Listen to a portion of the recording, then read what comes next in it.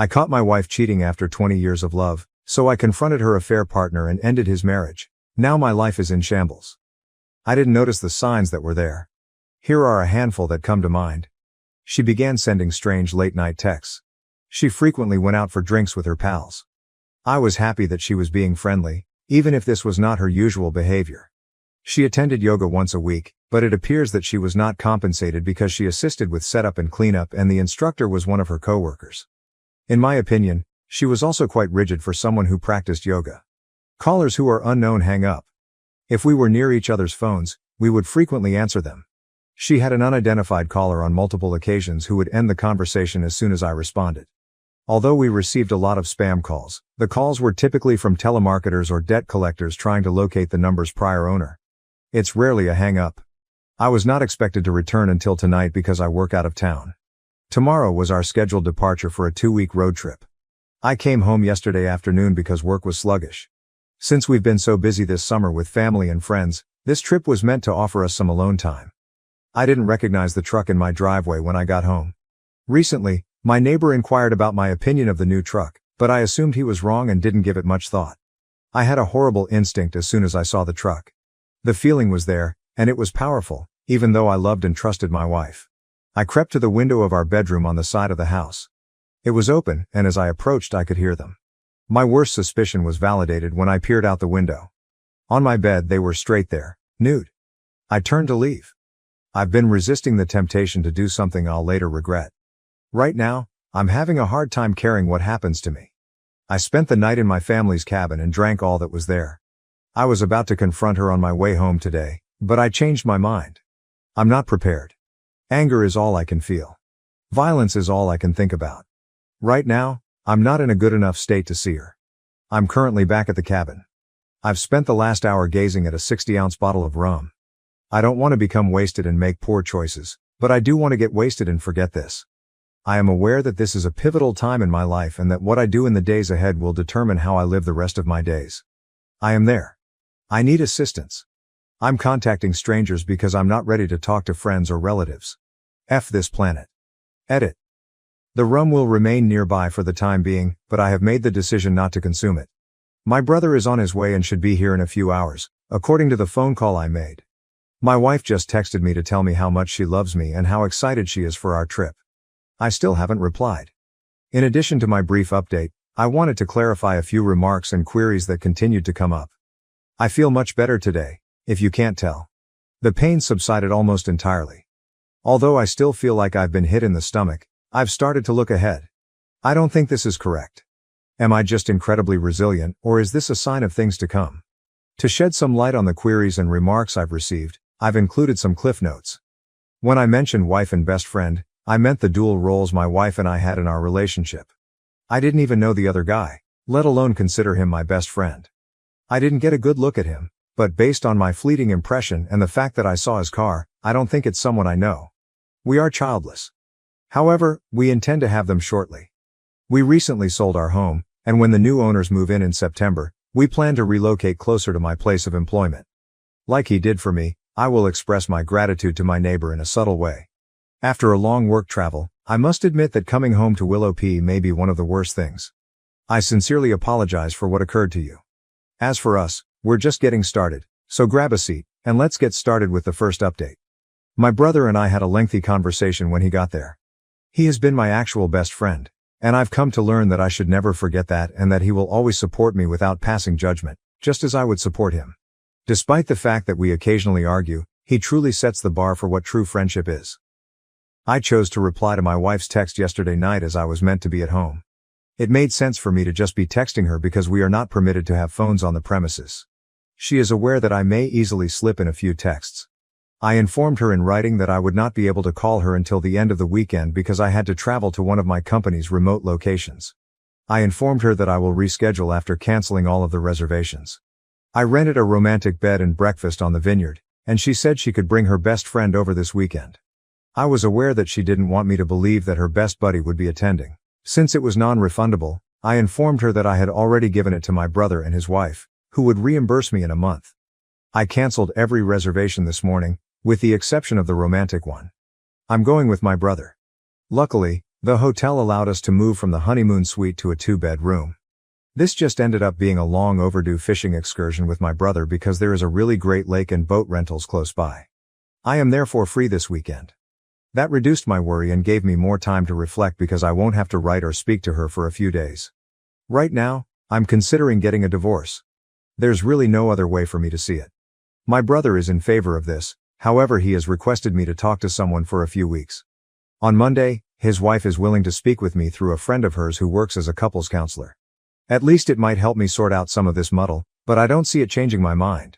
In order to at least get ready for what I believe is inevitable, I am also starting to talk to lawyers and taking a lot of advice from this place. I want to do it correctly. I don't think she would try to cheat on me, but I also don't think she would try to do so I think I should be ready for anything. That was a brief update, but it gives us a glimpse into the OP's current thoughts. Let's move on to the following update, which is quite extensive and contains a wealth of information. Now, let's go on to that. The last few days have seen a lot of events. To go to the Tibetan breakfast on the vineyard, my brother, Matt, and I drove for over 5 hours. I am really grateful that he has supported me during this time. It helped me get my thoughts straight, although it was more of a venting session. Our fishing trip wasn't very successful. The proprietor of the B&B provided us with some food after we both caught a few trout that we had to release because of their size. Those were quite successful. We took a car back to Matt's house on Sunday. He lives almost an hour away from my home in the town next door. Jen, Matt's wife, was waiting for us when we got there, and we all sat and opened a bottle of white wine that was stored in the cooler. For me, the weekend officially ended at this point. Jen informed me that she chose to spy on my wife while we were abroad. She informed me that the man spent the entire night in my house on Friday, but she arrived on Saturday morning just as he was about to leave. She located the apartment where he resided after following him home. On Saturday night, while she was texting me to tell me how much she loved and missed me, my wife stayed over there. Jen claimed to be dividing her time between stalking my wife and visiting relatives in my town. She claimed to have caught my wife on Sunday morning as she was leaving his apartment and snapped a few photos of them cuddling and kissing before she got into her car. I'd rather not see them. For me, that essentially sealed the deal. If she can so easily go from telling me she loves me and being with another guy, I doubt I could ever trust her again. Nevertheless, I made the decision that I would not react hastily because of my feelings. I must maintain my composure. Jen then informed me that Sharon would be joining us for supper. Jen made an appointment for me with a psychotherapist named Sharon. To be clear, this was my first encounter with my wife, and she has never met her. We got along well, and Sharon was a really pleasant girl. Following dinner, Sharon and I took the dogs for a stroll around Matt's neighborhood while also having a little private chat. Sharon was quite helpful since she listened well and gave me the impression that I didn't need to be cautious. Being that open about how I felt was therapeutic. Even though I get along well with my brother, this was something new and much needed. I enjoy blogging on Reddit for the same reason. It's a way for me to vent and clear out some of the chaos in my thoughts. The only practical advice Sharon provided me during our hour-long walk was to not put off talking to my wife.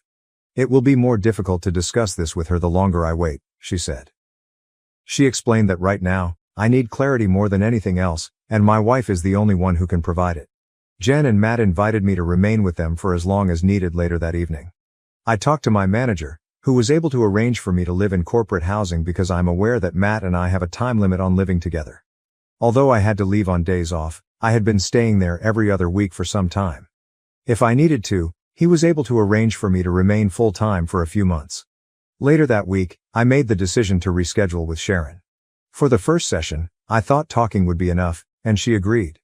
I lay in bed all night Sunday, trying to figure out how to go about this. I found this difficult because even the hypothetical situation in my mind made me feel depressed or angry. I made the decision to wing it. Normally, I perform well under pressure. I got up the following morning and bid Matt and Jen farewell. What if he's there when I get home?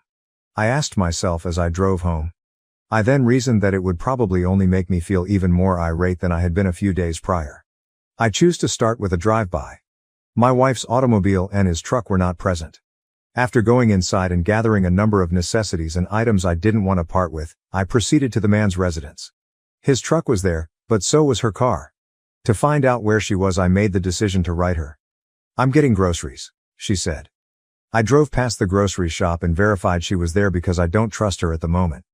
Admitting that I did that makes me feel so bad, but that's the only way I can be sure of anything and it breaks my trust. "We need to discuss," So I contacted her again and implored her to simply come home. "What's wrong?" she replied in writing. I just replied that she must be prepared to be honest before shutting off my phone. 15 minutes later, she arrived home. As usual, she came over to give me a kiss and an embrace when she entered. I turned my back on her. She repeated, "What's wrong?" to me. I therefore advised her to start telling the truth to me. She seemed not to understand what I was talking about. I replied, "Okay, if you can't be honest, then I'm leaving." At this point, she became frantic and asked, "Are you talking about yoga?" I assumed that was a beginning. She told me that she hadn't been attending yoga when I asked her what she was talking about. "Where were you going if you weren't going to yoga?" I asked. She claimed that because she had been so worried lately, she was taking walks to decompress. "What has been causing you so much stress, and why did you feel the need to lie to me about what you were doing?" I inquired. She said she didn't know how to tell me and attributed it to the transfer preparations. I persisted in pressing, saying, "So you decided to lie. Why did you feel the need to let me know that you were taking a stroll to relieve stress?" I responded that I wasn't stressed when she stated she didn't mean to lie and that she was concerned she would be making me feel more stressed. She didn't appear to be telling me everything. "What do you mean?" she asked, looking at me in amazement. "I think you're lying about more than just skipping yoga," I remarked, glancing at her. "I'm asking you to be honest once more. If you continue to lie, this won't work because you have already lied to me." "Oh, are you talking about last weekend when I went for drinks with some friends and came home late?" She followed up on her attempt to deflect by claiming she was at a loss for words. "I sensed something that disturbed you. I didn't know she went out late or drank drinks." I questioned her whether she was lying again or if it was what she actually did while I was at work, a few hours away. She explained that although she went out for drinks that evening, she didn't run into her purported best friend. In response, I inquired, "Who did you see?" "No one, I just drank alone," she claimed. Naturally, I wasn't buying this, and I was getting impatient. I therefore questioned her, "Is that something now? That you are drinking by yourself?" "Yeah, maybe I have a problem," she replied in response. She had one final chance to be honest before I left, so I told her to get to the bottom of her drinking problem. She claimed she didn't know what else to say after giving me a glance. I simply got up and walked away. I usually take a drive to keep away from her when we argue. She likely assumed this was the same, but then she noticed that I had taken my Xbox, clothes and toiletries. She started blowing up my phone at that point. "There's nothing more to say," I told her, because I offered her an opportunity to be honest and she didn't. She pleaded with me to come home so we could discuss things face to face. She claimed she didn't know what she believed she'd done or why I was so unhappy. She reaffirmed her love for me and her vow to never harm me. I felt a new ache in my chest just listening to her say that. The words were always consoling, and I blindly believed them. It felt like a dull, sharp knife cutting through my heart in the most worst way right now. I hung up because I couldn't take it any longer. Before I was prepared to respond once more, she called back roughly 40 times. "Did you talk to Karen, the best friend?" she asked this time. She responded, "Come home, I don't want to say this over the phone," when I asked why. In order to lower my heart rate, I agreed and continued driving for a little while longer. I then returned home. "I assume you spoke to Karen," she began. She went on to describe how they went out for drinks a few weeks earlier when I was at work, but I just gazed at her. When a few men began purchasing drinks for them, they simply cooperated. One of the guys tried to kiss her as they were leaving, but she quickly retreated and informed them that she was married. She then expressed her regret and wanted to inform me, but she was a fool and chose to keep it a secret from me. She also informed me that without asking, Karen provided his friend my wife's number after hooking up with the other guy. Since then, he has texted her a few times, but she has never responded in writing. After all of that, I just asked her to show me her phone, and she did. Other than her mother and me, there were no texts at all. This was new to her because she never deletes her texts. When I investigated the deleted images, I discovered one of a guy I didn't recognize, even though her photos were clean. She told me it was the man who attempted to kiss her when I inquired who it was. "Why did you take a picture of him?" I asked her again. Once more, she placed the blame on herself, claiming that I was just being stupid. I pointed out that it's not a valid excuse and refused to allow her get away with it. I pressed her once more to explain her actions. She claimed not to know. "Is that all you want to tell me, or is there more?" I inquired, growing weary of the whole situation by this point. That was all she could think of, she said. I went out again. I didn't want to face any more hints of the truth. I climbed into my truck and headed out. She tried to stop me as she hurried outside, but I was already out of her grasp. After having my lunch and trying to think of what to do next, I went to the adjacent park and just sat on my tailgate. As I sat there, I started to recall other things I should have known better, like the times I worked a weekend shift and went to bed early. Along with some of her girlfriends, my wife went out to the club. She wasn't home when I woke up at 4 in the morning. I tried calling her several times, but nobody picked up.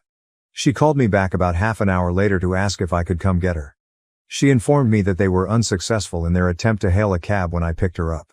Her buddy was approached by a pair of men who wanted to stop at home before offering them a ride.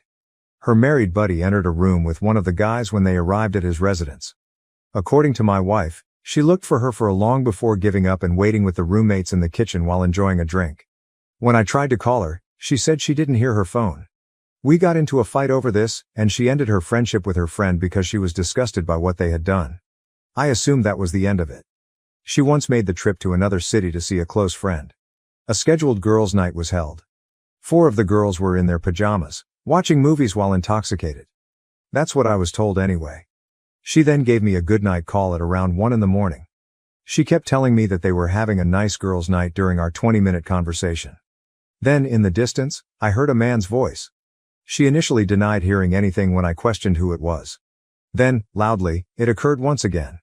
"Oh yeah, ex-friend took a couple of guys with her," she answered, unable to deny it. Everyone in this place is furious about it. She was 3 hours away and intoxicated. She forced me to put my trust in her once more. We discussed that as well as her refusal to inform me of their presence. She vowed never to place herself in such a predicament again.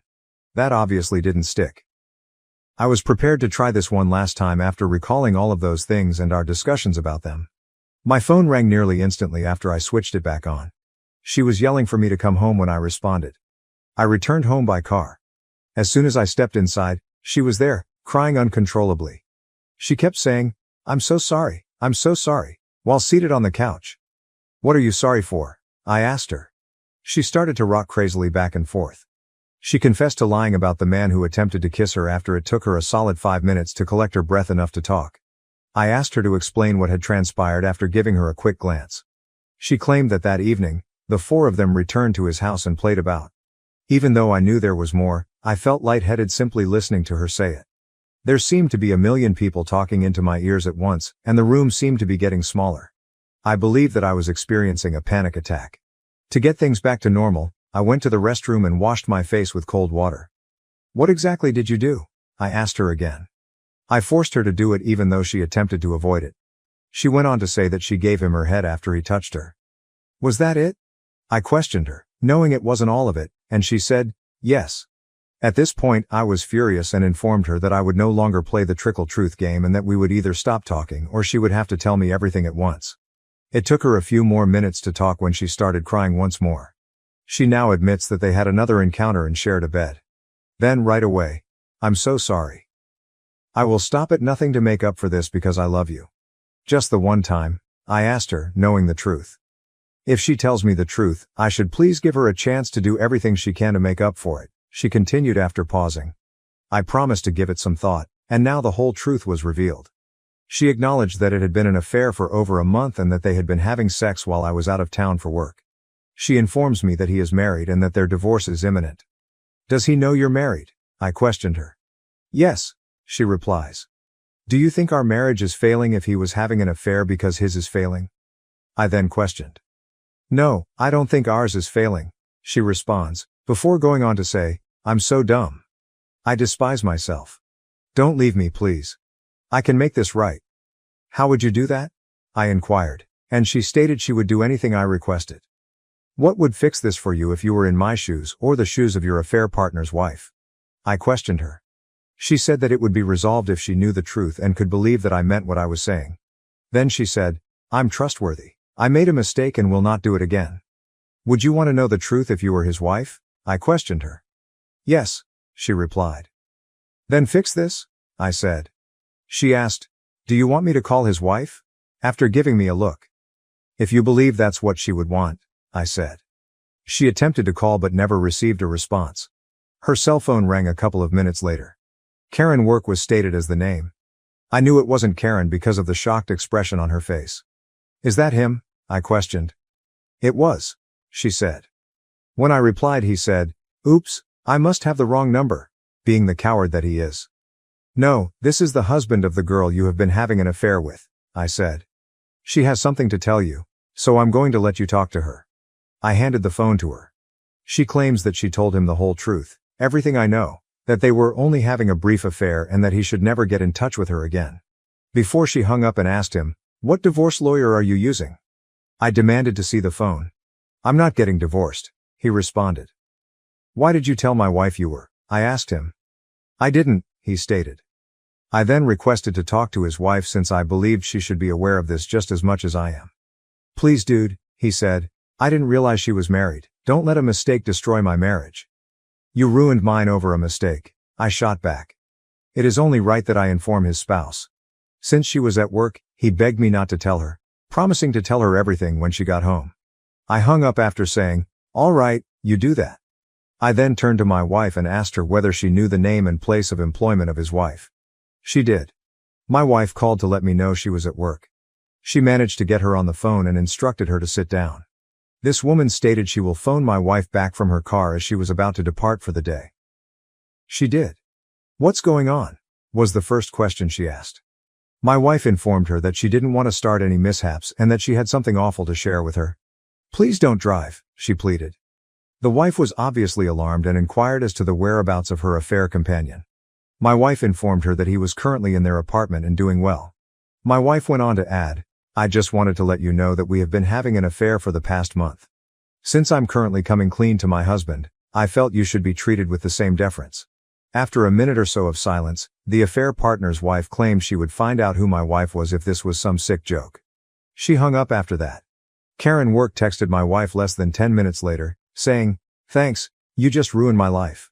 I picked up the phone and replied, You just destroyed 2 marriages and 4 lives. Remember that. You bit of junk, you were to blame for this. My wife pleaded with me to stay with her for the next hour.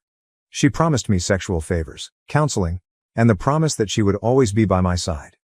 Thanks to the comments, this was just what I expected. Then as a reward, she suggested that we take that trip. She said, We need time away. My work schedule has been separating us lately, so we need to get together and spend some quality time. And just what I thought she would say. I went, but she wasn't expecting me to inform her. Additionally, she wasn't prepared for me to inform her that I already had a counseling appointment scheduled.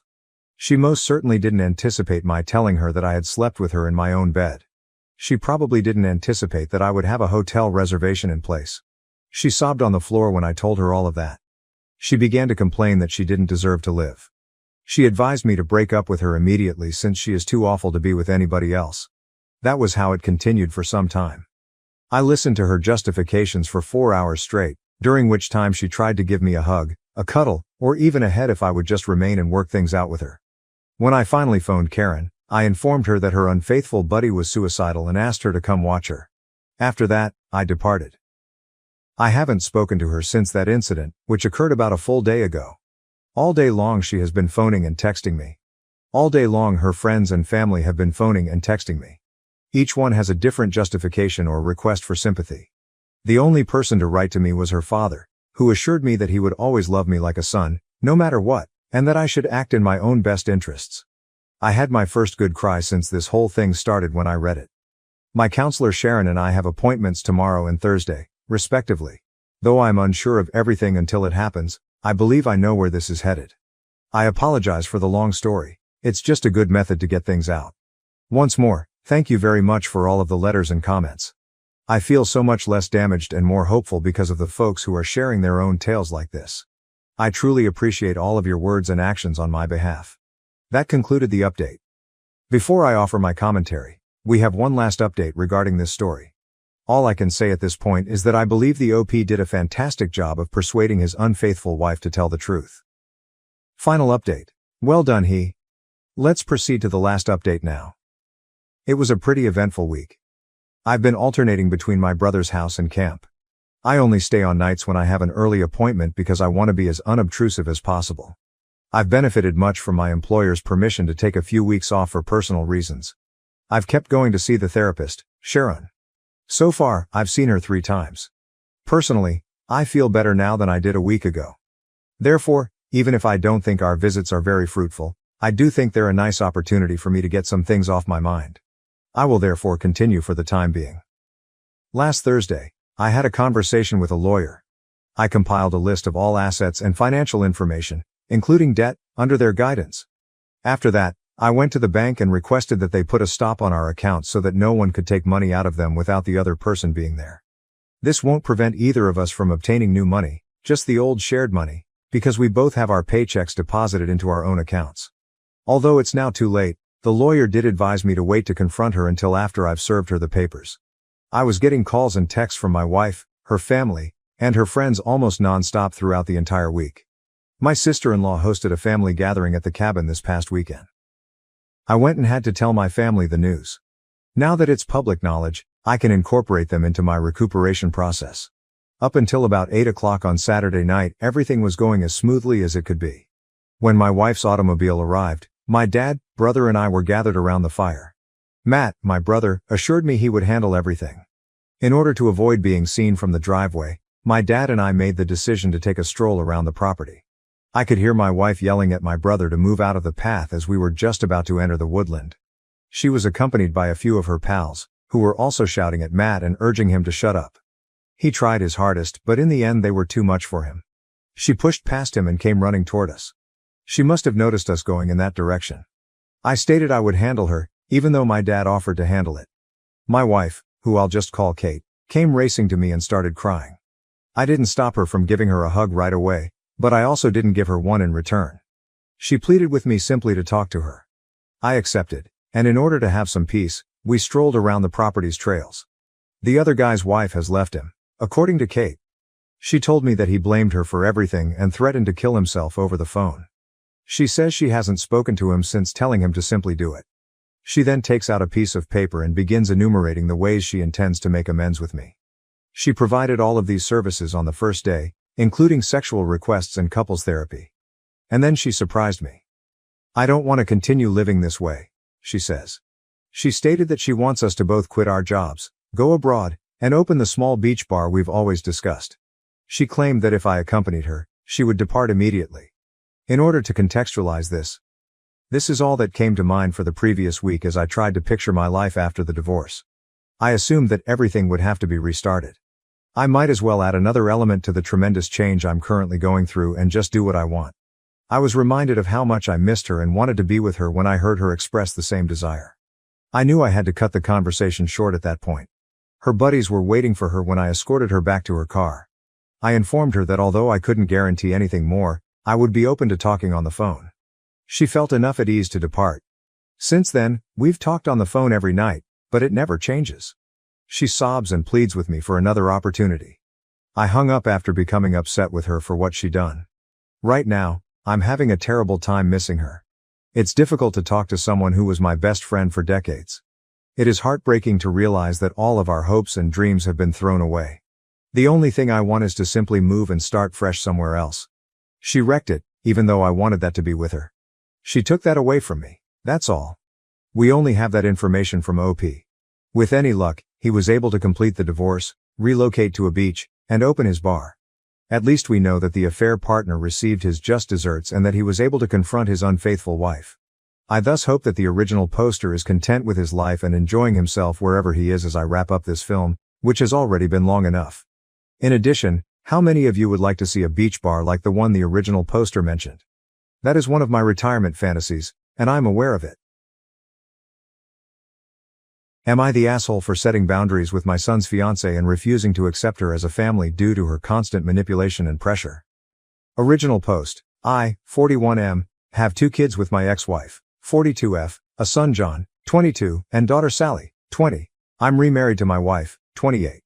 I'm very close with my kids. My son is engaged to Abby. She seems nice but has been a bit pushy trying to create relationships with me and my wife, though she's also awkward with her. Abby isn't close to her family. She told us many stories why, and while some of her complaints don't seem awful, it's not my place to judge and I didn't live it so I can't know anyway. We've tried to be welcoming but Abby has forced her way into some family traditions where she wouldn't have been invited, and some where no one outside of a specific family would have. She has been calling Sally sis since they were only dating a few months, has an odd sister/mother-in-law thing she does with my wife, And the one I'm not a fan of, wants me to be like father to her. Not because we've clicked or anything. We are very different people. Not saying that in a bad way, just saying it's not based on how we get along or anything. My kids and I have a tradition when they come over that we have a private catch-up in my office study before they leave, which is now even more important to them because while they both get along well with my wife, they don't want to have personal conversations around her yet. Abby asked if we could talk, and after I explained the tradition, John later asked that I do it, saying she'd never had a caring conversation with her dad. We compromised that I didn't include her in the tradition but did join the two of them for coffee and let her talk. Then she started calling me dad. They weren't even engaged yet. John pulled me aside and begged me to give her that. Laid this whole thing on me about me always being the dad she always wanted right in front of her and she just wanted that. Told me she cried watching me and Sally together. She still gives me random hugs. I'm a lucky dad. I didn't like it but I do feel bad so I gave her that. She wants me to walk her down the aisle in the father-daughter dance. I don't want to walk her down, and I walk with a cane so dancing is hard. At my own wedding I only danced twice. John is begging for me to do one, preferably the aisle. They came over Sunday. John and I were talking. I thought to address it, when Ab walked in without knocking, asking if he'd told me yet. I asked what John said she wanted me to say about having a second daughter now in my speech and how I loved her. I just looked at him. She asked if I'd do the walk and dance for Sally. I said of course. She yelled she's my daughter too and I said it will never be the same, Sally is my actual daughter. I tried to explain that I'd talk about her being a happy addition to the family and I love how happy she makes Jack, which I thought was a good compromise, but she started crying. John apologized and they left, but he called me when they were home, nearly begging me to. AITA because I won't lie and say I love her or she's my daughter. Update 1. I had planned on writing this sooner but life got in the way in a couple of really good ways, but people were helpful and asked for updates, and I have a surprise-free day, so here it goes. On Mother's Day my kids and their partners go to visit my ex-wife. So it turns out my ex-wife and Abby are a lot closer than I realized. She calls her mom, which is part of where this comes from. Also apparently my ex has been egging it on. On Mother's Day they were talking about the wedding and I guess whenever Abby referred to me it was his dad. My son apparently told her to let it go, which led to yelling. Abby about deserving to be my daughter, ex telling her that she's right. Son telling her that I am trying and she should be realistic about things. Sally telling her I only had one daughter, which was apparently a response to Abby saying to her that as my daughters, they should be united. According to my son Abby was crying, according to Sally she was crying and yelling and kicked something before going to her room, and Sally told me she went off on her mom, but will not elaborate so I don't know what was actually said. But knowing Sally, hoo boy. Around 2 a.m. I got a text from Sally's partner's phone saying Abby really is great, she hasn't been perfect but you should give her a chance and you will learn to love her. I saw it when I woke up. I tried to text her back but was blocked, so I called Sally but they were driving. They stopped by my place later that day because I am on the way and my daughter prefers my liquor and cooking and they told me about the night before. At the end I asked to speak to her partner alone. I asked if I had done something to upset her. She was confused and I told her I was blocked.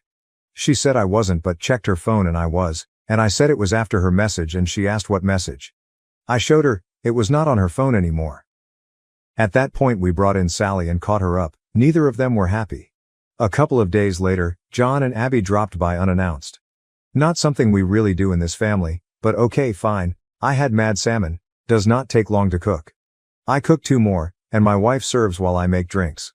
The entire night was Abby trying to bring up the wedding. John trying to change the subject, Abby not allowing that. We talk logistics because I am helping them get some good deals through some professional contacts I have when finally she just says so I was talking to mom, she said that you can walk me down the aisle and she'll do the dance, or you can dance and she'll walk, it's your call but you need to choose soon. I reiterated that I could not dance. She tried arguing that I had danced a little at my wedding but I made it clear that is different, and did not feel comfortable walking her. She got upset and said, Mom loves me, why can't you? I felt bad but couldn't lie. I pointed out that she had John who loved her, my ex-wife, friends, she had people who love her. She said but other than, ex-wife, those aren't my parents. I said neither am I. She was very emotional so my wife and I gave them a few minutes. My son and I were alone later, he looked exhausted. He said the problem was that after Mother's Day Abby had called Sally and kept saying they are both my daughters, that I did not get to be close with one but not both, and that it was them against me. But at that one Sally cried havoc and let slip the dogs of war. Things were said, grievances were aired. John had to hang up before it got worse, but I guess Abby was shaken, but there was a new problem. Abby had decided in her head that I did not mean what I have been saying and was just doing it for Sally. He told me he would handle it. Ron Howard. He did not. So now I get text messages from Abby every couple of days acting like we have a secret relationship Sally doesn't know about. She even called herself my secret daughter-in-law. She invited my wife to lunch, saying 2 out of 3 of his girls going out. She has even started using the pressure of showing up at events like a recent barbecue to play a certain image. She hugs me more and holds it, wants to take pictures with just me or my wife and I, but always a few with just me to post with captions I do not like.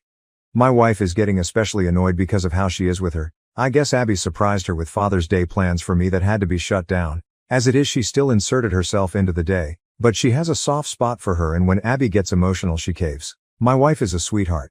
I asked him if he was upset with me and he said no, he just wished it was different. He said we're good, but he's worried he and Sally aren't, which is when I took the advice of some people and suggested premarital counseling. He said he would talk about it. Abby is insisting Sally go to her fitting. That shop should pay-per-view that potential Royal Rumble because Sally is not holding her feelings back anymore. I told him Sally loves him and I'll talk to her, but for now it is stressful all around. Abby driving my wife crazy with her ideas for what my girls should be doing, driving me crazy with dad-daughter content, drove Sally to the edge, and oh yeah, last night sent me an email with 3 styles of father-daughter dances and song options, so I'm not feeling any more respected or heard than before. The 6 of us have barely been in the same room in order to let things calm down since Father's Day, which was great until it was a shit show. Sorry this is so long, with all the craziness this is still the abridged version. We are supposed to meet Friday. Sally's partner and I have a bet going about how bad it will go. So onward and upward. I hope you fathers had a less dramatic day than I did, and by any chance does anyone know exactly how bad of a crime I need to commit to enter witness protection? Just curious. Update 2. I have gotten requests for updates on my situation, and as I enjoy a refreshing mojito and my wife her mojito, life feels good and the perfect time to amuse the world with my pain and familial drama. Plus a cousin of mine who apparently reads these and knows my situation gave me the convincing argument of dude, you can't keep people hanging. And how can I argue with that airtight argument? I apologize for how long this is, a lot has happened. My wife's pregnancy is going well, keeping her as stress-free and pampered as possible has been my focus. It is such a different experience this time, both because of how much more involved I can be and how much better a relationship I have with my wife than I had with my ex. My daughter Sally has been great, even her partner has been great, helping with the nursery or driving her around when I can't. My wife doesn't know because it is a surprise, but my son has been building a crib for the baby, modeled after the one I built for him and his sister, to show my wife his support. My son is a good man, and he is still in there, he just has a soft spot for Abby. Which I guess gets us to the part of the movie where Godzilla shows up and starts busting up buildings. So I called a family meeting with my kids to talk about the situation. Told John his sister was only doing wedding activities she wanted to and that the guilting request needed to stop, that this was hurting his relationship with his sister. Sally was happy I said it so she did not have to yet again. I told him if he did not stop her from messaging me I would block her with a bluntly honest explanation why. We got a lot out, John seemed to understand, but then a few days later they insisted on coming to talk. Sally and I decided we would get everything out. So all of us ate at our place. Abby started in immediately about baby shower stuff and I told that is the kind of thing we wanted to talk about. I told her that I understood she has been trying to fill a hole that she has, that she thought she was getting a father, a second mother, she calls my ex-wife mom apparently, and a sister. I told her it was still possible but that she needed to start listening to us. I told her that for the sake of family we would give her a fresh start, if she agreed that moving forward she would respect our boundaries. My daughter did not love this idea but loves her brother and was willing to try. Abby tried to say that since we were starting over we could define what the relationship would be and just be family. We told her we were not ready for that it needs to happen organically. She got mad that I am closer with my daughter's partner, which is true but we just get along, and that she deserved it for trying so hard. My daughter said something about trying things we actually want. She ran to our bathroom, he ran after her. After a while I checked on him. I could hear her repeating, "This is not what I wanted." My wife, daughter and her partner went out to the patio to give them privacy and salvage the night. After a bit I got a text saying they had just left. I checked in with him the next day and he said they talked more at home and she understood. For a couple of weeks things were good. The text stopped except the occasional wedding question, since it was getting closer. She stopped pushing herself on my wife and Sally. And we thought was involving us in less in wedding planning out of respect, since as it was they only got the venue at the rate they did because of my professional connections and they know I was willing to help but not interested in helping plan, even if I'm good at event planning. But then I got a call from the venue telling me the card I used had been declined. Now this is a specific card I use for big purchases because of the miles, so I knew it had a high limit. That was how I learned that they had changed dates by 2 months despite being informed I would still be out much of the money because it was too close to the date. I was furious. I mean, I have been lucky in life financially, but I am not blow-off deposits like nothing wealthy. Called my son, said he needed to get his ass to the house, just him. They both came. When they arrived I opened the door. She actually started with, "Dad." I think I just replied, "You have got to be fin kidding me," and walked toward the table. Abby had the nerve to ask where dinner was. My response was not polite as I made it clear that was not why they were here. I hoped my son would not lie to me, so I asked what was going on with the venue. She started going into wedding details, but my son interrupted to tell me they postponed because my ex-wife was unavailable because of a surgery and he had not told me because he was putting money together to pay the lost money himself, and he had just reached out to guests to let them know. And that is when Abby's mouth opened. We have extra time to work on our dance. Now during this time my wife came home, and I was walking her toward the bedroom when Abby said that. My pregnant wife with me said, calmly, "I have different feelings about that and will elaborate further shortly," or something like that. Then I laid my wife down and got her water, turned on her symphonic covers of popular songs and walked back to the table and said something like, "You are out of your fee-in mind, have you ever been listening?" I made it clear I was done with this nonsense, we all were, and kind of lost it asking she did not hear us last time because her head was up her ass. She was stunned silent, "What a beautiful sound," and looked at me while I, admittedly with little filter, explained what Sally and I thought of our time with her and her attempts to force us to love her without even getting to know us. She started crying and stood up and shouted, "Then what was this even for?" John asked what she meant, if she meant them, and he started to freak out. She was frantic and said she meant delaying the wedding. Because, and I'm pouring another drink to write this, it was a ploy. My ex-wife and her decided if I had more time I would come around. Apparently my ex told her not to worry about the money because I am loaded. She has always been bitter.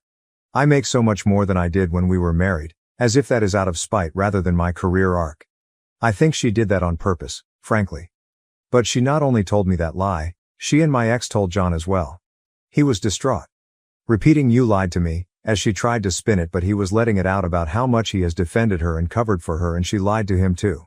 She was defensive and blamed my ex for telling her things and me for being stubborn. She yelled, "Why can't I just call him dad?" And finally, after so long, I heard John respond, "Because he is not your effing dad."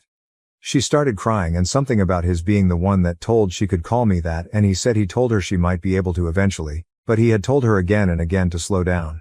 She started sobbing and went to sit on her chair but missed and fell on the floor. Appreciating physical humor to break the tension, I admittedly chuckled and hid my mouth behind my drink. This all led to a lot of sobbing.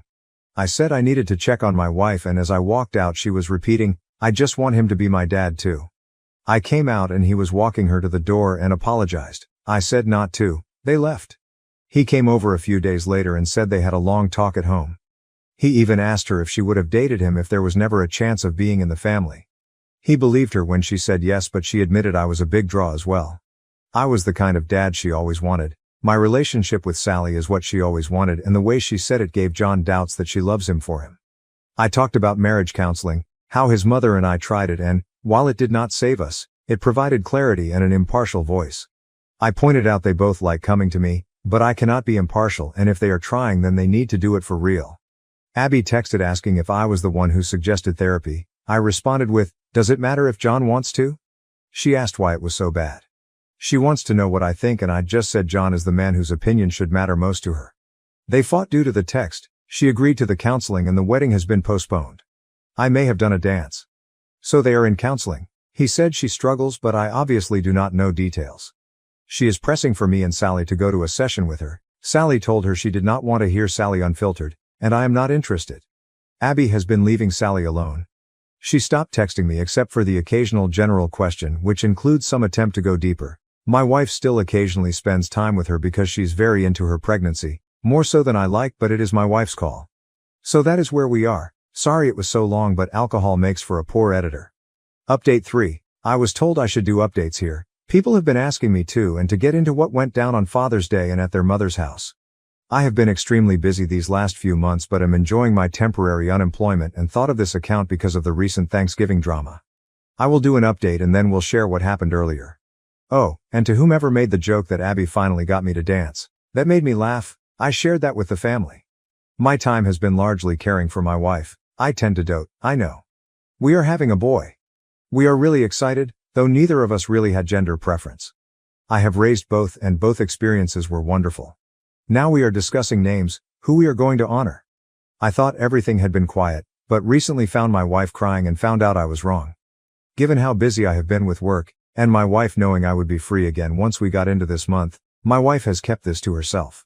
Apparently Abby has been pushing for one Thanksgiving this year. Things have been quiet with Abby. My son said the wedding blowing up woke her up, and that therapy had been helping. But then this. My understanding is that while John has been talking less with his mother because of all that happened, Abby did the opposite. From my wife's telling, Abby dropped by one day with my ex-wife. My wife intensely dislikes my ex-wife because of lies she's spread about my first marriage ending due to infidelity with her, despite there being no infidelity and the linear nature of time making it impossible for us to have slept together back then. Before anyone asks, my ex-wife does not actually think there was infidelity. I would get into that, but I am sure I would sound biased. Anyway, my wife looked at our camera app, saw who it was and called my daughter. Apparently the two of them were keeping things from me because I was working 18-hour days and they did not want me dealing with anything else. I wish they had not done that, but I appreciate the thought. I am really lucky to have such caring people around me. My daughter called her mom and said something that made them leave in a hurry. She will not tell me what, but she smiles when I ask. I called John but he was dealing with some hard work news, so I just was there for him and left the other alone. The next day Abby came back, alone this time. My wife saw it was her and asked her what she wanted through the door. Abby said to apologize. My wife let her in, she is too nice, and after a nice talk Abby asked about the whole family getting together for Thanksgiving. My wife said of course, she assumed as much. A couple of days later in our group chat we were discussing details, who brings what, and Abby asks what else is needed.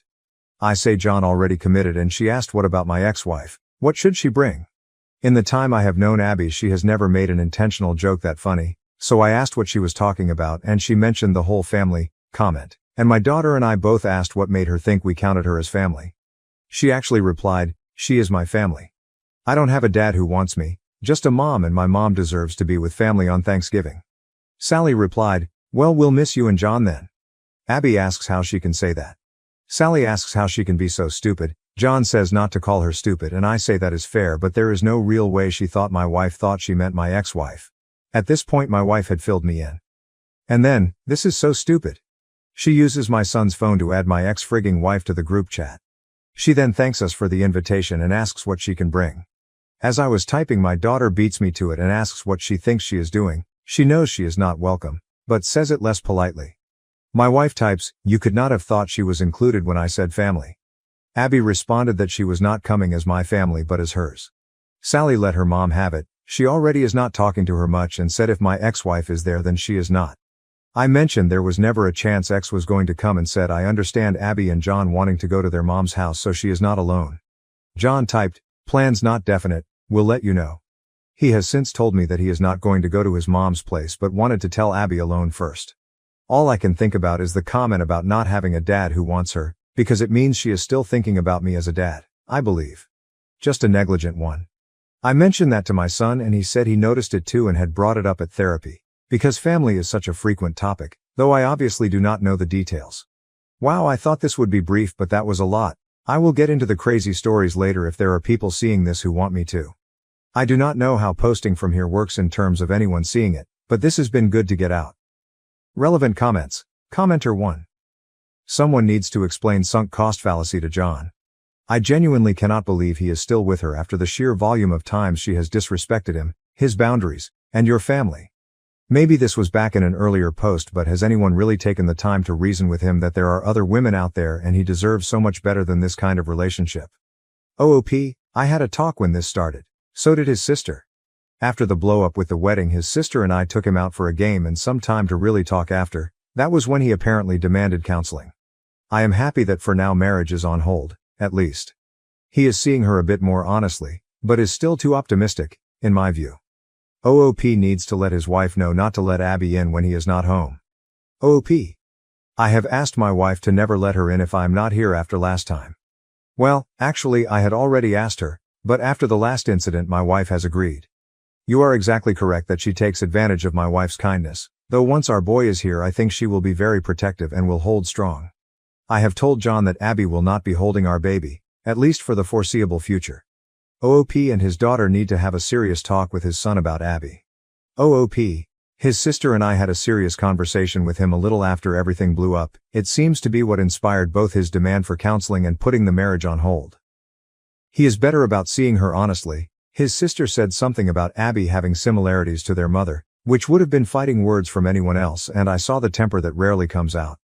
But then he listened because she clearly put thought into it. I never thought about it. I am proud to have kids smarter than me. I know my boy doesn't come off as a genius in these posts, and fair enough in that department, but professionally he is brilliant.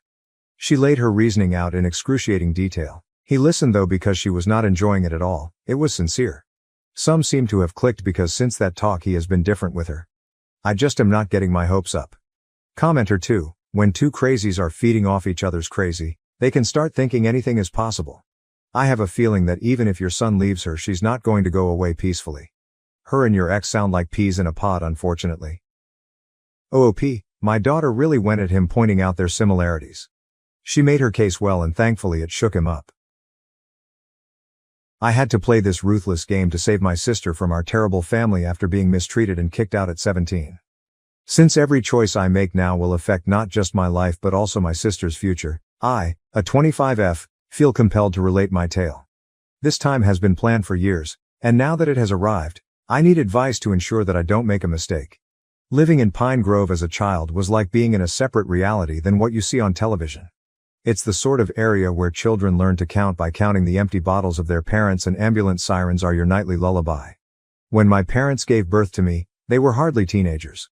Both parents had no business parenting a child, and mom was 16 and dad was 18. We lived in a dilapidated 2-room apartment in the Riverside complex, which ought to have been demolished decades ago.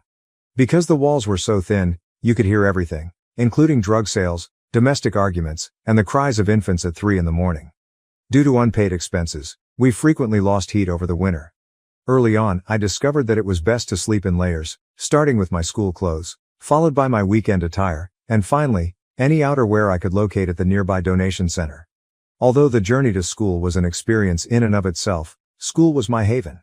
In order to tidy up any mess from the previous evening, I would get up at 5 in the morning. Sometimes it was vomit from mom's awful night, and other times it was broken glass from dad's most recent outburst. When permission sheets needed to be signed and both parents were unconscious, I had to learn how to precisely forge their signatures, which I did by the time I was 7 years old. My elementary school teachers made subtle attempts to assist. Every day, Mrs. Martinez would inadvertently pack an extra lunch. When my shirt got too soiled, the janitor, Mr. Wilson, would leave his closet open so I could get a fresh one. Miss Brady always managed to have socks in my size in her lost and found cabinet. In retrospect, I saw that they were all attempting to establish a safety net without drawing notice from my parents or the police. Not all of the other children were nice. They would ridicule my outfits from charity stores or the fact that I would stuff my pockets full of cafeteria food for supper. To be honest though, it was easier to deal with their cruelty than their sympathy. I could at least defend myself with contempt. Sympathy only made me feel powerless. When I reached 15, everything changed. I was able to secure employment at our neighborhood grocery store, Wilson's Market. I met Mrs. Thompson, the store manager there, and she would end up being my lifeline to another world. A middle-aged woman with salt and pepper hair and cardigans adorned with cat pins, she didn't look particularly noteworthy. I couldn't see it in myself, but she saw something in me. It was difficult during those initial weeks at Wilson's. I was attempting to conceal the injuries from Dad's bad days while juggling work, school, and my personal life.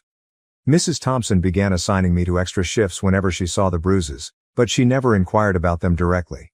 While we worked together, she would teach me about bookkeeping, customer service, and inventory management. More significantly though, she would share with me tales of her time in college, her trips, and a world outside of Pine Grove. She taught me how to build credit, balance a checkbook, and make future plans, things no one else had bothered to explain. "Ashley," she would add, "you have more potential in your little finger than most people have. Never listen to someone who tells you otherwise." I created my first bank account with her help. Neither of my parents had ever had a step, so it was a big step. I meticulously recorded my earnings and spending in a notebook that I concealed beneath a loose floorboard in my room, making sure to preserve every dime I could. Even though it felt like an unattainable ambition at the time, Mrs. Thompson assisted me with starting a tiny college fund. Then the news that would alter everything arrived. Mom was expecting a child once more. Mom wandered into our small kitchen as I was standing there attempting to rescue enough edible portions from a stale loaf of bread to prepare dinner. She was crying this time, but she was high as usual. She said, "I'm pregnant," as if she were making a weather-related remark. "Your father's going to be pissed." My stomach sank with my heart. Asterisk. Not another child in this hell asterisk was all that was on my mind. That evening, I printed out information packets that I knew my parents would never read and used the library computer to explore adoption agencies. Dad warned me to keep my mouth shut and threw a beer bottle at the wall when I attempted to bring up the subject of adoption. It was a difficult pregnancy. I tried desperately to stop Mom from using, but she persisted. I would conceal her narcotics, only to uncover fresh caches. After pouring out the alcohol, I would return home to find fresh bottles. I made an anonymous call to social services, but it was unsuccessful. Pregnant addicts were not unusual in our community. Lily battled withdrawal symptoms for the first 2 weeks after birth in the NICU. Every day after work and school I went to see her, sitting next to her incubator and observing her small body trembling.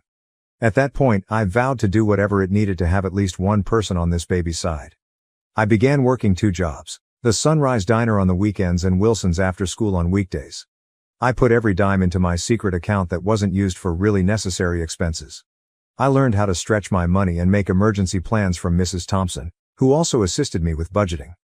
We both understood it was just her way of helping me buy things for Lily, but she even made a special employee discount for baby stuff. My resolve to get us both out grew along with Lily. I would get up at 4 in the morning to study before school, work until it was time to go and then come home to look after Lily.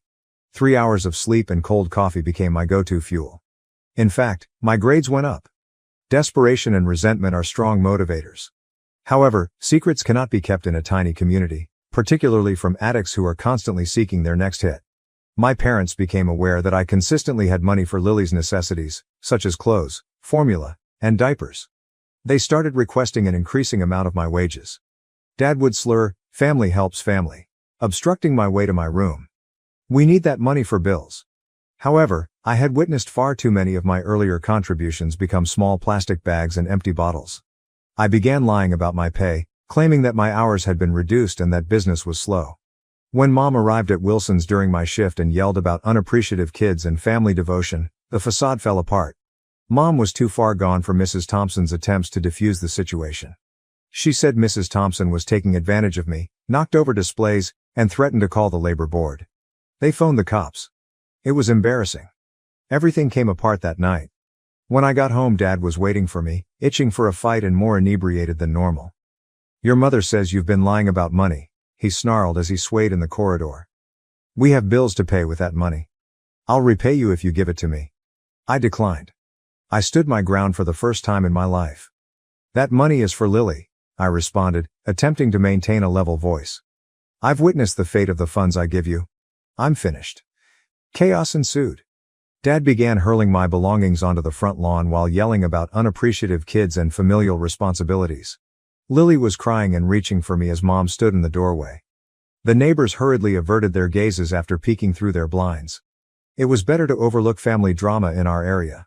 I was 17 years old when I stood with 2 garbage bags of stuff in our front yard, which was littered with rubbish, and I saw my baby sister cry for me through the window. My dreams are continually plagued by that sight. Fortunately, I was taken in by my friend Jessica's family. Despite their own lack of wealth, they made room in their modest 3-bedroom home on the opposite side of town. Mrs. Rivera, Jessica's mother, assisted me in submitting financial assistance and scholarship applications. Her father used their old station wagon to teach me how to drive. They merely required that I maintain good grades and assist with domestic duties. They never asked for rent. I learned what a true family looked like from living with the Riveras. During their family dinners, there was genuine conversation rather than argumentation. Rather than fighting when intoxicated, they used baked cakes to celebrate birthdays. Yes, they had issues, but rather than burying them in drugs and bottles, they dealt with them together. However, Lily remained enmeshed in upheaval while I was at last finding stability. On occasion, I would spot her at the playground or on her way to school. She was developing too quickly. Her clothing, which were either church donations or hand-me-downs from neighbors, were usually too big or too little. Whenever I could, I would give her money and teach her to conceal it in her stuffed animal so our parents wouldn't notice. Our covert emissary was Mrs. Thompson.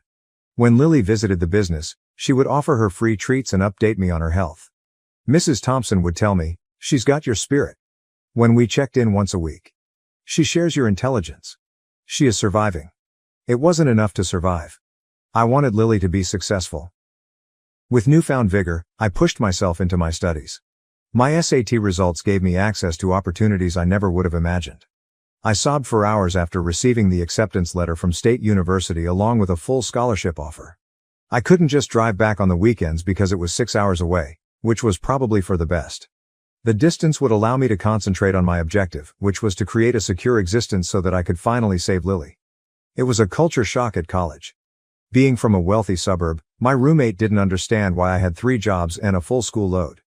While I was scrounging money to send home to Lily via Mrs. Thompson, my classmates grumbled about their parents not purchasing them new cars. I minored in business administration while majoring in finance. I felt like I was getting closer to my objective with each class. I gained knowledge about estate planning, taxes, and investing. I began to learn how money actually worked, not just how to get it, but also how to use it to my advantage. I was able to secure an internship at a prominent investing firm during my junior year. For their entry-level jobs, the starting pay was higher than my parents' combined highest earnings during their prime. I put in more effort than everybody else. I arrived early and stayed late. I immediately accepted their offer of a full-time job following graduation. My existence now, 8 years after I was kicked out of my childhood home, would have looked unthinkable to my adolescent self. My home is in a nice neighborhood. I have a good savings account and a steady work with perks. I never have to check my financial balance before making a grocery purchase, and I drive a dependable car. But without Lily, none of it mattered. Now that she is 11, Mrs. Thompson informs me that things have only gotten worse at home. Mom switched from medications to more difficult substances. Due to DUIs, Dad has been in and out of jail. In only the last year, they had been evicted 3 times. No one has bothered to report them, which is the only reason they haven't lost custody. That will soon change. I've been recording everything for years, including every instance of intoxication, missing school days, and instances where they used their rent money to buy narcotics. Mrs. Thompson has documented instances of neglect that she has seen. Jessica's mother has kept track of the occasions when Lily has arrived at their home underdressed or famished. I've spoken with family law specialists. I'm ready, even though I know the process will be messy. Now that I have the means, I can battle for custody and provide Lily with the security she needs. However, I want to approach this intelligently. I therefore require guidance. I intend to show them my accomplishment by inviting them to my home. My parents are people I know. They react exclusively to manipulation and money. They will want a portion of what I have once they see it. I'm relying on their avarice. I can already envision how it will transpire. Like they attempted to embezzle my teenage earnings, they will attempt to move in and take advantage of my success. However, I will be establishing the conditions this time. When they won't go, I'll give them a choice. Either help with Lily's voluntary custody transfer, or I'll throw all I've got at CPS and the courts. I want to know if anyone has done something similar effectively. It may sound calculating, but I've studied the most skilled manipulators. To save my sister, I must play their game, but I want to do it well. This is the culmination of my entire existence. This was the reason for every extra shift, late-night study session, every dollar saved. I will never let Lily down again. I'll provide updates as events unfold. Update 1, I appreciate all of your help and guidance. Even though I took action today, I'm still analyzing what transpired. My former neighborhood was my first stop. It seemed unreal to traverse those well-known cracked sidewalks. It was like viewing a film of my former existence. Children were still using deflated basketballs to play on the street. Mothers were still shouting from paint-peeled windows. It was the same ice cream truck that was traveling about with its broken music. At Wilson's Market, training a teenage girl who looked so much like me at her age, Mrs. Thompson was right where I expected her to be. Even though she has arthritis and is in her 60s, she still wears those cat pins and stands erect. Everything I had practiced crumbled when our gazes locked across the store. "Look who finally learned to use a comb," she replied, using an old joke to diffuse the situation. She kept an extra hairbrush in her office for my more hectic mornings when I was 15. We ended up having a conversation during her lunch break in her office. That old coffee machine, which sounds like a dying automobile engine, is still with her. She told me everything I hadn't heard. Since she turned 11, Lily has worked at Joe's Diner. Off the books, of course. Mrs. Thompson handed her a hollow book, in which she keeps all of her money. It seems that my survival skills, including my previous coping mechanisms for our parents' difficult times, were passed down to my sister. She's smart about it, according to Mrs. Thompson. Smarter than you were, even. Lily has an entire network of locations she can turn to when things become tough at home, and she conceals a prepaid phone in her school locker. The children of the neighbors believe she is simply hosting frequent sleepovers. Mrs. Thompson then produced a hefty envelope made of manila. She stated, "I've been keeping records. Times, dates, and incidents. Each time your parents arrived intoxicated. Each time Lily showed up with strange bruises or hunger.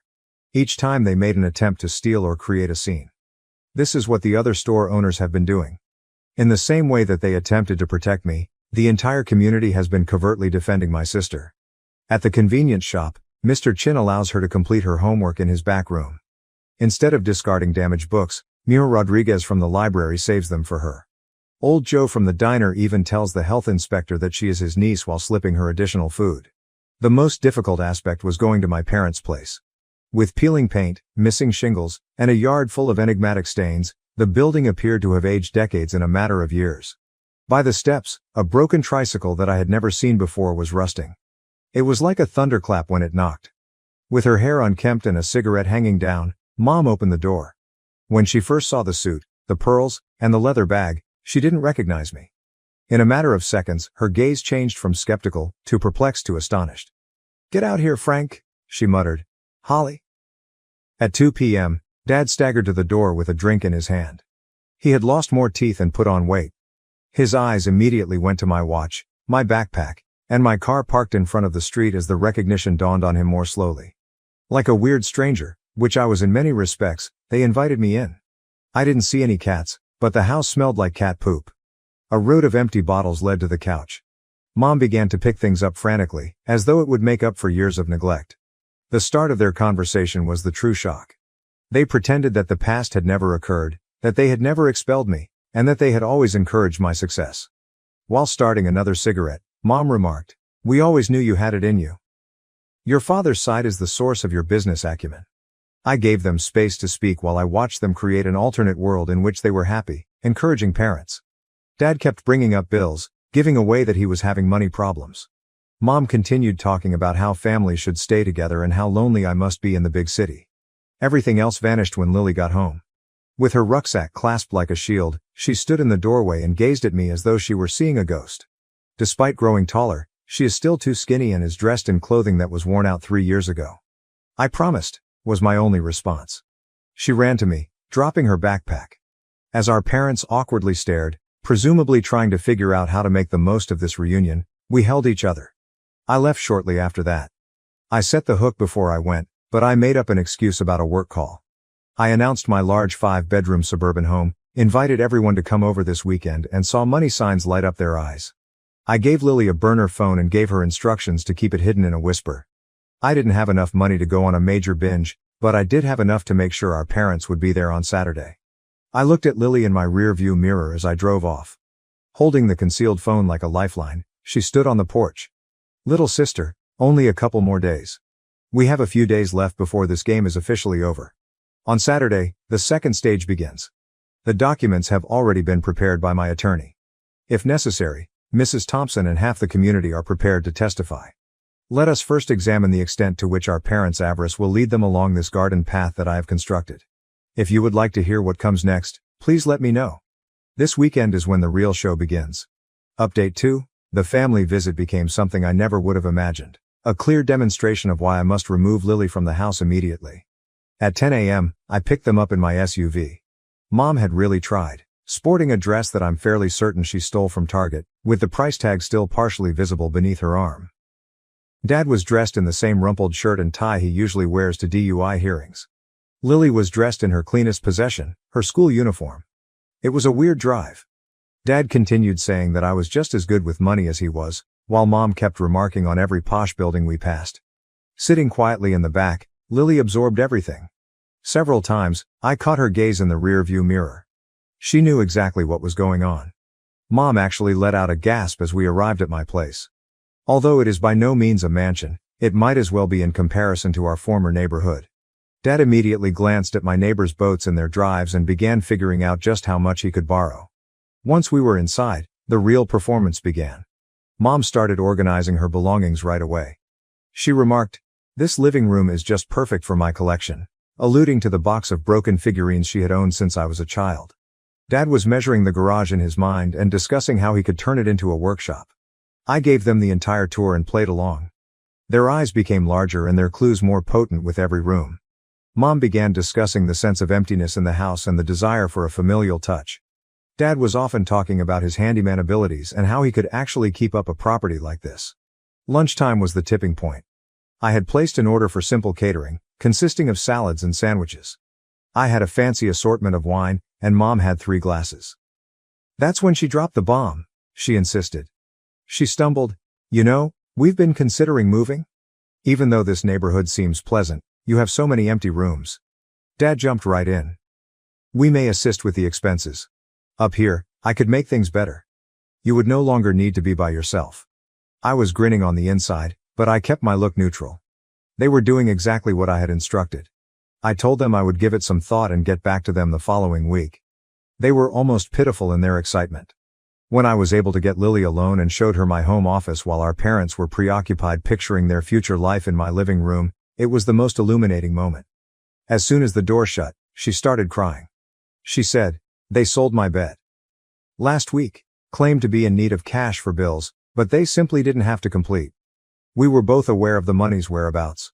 She told me everything, including how she has been taking showers at school after her early morning job in the cafeteria, how they have been renting out a portion of the house to some pals who traffic drugs, and how she hasn't had hot water in months since the bills weren't paid.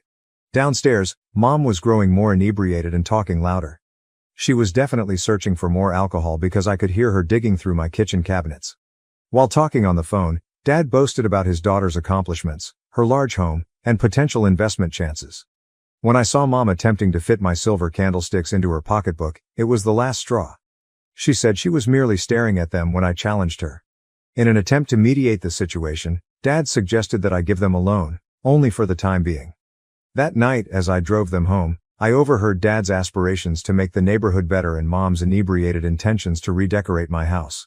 When I dropped them off, Lily gripped my hand and I gave her another burner phone because her previous one had magically vanished after our parents discovered it. I gave my lawyer a call that evening. The documents are prepared. They will discover exactly what sort of family reunion I have been organizing when they eventually call about moving in next week. Along with statements from Mrs. Thompson and the neighbors regarding their continued mistreatment of Lily, I have added all of the information from today to my file, including the attempted theft, the intoxicated behavior and the disclosures of their present living circumstances. The trap is in place. They believe they are going to move in with me and take advantage of my prosperity. Rather, they will have to decide whether to relinquish custody of Lily or deal with the full weight of CPS and the criminal justice system. Even though I feel bad sometimes for being so calculated, I know I'm doing morally wrong when I see Lily's expression when she told me her bed had been sold. The encounter I've been preparing for years will be the final update. Update 3. Although the emotional toll was greater than I anticipated, the story's conclusion went just as planned. This is how it all transpired. As I had predicted, Mom called on Wednesday. Her talking to authority figure's voice was an attempt to sound sober. As he does when he's anxious, Dad was on speakerphone, clearing his throat every few seconds. They, not me, wanted to talk about the possibility of a living arrangement. For a serious family conversation about their future, I invited them over. The bait was immediately taken. Over the phone, I could almost hear them giving each other high fives. On Thursday, they arrived with 2 suitcases an hour early. It would have been funny if it weren't so depressing. They were unaware that a CPS caseworker and my attorney were waiting in my home office. The manila files on my dining room table should have been the first clue that something wasn't right. As Dad began his rehearsed speech on family togetherness and supporting one another, Mom gave them an anxious look. I allowed them to speak for precisely 7 minutes, during which they made empty veiled attempts to gain entry into my house and made vows to clean up, obtain jobs, and be better parents. I opened the first folder after that. "Let's discuss the drug deals that took place in your living room last month," I remarked, referring to witness accounts and police files. Or perhaps the 3 months of utilities that were not paid. Or should we talk about Lily's unexplained disappearance of school supplies? It was almost funny how quickly their faces altered. Mom's phony smile broke. Dad's self-assured stance faltered. The proof of neglect, neighbor statements, school reports, strange injury records, Mrs. Thompson's comprehensive logs of their public intoxication, and testimonials from half the community regarding their continued drug use were all laid out by me. I pushed another folder forward and stated, "This is what's going to happen. These documents pertain to a custody transfer. All of this remains between us if you sign them, refuse, and the DA's office and CPS receive everything in these folders." Mom used her typical strategies, sobbing, begging, and saying they could change. Dad tried to make me feel bad about being loyal to the family. They turned to threats when that failed. Dad hissed, "You can't prove anything. Nobody will believe you." At that point I used my trump card. Using my laptop, I saw video records from the previous few months, including images from the security cameras of my neighbor's drug sales, fights while intoxicated, and neglect of Lily. Quietly, I murmured, "The DA will believe this. So will the judge." The ensuing hush was deafening. 3 hours were spent negotiating, threatening, crying, and ultimately resigning. The documents were signed by them. They were immediately notarized by my lawyer. I said, "Get out," after it was finished. If you ever try to contact Lily without her consent, everything in these folders goes public. They didn't even ask to bid her farewell before leaving. They were attempting to bargain one last helping hand when they spoke about money. I refused to comply with their requests. That night, Lily moved in. Everything she owned had been stolen or sold, leaving her with just one backpack. She sobbed as she stood in her new room, which was her first actual bedroom since she was a toddler. Whispering, "Is it really over?" "Yes," I said. "It's really over." We went shopping for her first actual bed the following day. Everything was hers to choose, including the comforter, pillows, and bedding. No more sharing a mattress on the floor with Mom's friends or sleeping on a shabby couch. Mrs. Thompson joined us in celebrating this past weekend. She brought Lily's hollow book, which she had been using for years to conceal her money. We totaled her money, which came to $847.23. I assisted her in opening her first bank account and matched it dollar for dollar. Lily and I went to register for her new school yesterday. When the principal looked over her files, he was immediately astounded. Like her sister, Mrs. Thompson would say, "In spite of everything?" Our parents haven't made an effort to get in touch. Several times, their friends have contacted, most likely in search of their next score. All of their numbers were blocked. This time, the house feels better, fuller. Lily was watching TV in her room last night when I heard her laughing. Genuine laughter. Not the apprehensive type we were taught to diffuse stressful circumstances. She asked if she could have a friend over this morning. I was moved to tears by such a simple plea. It's her first time hosting a friend. Never invited them to a safe house. I want to express my gratitude to everyone who helped me get through this. When I doubted myself, your advice kept me strong. To anyone in a similar circumstance, keep track of everything, make your case, exercise patience, and above all, never give up. Lily is currently sleeping in her new room, bed, and actual house. She no longer has to worry about what she will wake up to for the first time in her life. We made it. I didn't tell my parents about my college money, then my dad stole it, causing an unforgivable betrayal that tore our family apart. Original. Am I the asshole for not telling my parents that I received money from my college? May 14, 2023, I, 20 years old, non-binary, live with my parents, in their 50s, and my 2 sisters, 20 years old and 19 years old. For as long as I can remember, my parents have had financial difficulties. For the past 4 months I have paid the entirety of my parents' rent. While I don't really make that much, I work 50 hours a week most weeks due to understaffing, so I get a pretty good paycheck. Plus most of the time I'm able to set aside some money for saving. However, these past months every one of my dad's paychecks, he makes the most money out of us all, have been garnished or been completely gone before he ever gets them. I have the misfortune of getting paid the exact same days as him. So the majority of my paychecks and all my savings have gone to paying for bills. 2 weeks ago my dad didn't get his paycheck and I ended up overdrawing my bank account $1,000. It was an accident as I had forgotten about a payment that I had made that had yet to show up. So when I got my paycheck on Friday it was just $100. Which my dad immediately asked for 80 of. I had told my parents I would be unable to help financially for the next 2 weeks, and again my dad didn't get his check, so my parents are scrambling to get money together to avoid our utilities being cut off. My college does this thing. I don't know if every college does this or not. Where you pay the full amount of your tuition and then at the end of the semester you get the amount of scholarships and financial aid paid to you. There is a deadline to get the money, however they hold it for you if you miss it. The most of the 2 years I have been going there I have forgotten to do that, so the money has been sitting around. I had missed the December deadline for the fall semester, but I got a jump on spring knowing that I would forget, and it is my last year at that college because I am transferring to another one.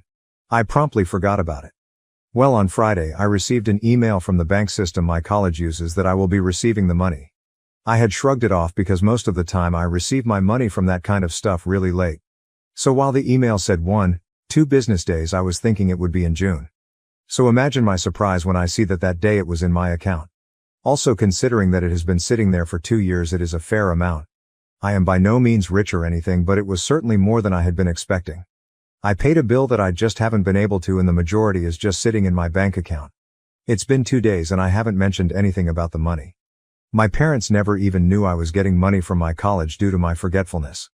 I know that this money could help make sure that none of our utilities are cut off, but I can't seem to bring myself to tell them. I'm moving out soon, so this money could go towards giving me some breathing room or going to my classes this summer, so I really want to save it and not say anything, just let my parents assume that I only have $20 to my name. However, if the utilities get cut off, then I will be affected as well. I feel like such an asshole for not telling my parents about the money. I know that I'm just being selfish, but I am so tired of every penny I make going towards my family's bill. I know my mom feels extremely guilty every time they do this, but it is something they have to do to survive. So, am I the asshole? Edit. Since a lot of people are asking, here you go. My parents have a lot of payday loans from my childhood, other loans, and owe money to the state and IRS. My dad had at one point been accused of a gambling addiction. It runs in his family and he had at one point had one, however my parents have talked this out. My dad's company also has shitty communication, so we have no way of knowing when he is garnished and why until he gets paid. Everyone does work, but me and my dad make the most money. My mom works a minimum wage job. My sisters work part-time minimum wage jobs. My mom and 20-year sister do help pay bills. My little sister, however, does not. She is the type that has a little bit of money and goes wild. My parents pay for a lot of her stuff without ever seeing a dime for it. My parents are trying to stop that, however it is extremely difficult due to other factors that I will not get into on this post, as it has nothing to do with money. The reason I make a lot of money is because I'm a lifeguard, and due to the lack of them we are paid intensively. As many of you have suggested, I am moving out. I am moving to a different city this summer for classes. I honestly don't think I need to go to such extremes as some of you suggested. My bank account is separate from theirs. We do use the same bank though. My parents do not try to sneakily get my money, and the few times my dad has, I have called him out and berated him over it. My mom also feels extremely guilty about the entire situation, and as such I don't see her doing anything underhanded, and my dad, I have strict guidelines with him. I do have a ton of notifications for both my credit card and bank account to the point of $1 getting spent. I will know. Also no, I will not be getting back the money that I have given to my parents. I am not even going to try. I'm not going to be another thing that they have to pay off. However, some of your suggestions I will follow. My parents are aware, and I will remind them when I leave that I will not be able to pay things when they leave, as I will be both reducing my hours at work and having my own bills to pay, such as school and the apartment. Relevant comment the _eternal_veggie NTA. You are technically paying for school yourself, right? The student loans and scholarships are all in your name, so that money is yours. Put it into savings, use it to buy textbooks next semester. If it's money left over from your student loans, you'll technically have to pay it back when you start paying your loans. So might as well use it as you please. I received money back from college for a few semesters, like $600/semester. But at that time my parents paid for my tuition, only $1,500/semester, community college, so I just paid them back that money since it was theirs anyway. But when I started paying for myself, I kept that money for myself. OOP, I pay for college out of pocket. I don't have student loans and no one else has paid for my tuition, so it is absolutely my money. Update 1, Wibite for going no contact with my dad and technically being responsible for my parents' divorce. May 27, 2023, posted 13 days later. So I, 20 NB, live with my parents and 2 sisters for now. I am moving out next month. So my dad decided to play a joke on me. He took my card and took out 90% of the money and my money out of my checking account. For those wondering about the college money I got from a previous post, it is in another savings account that is through another institution, so it is safe. He then put my card back in its original position and went to work. He did all of this around midnight. So I woke up in the morning to most of my money being gone. My first thought was that my dad took my card without asking, but my card was still in my wallet and where I left it. I had thought that someone had cloned my card and guessed my PIN. I sent off a quick text to my mom and called my bank. I spent a while doing that. I was so anxious, I was practically sobbing, and I'm not a person that really cries. That money was my deposit and rent for June. I then went into the living room and heard my mom arguing. I couldn't hear much, but I heard my mom exclaim, "What made you think it was a good idea?" Instantly dread filled me. I walked up to my parents' room. My mom was arguing with my dad on the phone. According to my dad, he found our cat playing with my card. He decided to take it and remove my money to teach me a lesson about leaving my card lying around and then go to work. My dad apologized to me and I just handed the phone back to my mom and stormed out of the room. My dad had pulled something like this to me before, except he took all of my money and then lost it. My dad claimed that he took the money to teach me a lesson for leaving my card around my family. Later on he told me in private that he took it because he knew I was lying about the amount of money I had. I had been saving that money for a medical thing, so I was hiding it because my family is always in a state of financial distress and he would ask for it if he knew that I had it and I was just done being in constant pain. Anyways, there were clear flaws in the story he told us. First, I had my card and it was in my wallet exactly where I left it. That was a whole separate trip from going to work. Also, neither my wallet or my card have any sign of damage. My dad works out of the city, which is a 1.5 car ride from where we live. My mom said that she will drive me to my dad's work where we will pick up the money. We don't trust him to have it till he is done working due to what happened last time. He protested, saying that will use too much gas and that he will drive down instead, as that will use the same amount of gas. This ultimately leads to my mom practically having the confirmation that he has started gambling again. My dad had a gambling addiction when I was younger, but he got help for it and had been clean for a while. As in her mind, why else would he be so adamant that we not go to his work? He came home and returned all the money to me. Yes, I counted over and over again to make sure. He apologized and I said nothing. My mom said that he didn't sound sincere. My dad blew up on her, saying that he had apologized over the phone and that he was obviously sorry about what happened. He later on apologized to me about that, but I ignored it and he doesn't seem to be talking to my mom. My mom has told me that she is going to talk to a lawyer and she is absolutely torn up about this. There have been so many issues with their relationship this past year, but this seemed to be the straw that broke the camel's back to leave her 40-year marriage to my dad. My sisters don't know what is going on, or if they do not know the whole situation. I told her that once I move out that I might go no contact with him. My mom got all sad and said she doesn't blame me for wanting to after all that my dad put me through. I'm honestly emotionally drained and dreading calling back my bank. My mom had this great weekend planned for us, but now there is an overwhelming feeling of dread and tension over everything. I was actually going to finally do something for myself that I had finally worked up the nerve to ask my mom about, but that had to be cancelled. Honestly, if it wasn't for the fact that I'm moving out soon, I would have called my friend and moved out today. I'm just done with my dad in this situation. At the same time, I feel such an overwhelming guilt. I know that I did the right thing. That I had to tell my mom and protect myself financially, but I don't know.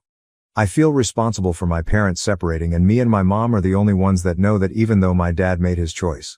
The fact that I love my dad and I still want a close relationship with him like I never had yet. I can't imagine ever talking to him after he put me through all this. I also feel like I'm too emotional and hasty to make these decisions, as all of this happened today. Maybe I just need confirmation that I'm doing the right thing. So Wibta, another relevant comment. Snowflake 100000000 NTA. Your dad stole from you. Change your PIN number and passwords on everything. OOPO, absolutely. I reached out to my bank thinking that someone copied my card before I found out it was my dad. I am getting a new PIN, new card, and account information. Everything is being changed. Update 2. Update. Wibta for going no contact with my dad and technically being responsible for my parents' divorce. June 11, 2023. Posted 15 days later. I know it's been 2 weeks since my last post, but a lot has happened since then. My parents are getting a divorce. I have mixed feelings about this. My mom has started to track my dad. I know invasion of privacy, but it was the only way to know for sure. Multiple times the tracker has put him at a casino when he claims he's working. My mom has figured that he has been getting his paycheck 2 days early and not telling anyone. My mom called a lawyer last Wednesday to talk about her next move. My dad isn't fighting it, which is honestly destroying my mom. Yesterday we got an eviction notice that we have to be out by the end of the month. This has happened before, but my dad has always explained it away. Apparently my dad, hasn't paid the rent in 4 months. My dad hasn't said anything about this. He now knows we are all seeing through him and his act. My mom and younger sister are going to live with my maternal grandparents. Me and my other sister are moving out to our own apartment at the end of the week. This makes me extremely angry. Because my parents got the money for me to pay for the rent. Instead, it was going to my dad's gambling. I did a calculation for how much I gave them this year and I am horrified. It is over $10,000. All my savings for college, so many of my paychecks that I have given up to help my family have actually gone to my dad's gambling addiction. I feel so used and like a fool. I feel so betrayed. My mom has told me that she doesn't want me to go no contact with my dad. She wants to hold family dinners once everything has settled down and she has a place and she is going to invite my dad. My mom still loves my dad and keeps saying that he is sick. I know this. I know he isn't well. That he has lost control, but I don't know if I can keep him in my life. He used me and manipulated me. I feel less like his child and more like his walking bank account. He broke our family, and even if it is because he's sick, I don't know if I can put it past me. I know that it would destroy my mom to cut my dad out of my life. I know you guys said I'm not the in my last post, but I still feel like one. I might add more later as I have to go to work. Edit, adding some details I forgot about in a rush to go to work. One of the reasons that my mom is going to do these dinners is to give my dad a reason to get help. I honestly don't think that will work. First, my father is rarely with us or does stuff when he lives with us. I doubt he will go. Second, if the looming threat of divorce didn't kick him into gear, I don't think weekly dinners will. I have a really good relationship with my mom, so I do want to go to those dinners to spend time with her. But I don't know if I can face my dad if he decides to come. My mom wants me to have a good relationship with my dad, which is why she doesn't want me to go no contact with him. Also, some of it is likely her guilt for the situation and the fact I tend to be the person she goes to for help. Also, a lot of you have been confused by me being responsible for their divorce. Like I said, it was an update to a post that I had made previously. If you want all the information, go look at that post, but the rundown is I woke up and saw that someone stole my money. I told my mom and she figured out it was my dad. My mom realized that she needs to divorce my dad due to him lying about what happened. My mom has never told me that any of this was my fault. It was how I was feeling at the moment. I have since gotten over that guilt. Many of you have said that I should try to get the money back from my dad. I'm not sure. I made peace not getting the money back. I'm not going to take him to court. My life is already crazy without worrying about court and my dad's gambling addiction. Not to mention I really don't have proof that I could show the court, as I just gave the money to my mom. I never made any comments digitally what the money's for, so it will absolutely fall apart and become a he said they said. And honestly, I don't want to deal with it. I just want to move past this. Update 3. Am I the asshole for not wanting my dad to live with me? July 1st, 2023. Posted 20 days later. So I, NB20, live in my own apartment with my sister, 20, and roommate, M19. We moved in about 2 weeks ago. Due to events in one of my previous posts, me and her are the only ones in my family not homeless. My dad has been living in his car and staying in hotels when able. My dad has recently been hospitalized for a multitude of reasons. No, I won't go into detail. He is going to be released from some of the medical advice that is going to be given to my dad he can't follow due to being homeless. My parents haven't mentioned the fact that my dad's homeless or that they are in the middle of a divorce to the hospital. My mom is scared of what that would mean for him. My mom has asked me to talk to my roommates to see how they feel about my dad living with us temporarily. I agreed to it, but I honestly don't want to have him. This might be selfish, but he would be in my room due to the fact he works at night. He won't do my sister's room because her room is hyper-feminine and is only separated by a curtain from the living room. As I'm the one with an actual room, he would be sleeping in my room. Our schedules are pretty reversed, so we would never see each other except on my days off, but I really hate this idea. In our previous house, I had to share my room with my mom because of her working from home. This meant that whenever someone felt like it, they would barge into my room. I finally have my own space that no one could barge into, and not even 2 weeks later it might be stripped from me. Not to mention I am currently searching for another job due to the fact that I have moved to another city and no longer want to commute 3 hours each way, and I have a couple phone interviews lined up for my days off, and I can't go into the living room due to my roommates also having those days off, and I don't like talking on the phone in public. My dad has also not acknowledged that he has done anything wrong. I am also still pissed at him. He can't go with my mom and other sister due to my maternal grandparents hating his guts at the moment. He can't ask any of his family due to the fact that they are abusive, and he doesn't want to admit how bad his situation has gotten. So this just leaves me and my sister. My dad already doesn't like our roommate due to sexism and toxic masculinity. I don't think he will act in any way that will show it, but I really don't want to place him in a situation where he might have to deal with that. I have yet to tell my roommates, as they had already left when my mom asked, and I don't want to ruin their event or have this conversation over text. I'm very tempted to pay out all the reasons it would be a bad idea for them, so they agree that we can't do it, so I'm not but I don't like the idea of manipulating them. My mom said that my dad probably won't accept the offer, but I'm not sure I can make the offer. Also, hotels are not an option due to the fact none of us have the money for them, and my dad will likely be paying off this trip for a while. I honestly feel like either way I'm screwed. So am I the asshole? Even another relevant comment: delete. This sounds way too big for Reddit to solve. OOP. Unfortunately, Reddit is my only solution cause I have no one to talk to about this situation. Update 4. Am I the asshole for not sending my dad a happy birthday text? October 6, 2023. Posted 3-4 months later. So yesterday was my dad's birthday. I'm 60. I, be 20, have been pretty much no contact with him since my last post about him, only really seeing him here and there. My dad has reached out to me once, but I didn't respond. Never once has he apologized for what he has done.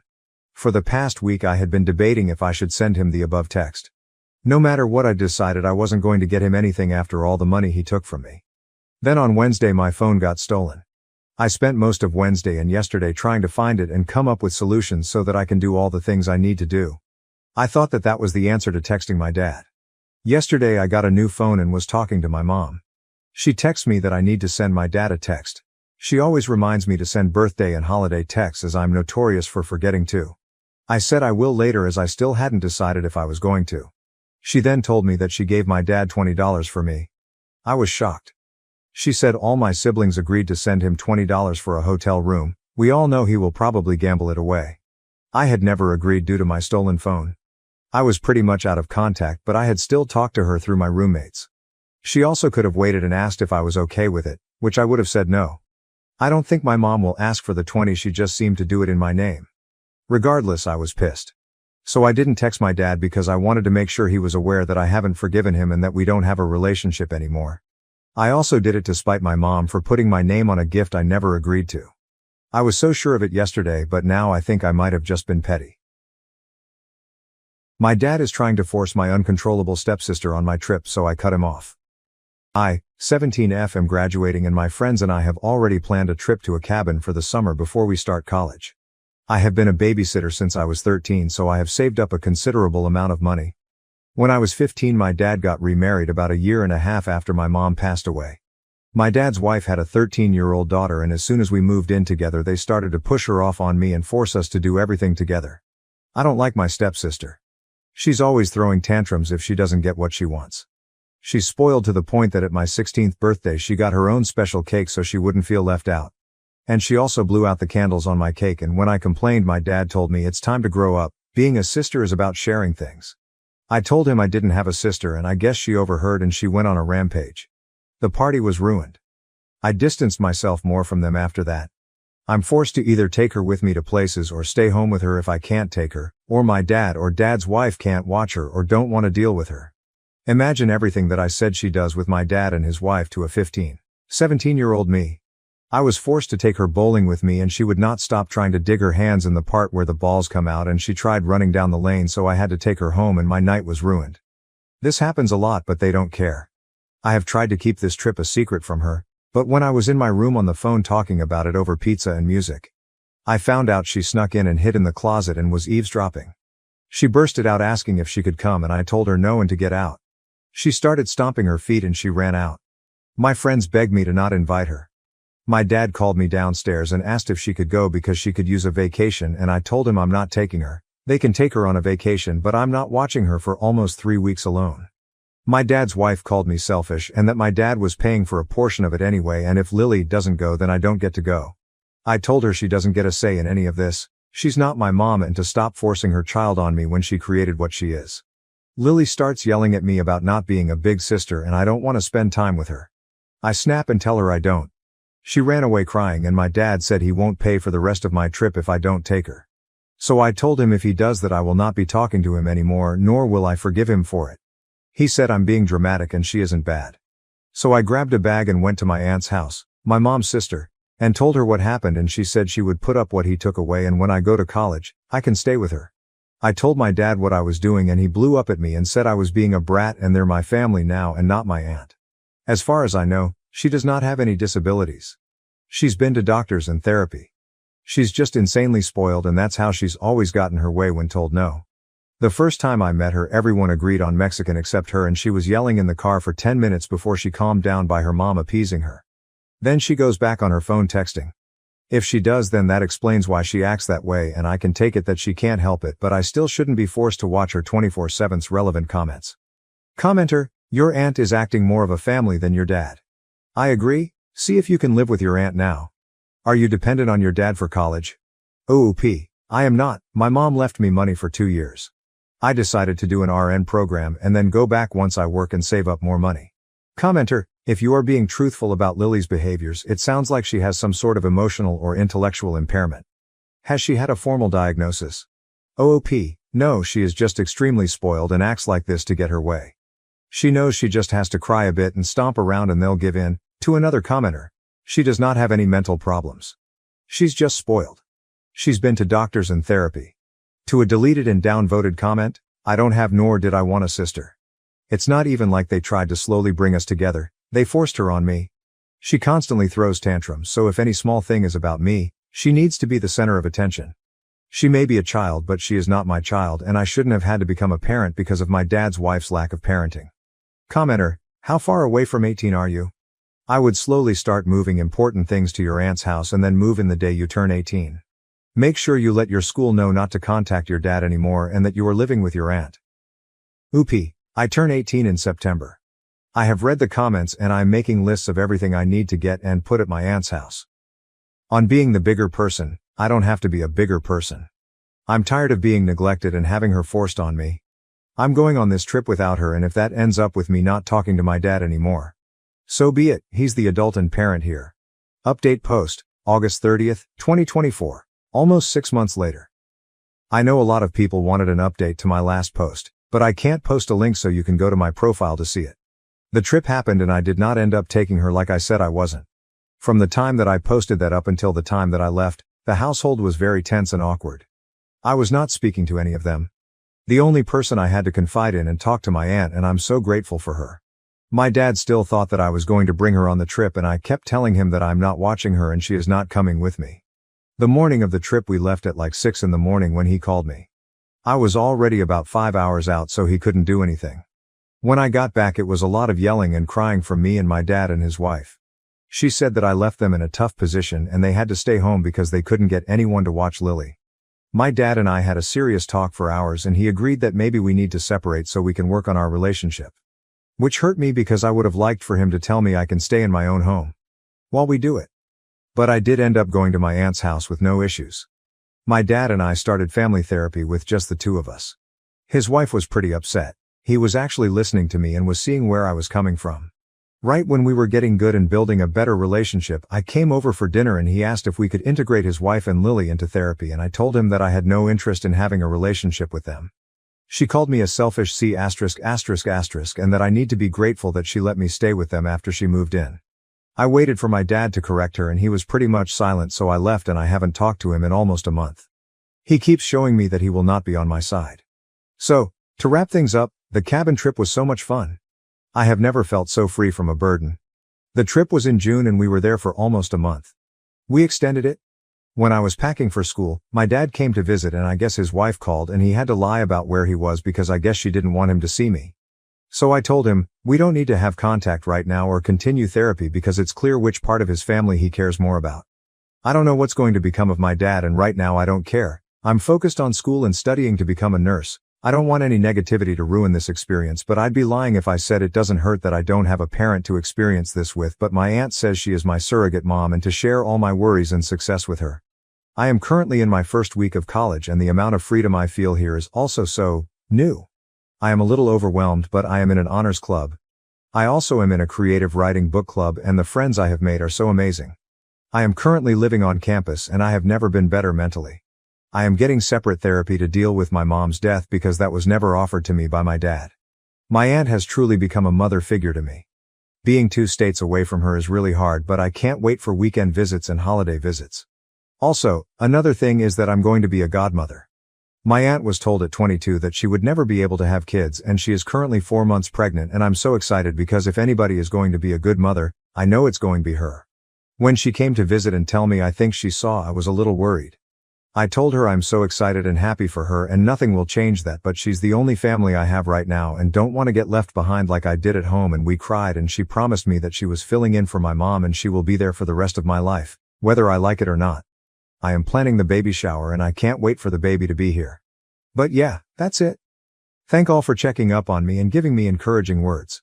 Relevant comments. Commenter: I just don't understand how your dad doesn't see that Lily is a massive problem if they have to hire a babysitter at her age or being 15. And they were stuck at home with her as a result. OOP, he doesn't want to see it, or he does and cares more about keeping his wife happy. Commenter: also, what do you write about in this writer's club?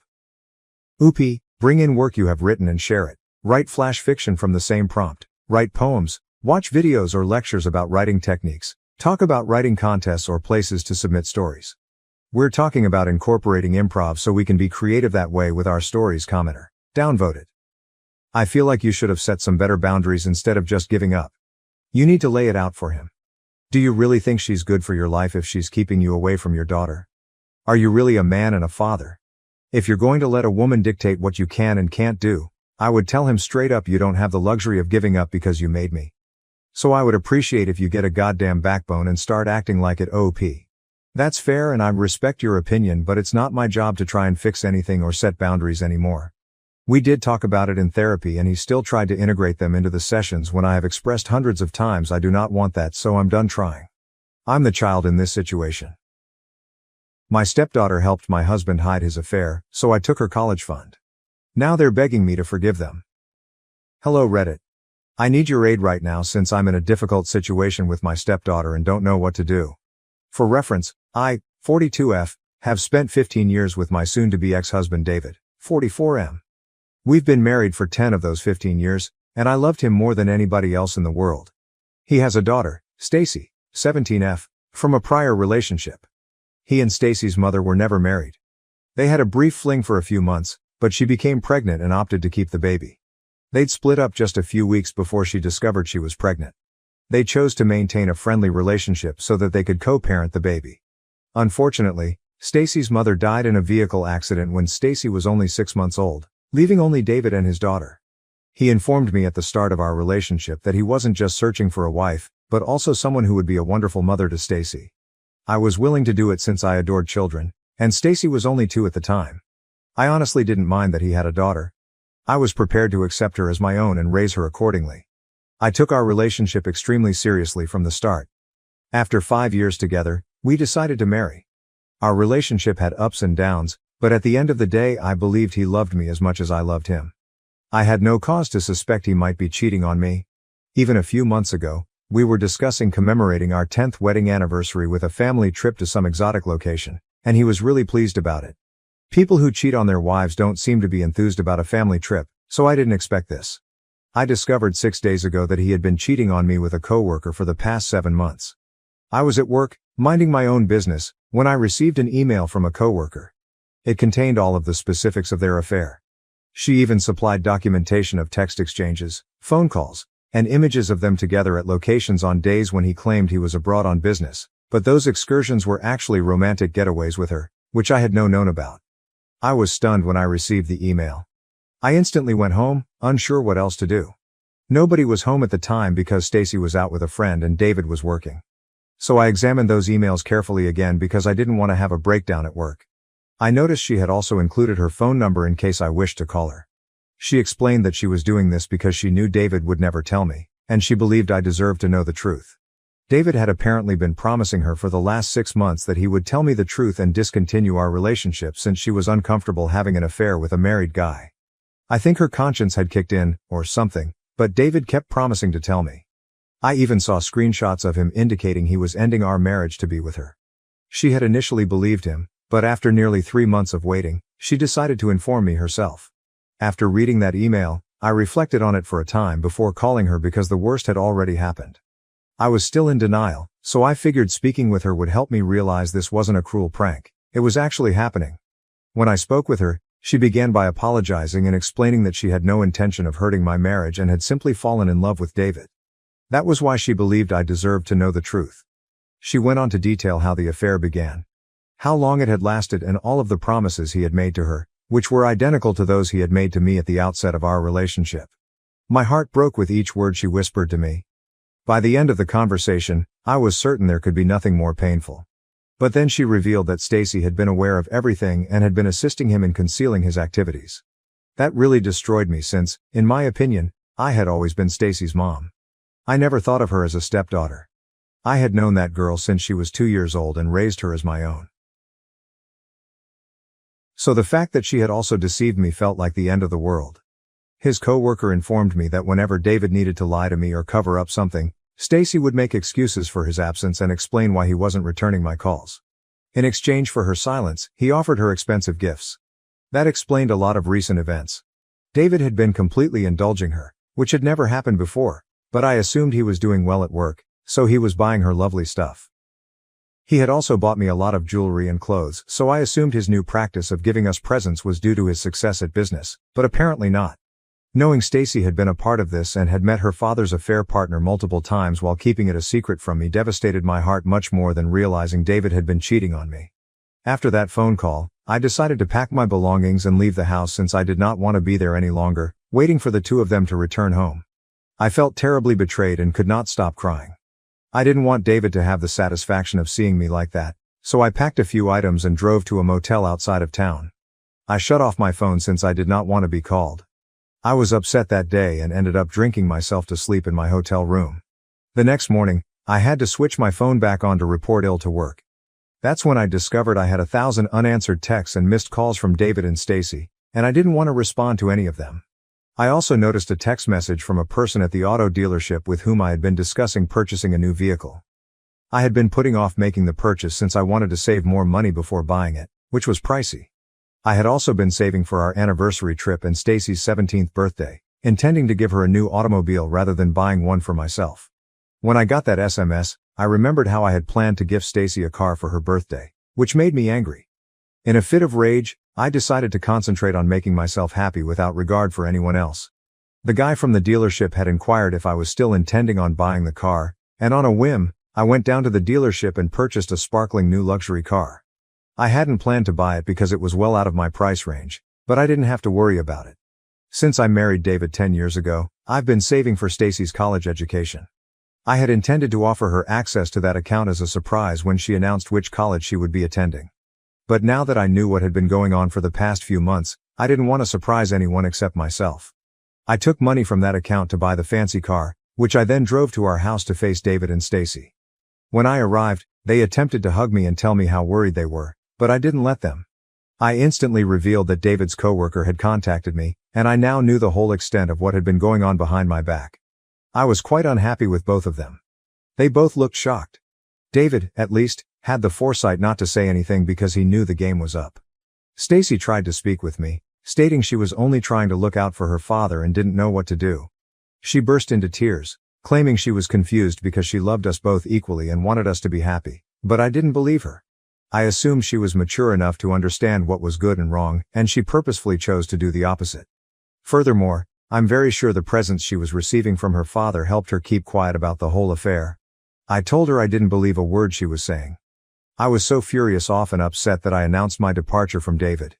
He should have seen it coming, because I doubt anyone in my position would have stayed after learning something like this.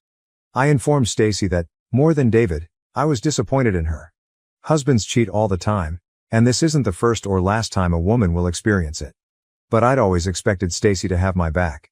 Despite the fact that we were not blood relatives, I had never considered her to be my stepdaughter. I had loved her as much as my own, if not more. Her deception and betrayal affected me more than anything her father did. So I determined that the education fund I had been saving for her over the years was no longer something she deserved. I was leaving them both behind. It was difficult for me to say that, and I almost cried up because this had been my family for the last 15 years. But after telling her, I walked out without giving them the opportunity to explain and returned to the hotel. They kept phoning, but I refused to stop. They even followed me out, and I'm fairly certain they saw the new automobile I purchased. I drove away as fast as I could. After that, I wanted to block them, but I couldn't since I was still emotionally processing everything. They've been attempting to contact me for the past 5 days, texting virtually every hour and calling me, but I'm at a loss for words. So I just read all of their messages and left it at that. David had been trying to persuade me to forgive him for the first several days, but when he saw it was fruitless, he began apologizing and admitting that I deserved better. However, he began pleading with me to reconsider what I was doing to Stacy, stating she was only a child and did not deserve to suffer as a result of his acts. Stacy has also texted me along the same lines, confessing her mistake and requesting a second chance. She says she has always thought of me as her mother and is deeply sorry for everything. I had been ignoring everything, but yesterday I received a text from David saying he was tired of apologizing without getting a response. He demanded to know if I had any intention of returning to the family. That irritated me because he was the one who made a mistake, and he had no right to be angry with me. I instantly texted him back, claiming that I had already spoken with a lawyer and filed for divorce, which was false. I was still processing things and hadn't had the opportunity to consult with a lawyer yet, but he didn't need to know that. He didn't respond for about an hour, and when he did, he sent me a lengthy message accusing me of being selfish and the villain for responding in this manner. He stated he was fine with me filing for divorce and leaving him, but the fact that I chose to leave Stacy behind demonstrated how selfish I was. He told me that Stacy had been upset since I left, and that my unwillingness to allow her access to the college monies I had been accumulating for her had hurt her very hard. He was aware of the college fund, but had not bothered to save enough money for her tuition because he trusted me to handle it.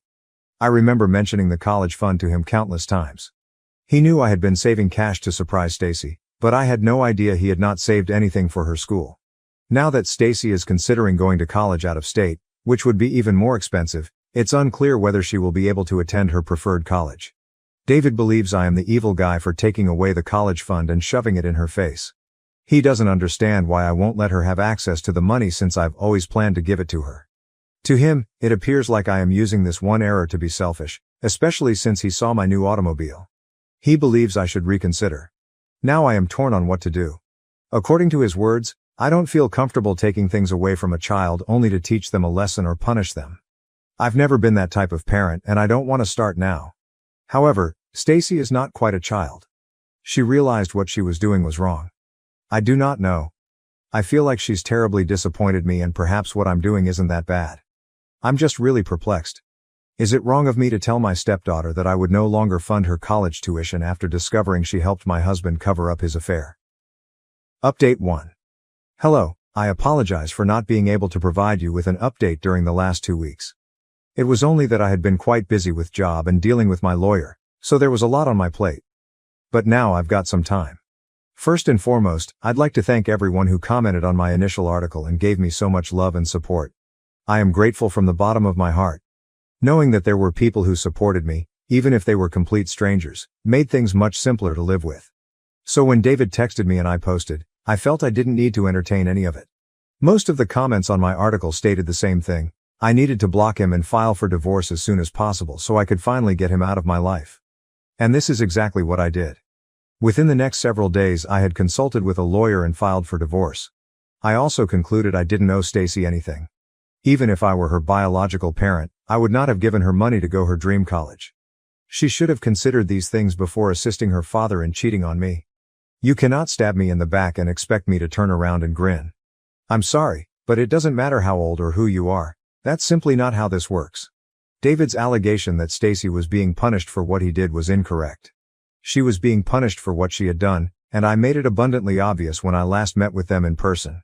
I declined to give her the college fund since she opted not to inform me about her father's infidelity. That is the reason, and I believe I'm being fair. If they want to be angry about it, they are free to do so, but I will not tolerate it, which is why I blocked them. They now have absolutely no access to me. They are still attempting to reach me by calling from different numbers, messaging from new numbers, and emailing me from fictitious addresses. It doesn't matter, because all I do is read the texts and emails while ignoring everything else. Update 2. I eventually found out what was going to happen with the divorce, and happily, David is not opposing anything. I hope we can have a calm and amicable divorce. It's been about 3 weeks since I discovered he was cheating on me, and my life has drastically changed. I had been living at a motel until last week, but it was becoming too expensive. Even though I had enough money to remain for a few more weeks or months, I opted not to waste it. So I moved in with a buddy, who has graciously allowed me to stay until I can get my own apartment. I've also begun to contemplate therapy for myself after a buddy, who is a licensed professional, told me it would benefit me in the long term. I am thinking about it. Perhaps the most significant change was that I quit my job. It is a tremendous issue because I have been working non-stop for almost 20 years. I began working immediately after graduating from college, and I had previously worked part-time. But I believe I need a break right now. I've accumulated enough money over the last 10 years to take a few months off, reorganize my life and launch my own business. That had always been the plan, but I decided to put it off until Stacy left for college so I wouldn't have to worry about money. Now that no one is holding me back, I can do whatever I want. So there's the plan. I'm going to spend these months developing a business model, looking for investors, and all that jazz. I'm actually looking forward to the future, even though I'm still sad about everything that has happened. I have also spoken with my parents about the divorce. I hadn't told them previously since I was still processing everything, but after speaking with them, I posted an announcement on social media. I did not explain why, I simply stated that I was getting divorced. My close friends and family are already aware of what is going on, and they are the only people I care about, so what others say is irrelevant. Life has been complicated for the past few weeks, but now that the divorce proceedings have begun and we will meet with a mediator in the coming days, I'm hoping to be able to put this behind me and finally move on. Update 3. Hello, David and I are planning to meet with the mediator tomorrow. It's strange knowing that I'll have to face him after nearly a month of no communication. As if I wasn't apprehensive and concerned enough before the meeting, Stacy sent me an email only half an hour ago. She stopped contacting me after 2.5 weeks, and I assumed she was no longer interested in chatting with me. I assumed this email was about how she intended to pay for her college fees, but to my amazement, she texted me a thorough apology, and this time it appeared sincere. She didn't say anything about the finances. Stacy stated she was really sorry for what she had done, confessing she had been selfish and hadn't considered how I would feel if I found out the truth. She realized she had crushed my heart much more than David had and wondered if she would ever be able to put things right with me. She did, however, mean it when she stated she had always looked up to me as a mother and truly loved me. She also stated that she was aware that David's presents were manipulative and that his affair partner had made it appear as if she was doing it on her own. However, she argued that it was due to manipulation rather than a desire to keep secrets from me. I'm not sure what to trust. Maybe she was manipulated, which is why she didn't say anything. She insisted on being confused, caught between knowing her father was wrong but not wanting to oppose him. In doing so, she betrayed me and had been conflicted for months. I want to believe her, I truly do, but with everything that has transpired I'm simply not sure. I was already uneasy and twitchy, but after receiving the email, I feel much strange about everything. I miss her dearly, as I do David, but I know I need to learn how to live life on my own. I've learned the hard way that I can't simply trust people, even my closest ones. I guess I'll have to stick to the no contact rule for now. I also acquired a new apartment and moved in. I've been living by myself for the past few weeks and it's been enjoyable. My friends and relatives pay me visits almost every other day to check on my well-being, which I believe is quite nice of them. I don't feel lonely because I'm usually with someone. However, I know these visits will not be as regular as they are today. I'm still working on accepting the idea that I'm a single lady. I've also started treatment. It will take some time for me to absorb and process everything that has transpired, but I am confident I will get there. I haven't communicated with David since our last mediation session, and while it hasn't been easy, it has been essential. In my last report, I mentioned Stacy's email in which she claimed to have been influenced. At the time, I couldn't bring myself to trust her because everything was so new. But just last week, I decided to respond to her email. She had been sending me additional emails about her life. It felt like a one-way street. She'd keep reaching out, and I'd shut her out. But every time she emailed me, my heart would shatter and I'd cry, even if nothing bad was occurring in her life. I genuinely missed her. So I contacted her and told her I missed her. There's nothing else. I still maintain that she will not receive the college fund, but she stated that she didn't mind and didn't deserve it anyhow. She informed me she chose a college close to home over her chosen school because she did not want to burden her father with student loans. Even if she had asked him to co-sign, he would have refused. He had made that obvious. Stacy noted that they will have to make do with the money they have, and that while David will assist as much as he can, she will also need to contribute by earning her way through college. She stated she was cool with it, or so she claimed. We've been emailing back and forth, and I informed her that I'd like to repair our friendship, but I need time. After everything that has transpired, I simply cannot digest it all right now. She understands and tells me to take as much time as I need, knowing she has abused my confidence. I'm not sure what will happen next, but I'm hoping for the best. Fingers crossed. My fiancé demanded I put his family first, even at the cost of my sister's health. Now I'm reconsidering everything. Original post, October 25, 2023. Throwaway as my work friends are on my main and they don't know this is going on. Also, it is obligatory that this is on mobile, so spelling and grammar will be poor. This is a long one, but I'll try and keep it as short as possible. I, 28F, got engaged to my partner of 7 years, Rob, 29M, in May. Both sides of our family were really happy about this, and we had a big family meal 2 weeks after getting engaged. His brother lives 250 miles away and couldn't get here for that meal, so we decided to have a meal just for his family in late June when his brother would be back for the weekend. This weekend was arranged long before we got engaged, so he wasn't back just for the meal. Earlier this year, my sister Kim, 32F, got a serious eye infection that very quickly turned into an ulcer, which scarred her cornea and left it at a high risk of a perforation. She needed a corneal graft, but her surgeon was away for 4 weeks, so she was going to have to wait until he got back to have it. However, her eye didn't hold and it perforated the day I was supposed to be going to the family meal with ours brother. Kim's wife was at work and had her phone turned off, and our mom was away with our stepdad. So when Kim called me to let me know what was happening, I knew she would be at the hospital on her own. I immediately talked to my boss and he let me go early so Kim wasn't on her own. I texted Rob to let him know what was going on, and he texted me back to send Kim his love and to remind me about the meal that night. I ignored the comment about the meal as it was the last thing on my mind. Once I got to the hospital, I was taken back into a room where Kim was, to be greeted by 3 doctors and 2 nurses rushing around trying to help Kim. I was then informed that she needed to have an emergency operation to have her eye glued or else she would lose it. The problem was that they didn't have a surgeon at that hospital that could do it, and she needed to go to another hospital an hour and a half away. They asked if she would need transportation or if I could take her. I said I would take her. Once we got to the other hospital, we were told that she would be having the operation at 5:30 p.m. I knew then that I wouldn't make dinner and text Rob to let him know. He flipped out and basically told me to leave Kim at the hospital and have her wife pick her up after the op was done. At this point, I still hadn't been able to get a hold of Kim's wife. I told him that wasn't going to happen and that he was out of order to even ask me to do that. I then texted his mom and told her what was going on. She was really supportive and told me to stay with Kim and let her know how the op goes. A dinner can be rescheduled, Kim's health can't. I also spoke with his brother, who was equally understanding. I stayed with Kim, her operation was a success, and I got her back home about 9 p.m. Her wife had ordered some Chinese and offered me some, which I happily accepted as I hadn't eaten since lunch. With that, I didn't get home till about 11 p.m. and Rob was already asleep. Rob was very short with me for days after, and we ended up having a huge fight where he told me that I should have put his brother and family before Kim. He said he was embarrassed to go to the meal without me. I responded that I was embarrassed he thought I would put a meal before my sister's health. This led to another week of awkwardness between us before we finally sat down and we sorted it out. Or so I thought. 8 weeks ago, Kim got her graft, and so far everything is going really well with it. On Saturday, his brother was here, so we went out for dinner with his family. His family were all asking about how Kim was doing, and I showed them a picture of the stitches in her eye. I thought that everything had gone really well until we got home, and he got really angry, saying that I shouldn't have brought up Kim's health issues and I shouldn't have shown them the picture. I argued that they'd asked about her and asked to see the picture. It ended with him telling me that I needed to put him and his family before Kim or else we weren't going to work. His family will come before mine once we are married, so I should get used to it. I went upstairs and packed a bag. I'm now at my mom's house and he's been bombarding me with texts and calls since I left.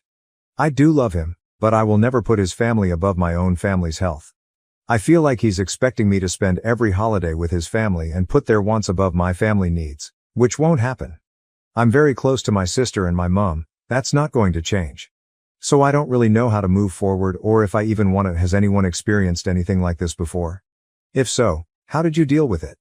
TLDR.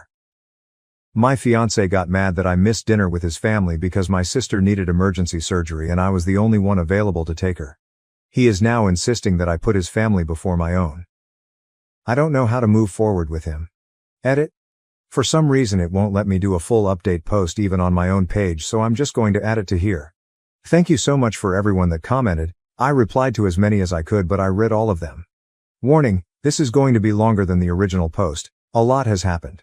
TLDR. For those that just want a quick update, I left him and he's out of my house. His mom is seriously pissed at him and his brother has gone no contact with him for the foreseeable future. For those that want a longer version. Once I'd decided to end things with him, I knew that the main issue would be getting him out of my house. I own the house outright. My grandma died 5 years ago and left her house to my mom, who sold it and split the money between me and my sister. I then bought my house with that money about a year after she died. I got in touch with my stepdad's friend, who was a landlord the day after I wrote my original post, who then put me in touch with his solicitor. He didn't have time to see me in person that day, but we did have a phone call where he gave me my options.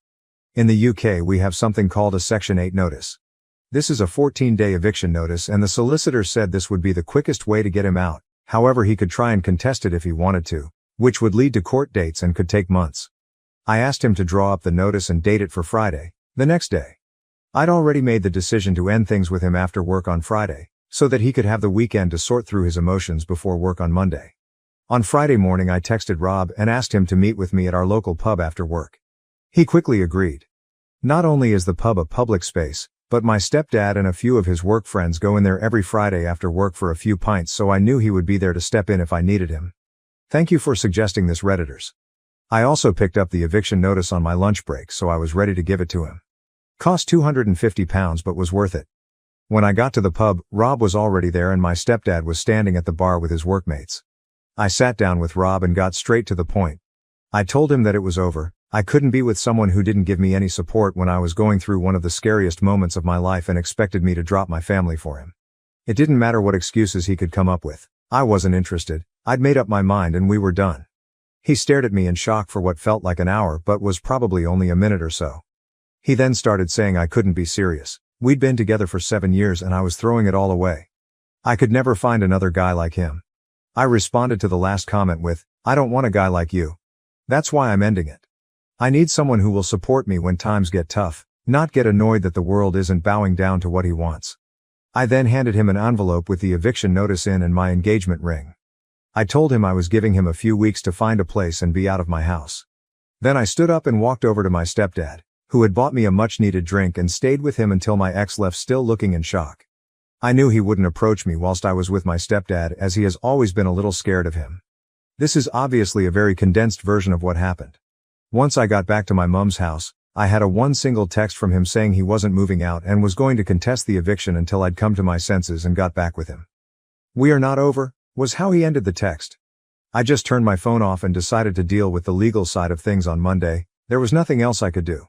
Saturday morning I woke up and turned my phone back on and had another text from him saying that he would move out if I paid him £10,000 as that's what he'd paid towards bills whilst he had lived at the house. He paid for half the electric, gas, Wi-Fi and Sky package. Note, the Sky package is only as expensive as it is because he has to have every sports channel known to man, so his half literally just paid for the sports channels. I'd already asked the solicitor about this though, and he'd assured me that I didn't owe him any money as he hadn't contributed to a mortgage or any renovations of the house, it was just general expenses. He also knew that I don't have £10,000 just lying around. Let's say I was irritated by this and decided to ring his mum to see if she could talk some sense into him. I'll call his mum Sandra to make it easier. She was appalled by what I told her and said she would speak to him. She called me back about an hour later and asked me to meet her at the house. Rob was on an away day to watch his football team play and wouldn't be back till about 10 p.m. so I knew he wasn't there. I met her at the house with Kim, and Sandra said that Rob's brother was on his way back home and they would have Rob out by the following afternoon. She hadn't even spoken to Rob, just his brother, but she promised he would be out. Sandra then asked me to walk her through the house showing her exactly what was his and what wasn't so he didn't take anything that didn't belong to him. The next morning I got a text from Rob calling me all the names under the sun for getting his mom and brother involved. I blocked him and a couple of hours later, Sandra texted me to let me know he was out and staying with her. I thanked her and she told me that she would like to stay in contact and I happily agreed to this. I went back to my house after work on Monday, changed the alarm code and my stepdad changed all the locks for me. My stepdad is also arranging for a friend of his to install cameras around the outside of the house. This will be done over the weekend. Sandra rang me on Tuesday asking if we could meet up as she had some things she wanted me to know. So we met for lunch that day. It was at this time that she told me her ex was a controlling a-hole who was incredibly selfish and the selfishness was what she had seen in Rob for so long. That's why she had commented on him being like his father, but she had hoped that was the extent of Rob's attitude and he hadn't picked up his dad's controlling behavior, which to be fair, He hadn't up until this whole episode. She had left Rob's dad after he had punched Rob's brother in the face when he was 14 and Rob was 10. He had never laid a hand on her or their sons before, but one time was enough and she left with the boys. To her knowledge, her ex had never reached out to speak to Rob or his brother, and they hadn't spoken to their father in years. I didn't know any of this. All I had been told was that their dad wasn't in the picture and hadn't been for a long time, but Sandra had thought I knew, and that's why she hadn't told me before. However, she had found out on Sunday night that Rob was back in contact with his father and had been for the past year. His dad had been putting lots of thoughts into Rob's head about how he is the man of the house and his family is all that matters. This had fed into Rob's selfish tendencies and had amplified them tenfold.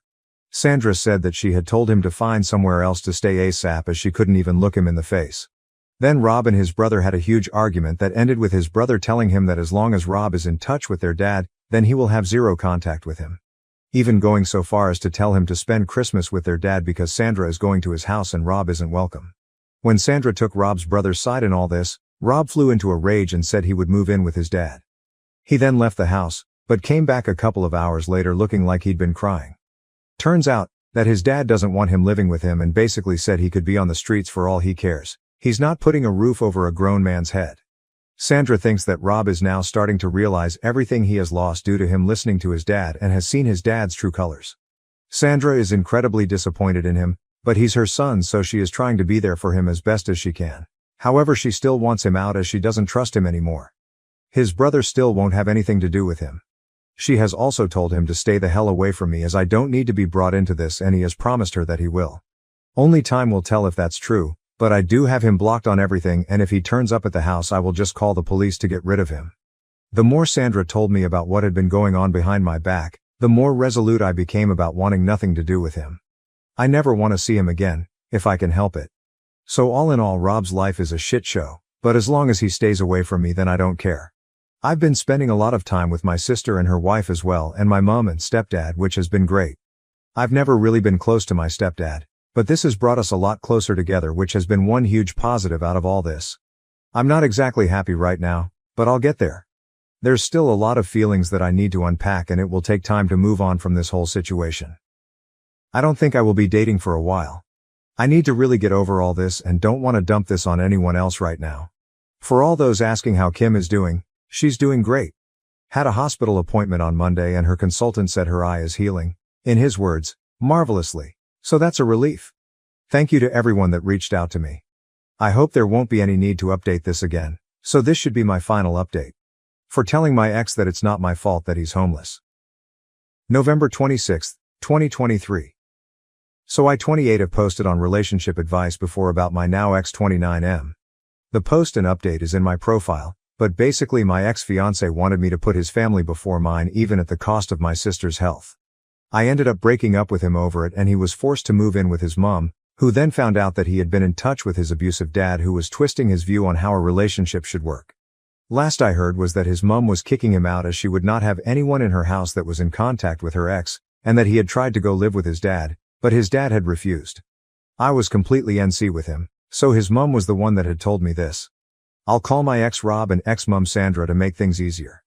I hadn't heard from Rob in weeks, but yesterday he showed up at my house. I had the chain on my door, so opened it with that still attached. No way would I let him in.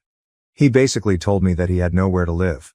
His mom isn't speaking to him and his dad won't put a roof over a grown man's head, his words not mine. He asked if I would take him back or at least let him live with me. No way in hell would I get back with him, and getting him out the first time only went easy because his mom stepped in to help.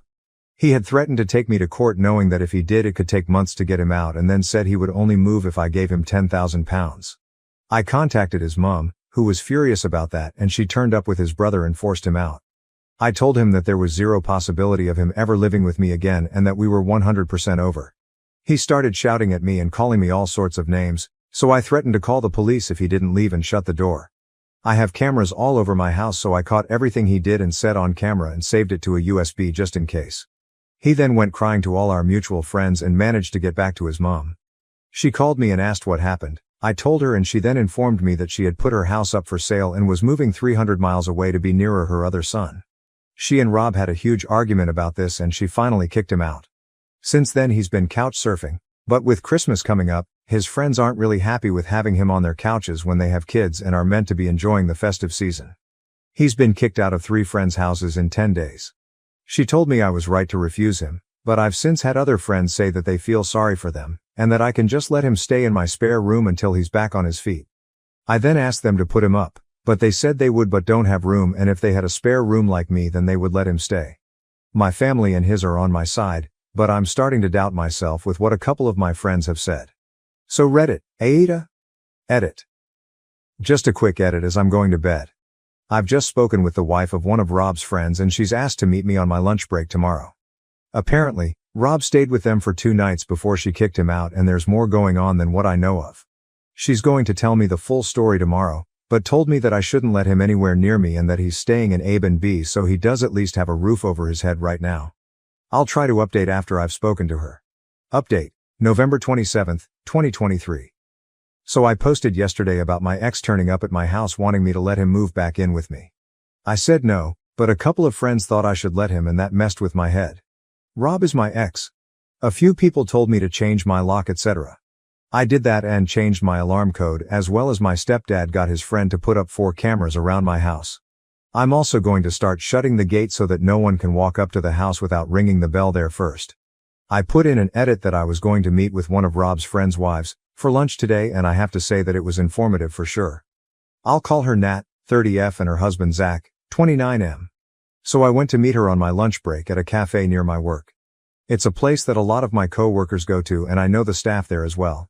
A few Redditors thought that she might bring Rob with her, so I wanted it to be somewhere I feel comfortable and have backup if needed. Turns out that I didn't need to bother about that. When I got to the cafe, Nat was there on her own.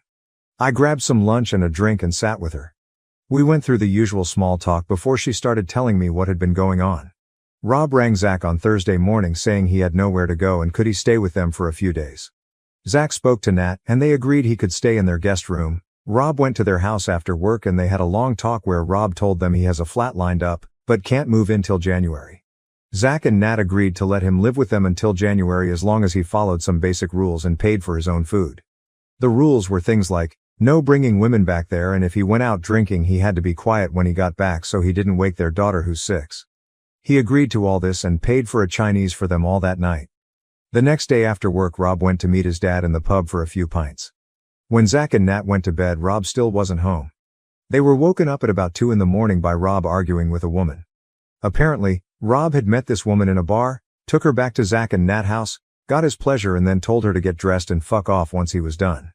She had gotten angry, which started an argument where Rob was saying some horrific shit to her. Nat took the woman downstairs and got her a taxi, while Zach stayed upstairs arguing with Rob. Once Nat had got rid of the woman she went back upstairs and tried to calm Zach and Rob down. At this point Rob decided to take out his frustrations on Nat, calling her a bitch and telling her to do something useful and make him a sandwich before bursting out laughing like he'd made the funniest joke ever. This made Zach lose it and pinned Rob to the wall by his throat. Side note, Rob isn't a fighter at all, whereas Zach was an amateur boxer in his youth and can handle himself well. Nat managed to get Zach to let him go and Rob was shoved in the guest room and told to sleep off the alcohol. It's a miracle that Nat's daughter didn't wake up during this. The next morning Nat got their daughter ready and went to her mom's after telling Zach to get Rob out of their house. Zach agreed, and after Nat left he woke Rob up and told him to pack his shit and leave. Rob tried to apologize and begged to stay, but Zach was having none of it and kicked him out. Going off the timing, I think he left there and came straight to my house. On Sunday Zach texted Rob to meet up so that they could speak and they met up in a pub. Zach has been friends with Rob since they were 11 and has never seen him act like he has been doing, so he wanted to find out what was really going on. He managed to finally get the truth out of Rob. Basically, Rob has been in contact with his dad for a lot longer than he told us. By this point it's over 2 years. His dad is a raging misogynist that believes a woman's place is in the kitchen and bedroom. A man's place is to rule the house and be waited on hand and foot as well as deciding who can and can't be in their lives. He's been dripping this poison into R's ear and it's really taken a hold of him. Zach told Nat that he just doesn't recognize Rob anymore. Rob wants to start living his life the way his father has told him he should. When Zach pointed out that Rob's dad is 62, living in a shitty one-bedroom flat, not had a real relationship since R's mom left him, has no friends, his family doesn't speak to him and that he's the type of guy that when he walks into a pub people finish their pants so they can leave and get away from him, Rob was furious. He told Zach that his dad is just misunderstood. Zach responded that people understood his dad and that's why they stayed away from him. He's toxic. This pretty much ended their conversation and Rob left. Zach did find out that Rob does have a flat lined up for January, so that was true and that he's found Airbnb he can stay until the flat is ready at a minimal cost. Zach and Nat have also decided to go NC with Rob as they don't need that toxicity around them, but especially not around their daughter. A few Redditors had said it sounded like Rob was on drugs, so I asked Nat what she thought and she doesn't think so but can't be sure. She and Zach think that Rob is just so far under his dad's thumb now that he's completely changed as a person. He believes that everything his dad says is gospel. She did let me know that Rob has a burner IG account that he is using to check on my IG and I immediately made my account private. He had said something about seeing me waste money on a stupid amount of Christmas presents when I couldn't even help him out with Zach on Sunday. I'd been to a Christmas market on Saturday afternoon and had posted pics on IG. All of this just made my resolve stronger that he will not be getting anywhere near my house again. It also made me realize that I don't have any feelings for him anymore other than frustration at how he's acting and some sadness at how far he's fallen from the man I once knew. I thought that hearing he had another woman in his bed would annoy me, but there was just nothing. I couldn't have cared less. I thanked Nat for the info and we agreed to keep in touch. We won't be as close as we were when I was with Rob, but it feels good to have someone who knows the entire situation and has seen Rob's behavior with his own eyes. There were also some Redditors that told me to ditch the friends that had told me to let him stay with me. Unfortunately, I can't ditch them completely as they're part of the friend group and that would just cause unnecessary drama, but I will be keeping my distance from them and only talking to them when part of the group. I'm currently with my sisters and we are going to watch a Christmas film to get us in the mood to decorate all our houses this weekend, so I will be on and off for the next few hours if anyone has any questions. Thanks for the votes and giving me some perspective. Reddit isn't all bad. For anyone that's still around. December 19th, 2023. Still have people reaching out to see if I'm okay. A few hated me just using initials, so R is Rob. I really hoped that I wouldn't have to update again, but I've just had a call from one of Rob's friends and it looks like he's going to be spending Christmas in prison. Apparently, he went out on Saturday night with his dad and they got into an argument which turned physical. Rob isn't a fighter, however he is bigger and stronger than his dad, and it ended with his dad falling backwards and hitting his head off a wall, knocking him unconscious. The staff in the pub called the police and an ambulance, but Rob left before they got there. Rob's dad had to go to hospital, where he still is. I'm unsure of his exact injuries, but they're not life-threatening. He must also be awake as he is pressing charges against Rob, however they won't keep him in unless absolutely essential at this time of year. Rob was arrested on Sunday morning at the B&B he's been staying at and had to appear in magistrate's court on Monday. Due to him not having a fixed address right now and the fact that his dad is still in hospital, he has been remanded on a Section 18 with intent. Unless he can find a permanent address to go to, then he won't be getting out until his trial at Crown Court. I know his mom is already with his brothers over 250 miles away, so I don't think she will be able to help right now. Finding this out has actually given me a sense of peace right now. I've been trying to ignore it, but the chance of him turning up and spoiling Christmas has been at the back of my mind ever since he turned up at my house. I'm hoping he stays in over Christmas so that I can just relax. OOP on Section 18 in her area. OOP, Section 18 is an assault charge. A Section 18 with intent is the next level up and is classed as intending to and causing grievous bodily harm to someone. I've been told that if found guilty, then it's usually a multiple-year prison sentence. Another mini update. December 23, 2023. I went round to N&Z, hereby known as Nat and Zach, to drop off a present for their daughter, a bottle of Bell's for Zach and a bottle of Prosecco for Nat for Christmas, and had a cup of tea with them whilst they filled me in on what's going on. Rob will be in over Christmas, but will likely get out early January. His lawyer is trying to get the charges reduced from Section 18 with intent to a Section 20. I only found out today that a Section 18 with intent is one step down from attempted murder and you're looking at double digits in prison if you get found guilty. Section 20 is a lot less severe and is usually a 2-year suspended sentence for first-time offenders, which he is. His lawyer has said that if he pleads guilty to Section 20, then CPS will lower the charges to get this one over and done with ASAP, as the courts are ridiculously backed up in the UK right now and prisons are full. Zach went to the B&B he was staying at and got Rob's stuff, which is now sitting in his garage, as one last favor to Rob, Zach's words. He can't get in touch with me without my consent whilst he is locked away. The prison literally has to ring me and ask if it is okay that I get put on his approved call list, and only then is he allowed to ring me, which won't be happening. I've also spoken to his mom, who has basically washed her hand of him for the time being. She thinks that he needs to learn his lesson and maybe spending Christmas in a cell will teach him how much he's lost the plot. She has spoken to him and said that he's now saying the right things, but only time will tell if he means them.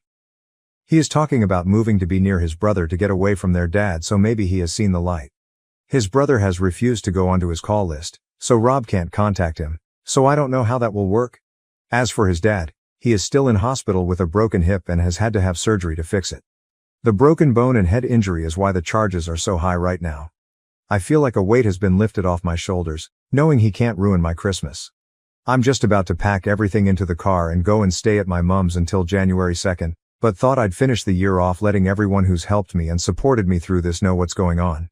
Merry Christmas to everyone that celebrates it and hope everyone is doing well. Final update, April 13th, 2024. Hi all, sorry it's been a while since my last update, but I wanted everything to be finished before I updated again. Rob spent Christmas on remand in prison. He didn't get out until the second week of January, and that was only because his mom agreed to let him stay with her again. He had his plea hearing the first week of February, where he pleaded guilty to a Section 20 assault. He then had to wait until last week to get his sentencing court date. I didn't know how much actually goes into sentencing. They had to get a victim impact statement, a pre-sentencing report from probation, statements from his mom and brother. His barrister even reached out to me to give a statement saying that we had broken up and I'd asked him to leave the house. He used our breakup as an extenuating circumstance, saying that because of the breakup of our relationship and him losing his home, that had seriously impacted his mental health. The statements from his mom and brother also confirmed that he had lived in an abusive home when he was young, so he claimed he had PTSD because of that. These were all read out at his sentencing.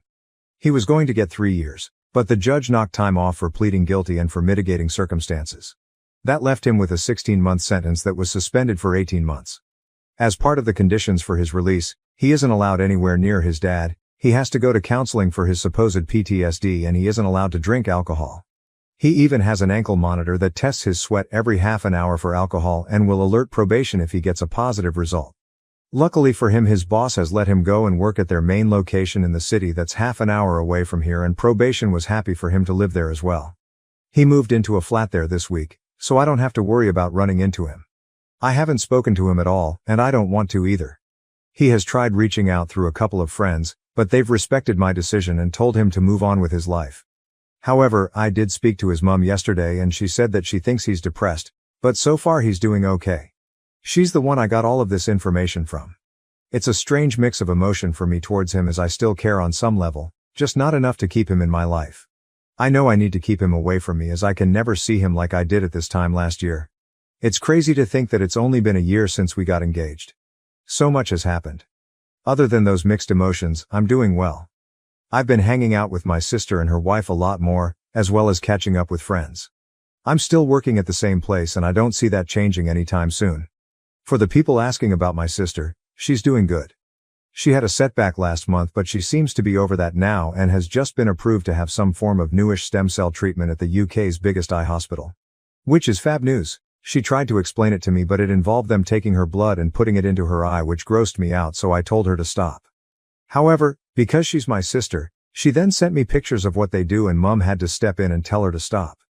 No matter how old we get, I don't think we will ever stop trying to annoy each other. So all in all, I think we're all moving on with life. Unless something big happens, then this should be my last post. I really want to thank everyone for their kind words and support. This has restored my faith that there are still good people out there. New update, June 30th, 2024, 2 months later. Hi all, I really hoped I wouldn't have to come back, but I've had several DMs on this account saying that a TikTok video is claiming that I'm back with my ex. I don't have TikTok, so I haven't seen it, but that's 100% not true. I haven't seen or spoken to him since my last update. As far as I'm aware, he's still living in the city half an hour away and is doing okay. I'm not really interested, to be honest. Rob's mom has accepted an offer on her house and has moved in with his brother until she can finalize the purchase of her house and find a flat she likes. Everyone else is doing well. My sister is the same and her eye is still healing. She's got some new glasses and says her vision is now nearly back to normal, so that's good. My sister and 7 other family and friends went out to Germany for England's first game, which was a lot of fun. Other than that, I've just been working and finding my new normal. Please don't listen to anything said about this on TikTok, YouTube, or anywhere else. I will not be getting back with Rob. That ship has sailed off the edge of a cliff. Relevant comments. Has Rob reached out to OOP? OOP, He was informed that I didn't want to speak to him and wanted to be left alone, and he respected that, thankfully. I just want us both to move on now. My stepmom left my dad after I refused to let her walk me down the aisle, and now he has a shocking confession before my wedding. I'm Lily, a 28-year-old woman who will marry her fiancé Richard, a 30-year-old man, in 3 months. To comprehend my current circumstances, I must return to my childhood. My parents, Claire, 53F, and Tom, 55M, met at college and married young. They had me when they were both 25, and for the first 10 years of my existence, we seemed like the ideal family. I remember spending weekends at my grandparents' lake house, where Dad taught me how to fish while Mom made lunches. Every Friday, we had family game night, and my parents took turns reading me bedtime stories. It wasn't perfect, they argued like any couple, but I always felt loved and secure. Everything changed when I was 10. Dad began working late more frequently, and Mom appeared increasingly tense and sad. I overheard arguments about someone named Tanya, but I had no idea what was going on. Then, one day, I returned home from school to find Mom crying in the kitchen. She sat me down and told me that Dad had an affair with his coworker, Tanya, 48F, and they were getting divorced. The following few months were a jumble of tears, conflicts, and bewilderment. Dad moved out, and I remember being furious with him for hurting Mom and splitting up our family. The divorce was messy and traumatic. There were intense debates over custody and property partition. I recall sitting outside the courtroom during one of their sessions, feeling disoriented and terrified. In the end, Mom received primary custody, with Dad receiving visits every other weekend. At first, I was hesitant to spend time with Dad. I was angry and sad, and I did not want to leave Mom alone. Mom, despite her own anguish, pushed me to give Dad another chance. She informed me, "Your father made a mistake, but he still loves you. It's fine to adore him too."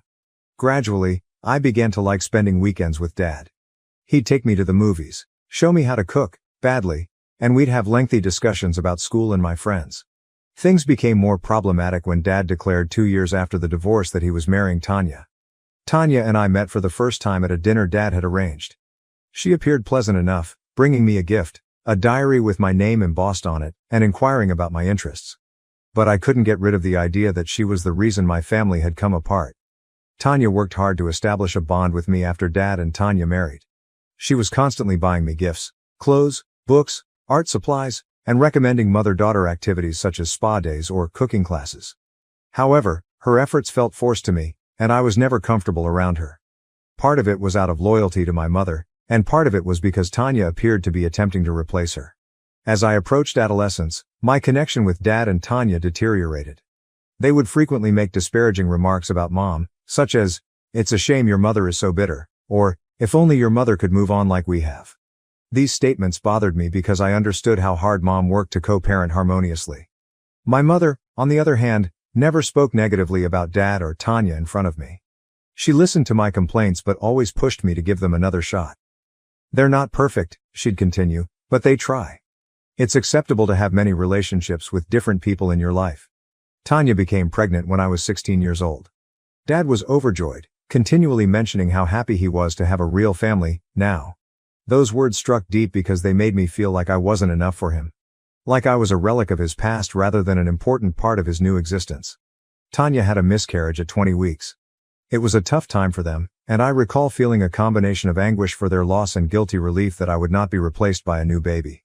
Dad informed me that Tanya would require additional love and support from me, which put a lot of strain on me at a time when I was already dealing with usual teenage concerns and the lingering consequences from the divorce. Tanya's attachment to me grew stronger following the miscarriage. She began introducing me to everyone as her daughter, which made me very uncomfortable. She also started urging me to call her Mom, something I flatly refused to do. This resulted in several arguments, with Dad always siding with Tanya and accusing me of being insensitive to her feelings. During this time, my relationship with my mother remained solid. She was my rock, always willing to listen without judgment and provide support without pressuring. She encouraged me to pursue my interests, which led to me joining the school newspaper and later studying journalism in college. I met Richard in college. We were both writing for the campus paper and bonded over our shared interest in investigative reporting. Richard's family was much easier than mine. His parents were still happily married and he had 2 younger siblings. I was initially cautious to let him inside my delicate family relationships, but his tolerance and understanding allowed me to open up. All of these previous concerns have finally come to a head as we prepare our wedding. I have chosen to ask my mother to walk me down the aisle. She's been my steadfast supporter, role model, and greatest friend. When I told Dad and Tanya about my decision, Tanya fell into tears and Dad became enraged. They told me I was being selfish and that Tanya should also lead me down the aisle because she had been in my life for so long. I refused, stating that my mother is my soul mother and the person I want at my side on my wedding day.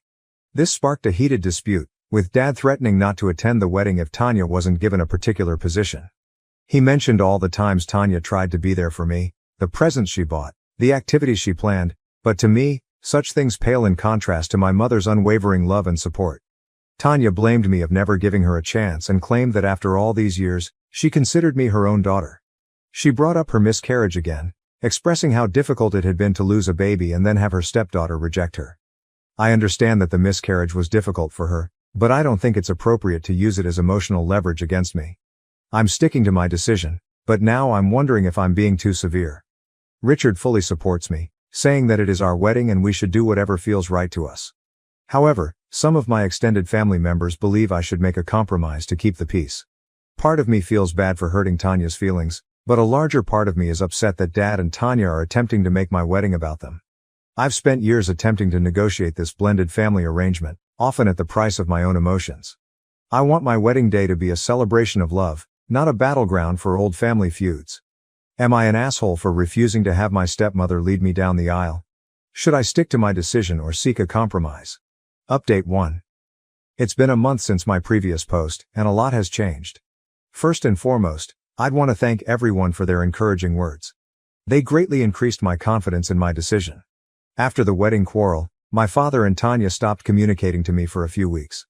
It was a stressful situation, and I found myself continually checking my phone, half expecting and half fearing a message from them. Richard was quite helpful at this time, telling me that it was acceptable to prioritize my own sentiments and that I was not responsible for controlling their emotions. Tanya called me unexpectedly, weeping. She apologized for pressing me throughout the years and stated that she simply wanted to be close to me. Her voice sounded truly sorry, and for a little time, I felt a ray of optimism that we might be able to go forward. She asked if we could meet for coffee to talk things over, and after some hesitation, I accepted, thinking it would be a good opportunity to clear the air before the wedding. We met in a neighborhood cafe that I used to frequent in college. It was weird to be seated across from Tanya in a setting that brought back memories of study sessions with friends and early dates with Richard.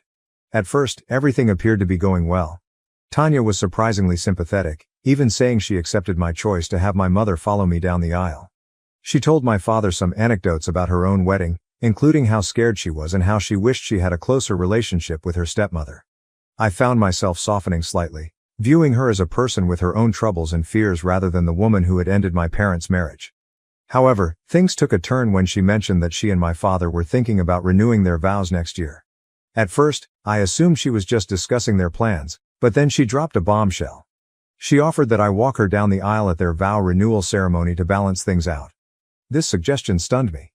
It felt like she was attempting to establish a quid pro quo, as if my wedding and their vow renewal were somehow interchangeable.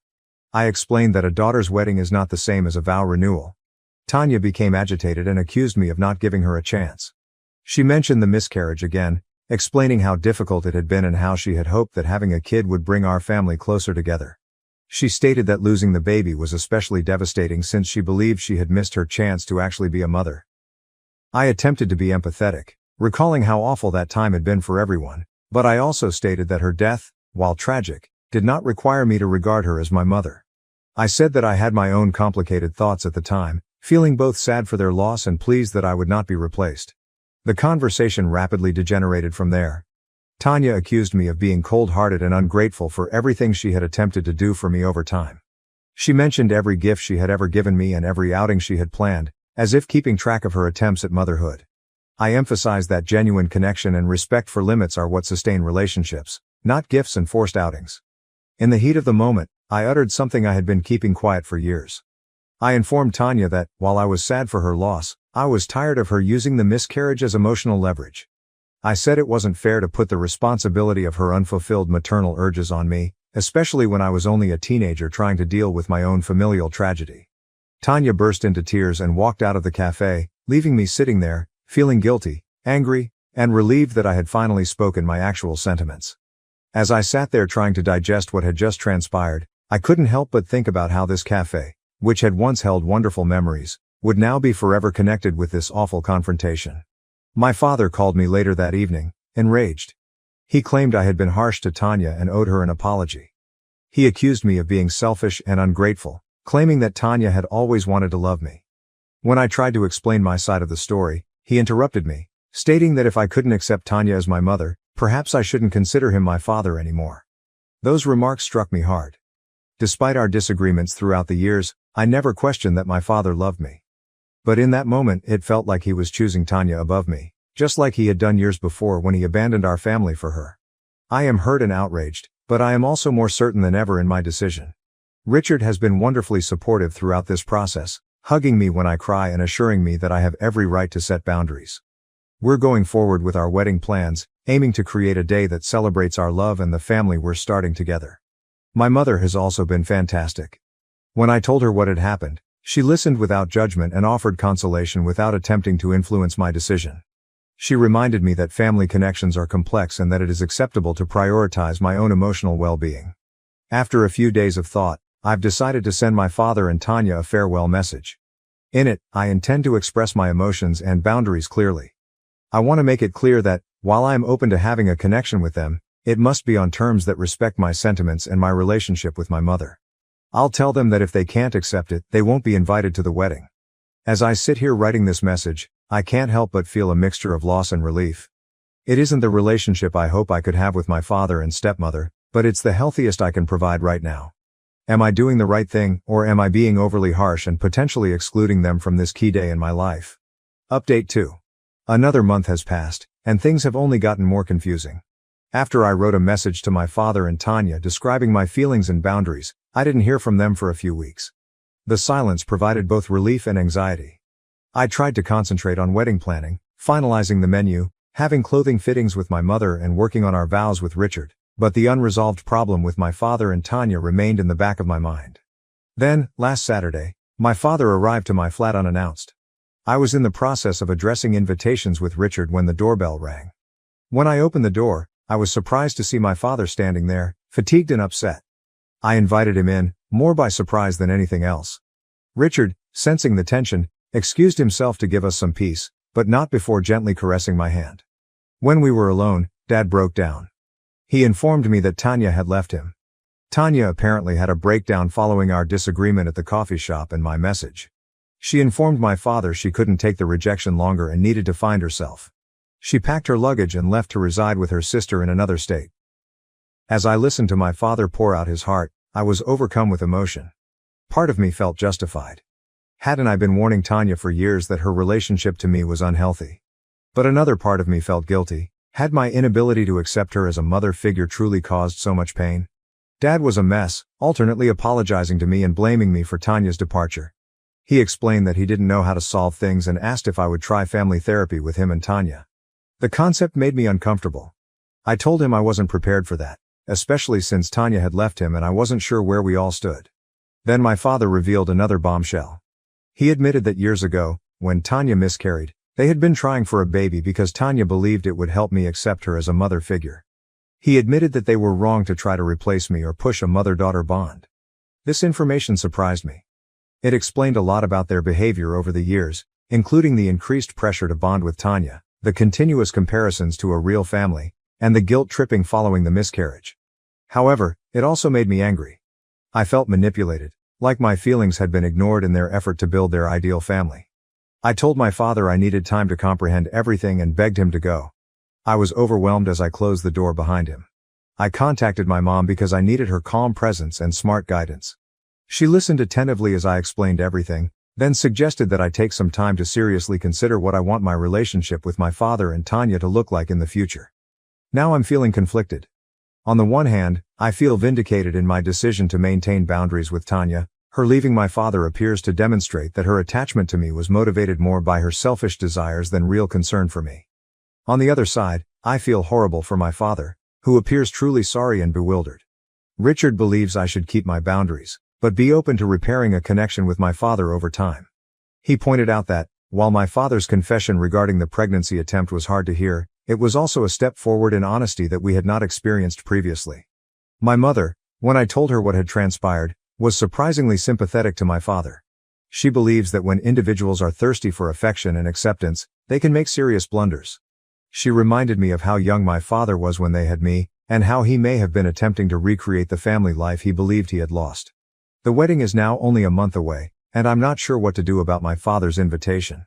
Should I still invite him, giving him the opportunity to be a part of this special day? Should I contact Tanya now that I understand her motivations? Should I focus on my own happiness while they deal with their problems? As I sit here, staring at the stack of unsent invites, I understand that this decision is about more than the wedding.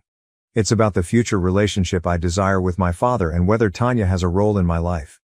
It's about striking a balance between compassion and self-protection, as well as determining what forgiveness looks like in a circumstance where the wounds are deep. Update 3. The wedding was last weekend, and I wanted to provide a last update on how everything worked out. After considerable thought and several long conversations with Richard and my mother, I decided to keep my father's invitation to the wedding open, but I made it plain that it was only for him and not Tanya. I sent him a long email explaining my decision. I informed him that I was willing to work on our relationship, but it would take time, and that he needed to respect my boundaries. I also conveyed my wish that he would attend the wedding to celebrate this special day in my life, but I understood if he felt unable to attend without Tanya. To my amazement, my father accepted these terms. He responded to my email again, apologizing for everything and expressing his want to be present on my wedding day. He also stated that he and Tanya were still separated, and that he was beginning to see how much their relationship had influenced me over the years. Last-minute preparations dominated the week leading up to the wedding. My mother was an unwavering source of support, assisting with everything from floral arrangements to easing my pre-wedding nerves. Richard's family visited from out of town, and witnessing how well they got along with my mother made me happy for the loving, drama-free family I would marry into. On the wedding day, I was a ball of nervousness and excitement as my mother helped me into my dress. We both shed tears as she told me how proud she was of the lady I'd become and how glad she was that Richard and I had met. It was a memory I'll keep forever. The ceremony was amazing. Walking down the aisle with my mother by my side felt just beautiful. I noticed my father seated in one of the front rows, appearing distraught yet smiling when our gazes met. Richard's reaction when he saw me go down the aisle was all I had hoped for and more. During the reception, I was busy welcoming visitors and enjoying the festivities with Richard, but I noticed my father looking sad and lonely at moments. He put on a brave face whenever he noticed me gazing. To my amazement, he had a cordial chat with my mother at one point. They were never going to be friends, but the fact that they could be in the same room without causing tension was a relief. After the wedding, after things had settled down a little, my father and I had a long conversation. He apologized once more for everything and promised to try harder to be a good father. He recognized that he had made numerous mistakes, particularly in attempting to force a connection between Tanya and myself. He also informed me that Tanya had decided to stay with her sister indefinitely, and they were discussing a trial separation. I'm cautiously enthusiastic about mending my relationship with my father. We've decided to start with monthly dinners for just the two of us to reconnect without pressure. It won't be easy, and there'll be a lot of pain to deal with, but I'm willing to try. I chose not to contact Tanya right now. I believe we both require time and space to recover and move forward. Maybe eventually we'll be able to talk about everything that happened, but for now, I'm focused on my new life with Richard and mending my relationship with my father. This entire experience has been a roller coaster, but I'm glad I held my ground. I'm starting my married life with a better awareness of my family dynamics and more firm limits. The wedding proved to be more than simply a celebration of my love for Richard. It also marked a fresh beginning in my relationship with my parents. Richard and I are finally settling into married life, and it feels great to face the future together, knowing we can deal with anything that comes our way. We are planning a belated honeymoon to Japan next month, which we are both looking forward to. Thank you to everyone who helped me on this journey. Your guidance and encouragement helped me get through this terrible situation and begin this new chapter in my life on a positive note. It won't be easy, and there'll be a lot of pain to deal with, but I'm willing to try.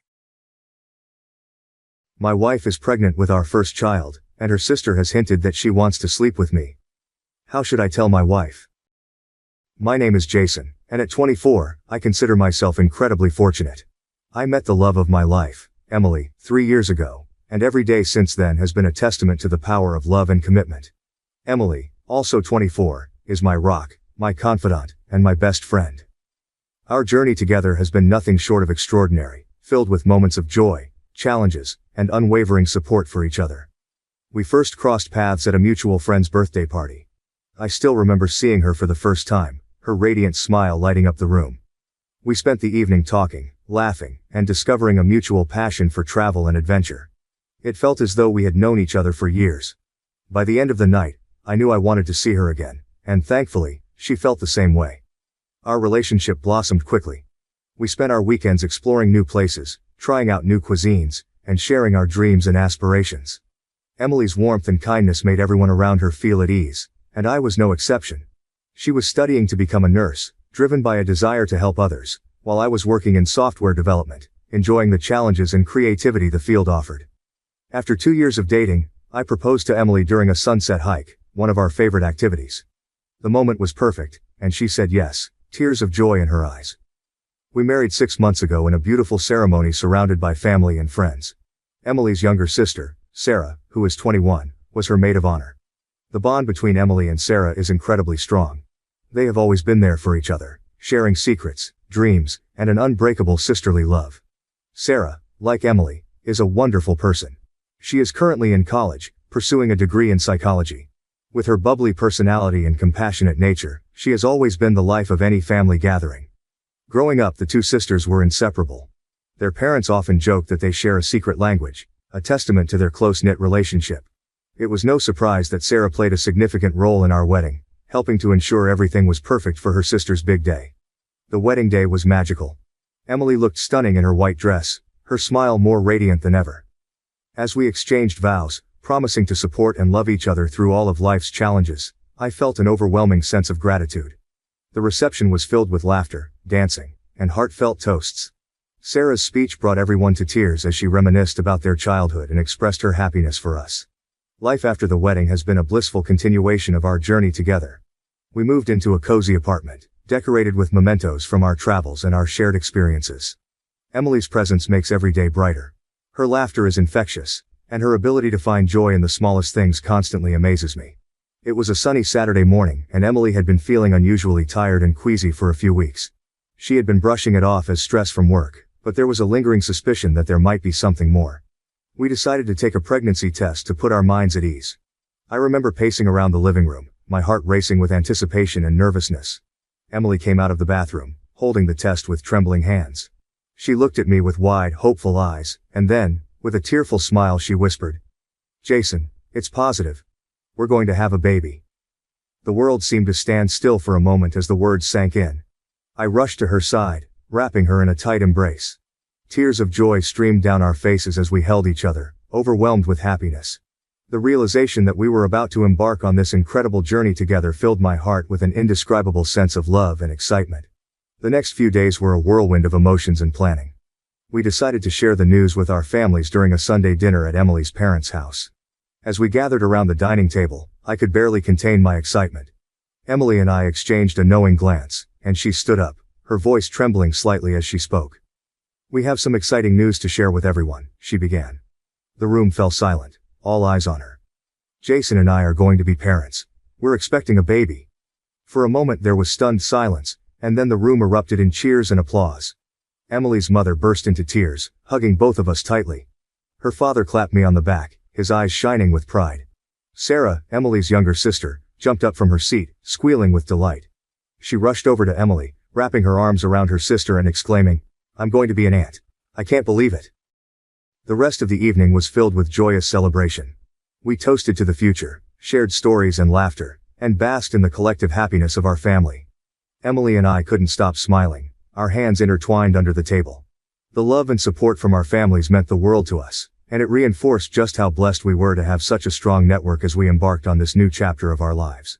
Over the following weeks, our excitement only grew. We started making plans for the nursery, picking out baby names and reading every parenting book we could get our hands on. Each night as we lay in bed, we would talk about our hopes and dreams for our child, imagining the life we would build together. Emily's eyes would light up as she talked about all the things she wanted to teach our baby, from baking cookies to exploring nature. Her enthusiasm was infectious, and it made me fall in love with her all over again. My love for Emily deepened with each passing day.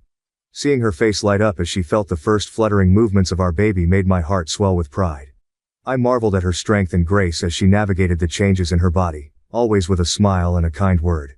I was in awe of her, and I was determined to support her every step of the way. We spent countless hours preparing for the arrival of our little one. Our weekends were filled with trips to baby stores, comparing cribs and car seats, and picking out tiny outfits.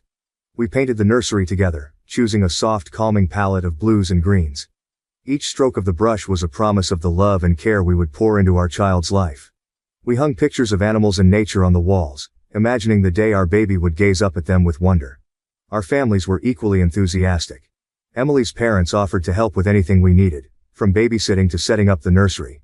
Sarah was particularly excited, often stopping by with baby books and tiny clothes she couldn't resist buying. Her excitement was contagious, and it warmed my heart to see how much she already loved our unborn child. As Emily's pregnancy progressed, I found myself more in awe of her than ever. Her strength, resilience, and unwavering positivity were inspiring. I made it my mission to be the best partner I could be, attending every doctor's appointment, cooking her favorite meals, and making sure she felt loved and supported. I knew this journey was as much about taking care of her as it was about preparing for our baby. One of my favorite moments was when we went for the first ultrasound. Seeing the tiny heartbeat flickering on the screen brought tears to my eyes. It was a tangible reminder of the life we had created together, a symbol of our love and commitment. I held Emily's hand tightly, both of us mesmerized by the sight of our baby. It was a moment of pure joy and connection, one that I would carry with me forever. It was a typical Monday morning, and I was sitting in my home office catching up on some work emails. The house was quiet except for the gentle hum of the air conditioner and the occasional sound of birds chirping outside. Emily had just left for her prenatal checkup, and I was planning to join her at the clinic later. My phone buzzed on the desk, breaking my concentration. I glanced at the screen and saw a message notification from Sarah, Emily's younger sister. I picked up my phone, smiling as I unlocked it. Sarah often texted me about random things, funny memes, family updates, or questions about Emily's preferences. But nothing could have prepared me for the text I was about to read. Hey Jason, I know this might sound weird, but I just wanted to let you know that if you ever need someone to talk to, or anything else during Emily's pregnancy, I'm here for you. I know it can be tough, and sometimes women get emotionally and physically distant. So, I'm here to help you out, sexually or emotionally, anytime. Just think about it. I stared at the screen, my brain struggling to process the words. At first, I thought it must be some kind of joke, a terrible prank. I read the message again, hoping I had misunderstood. But there it was, plain as day, Sarah offering herself to me in a way that was both shocking and utterly inappropriate. A wave of confusion and disbelief washed over me. How could Sarah, someone I considered almost like a sister, send such a message?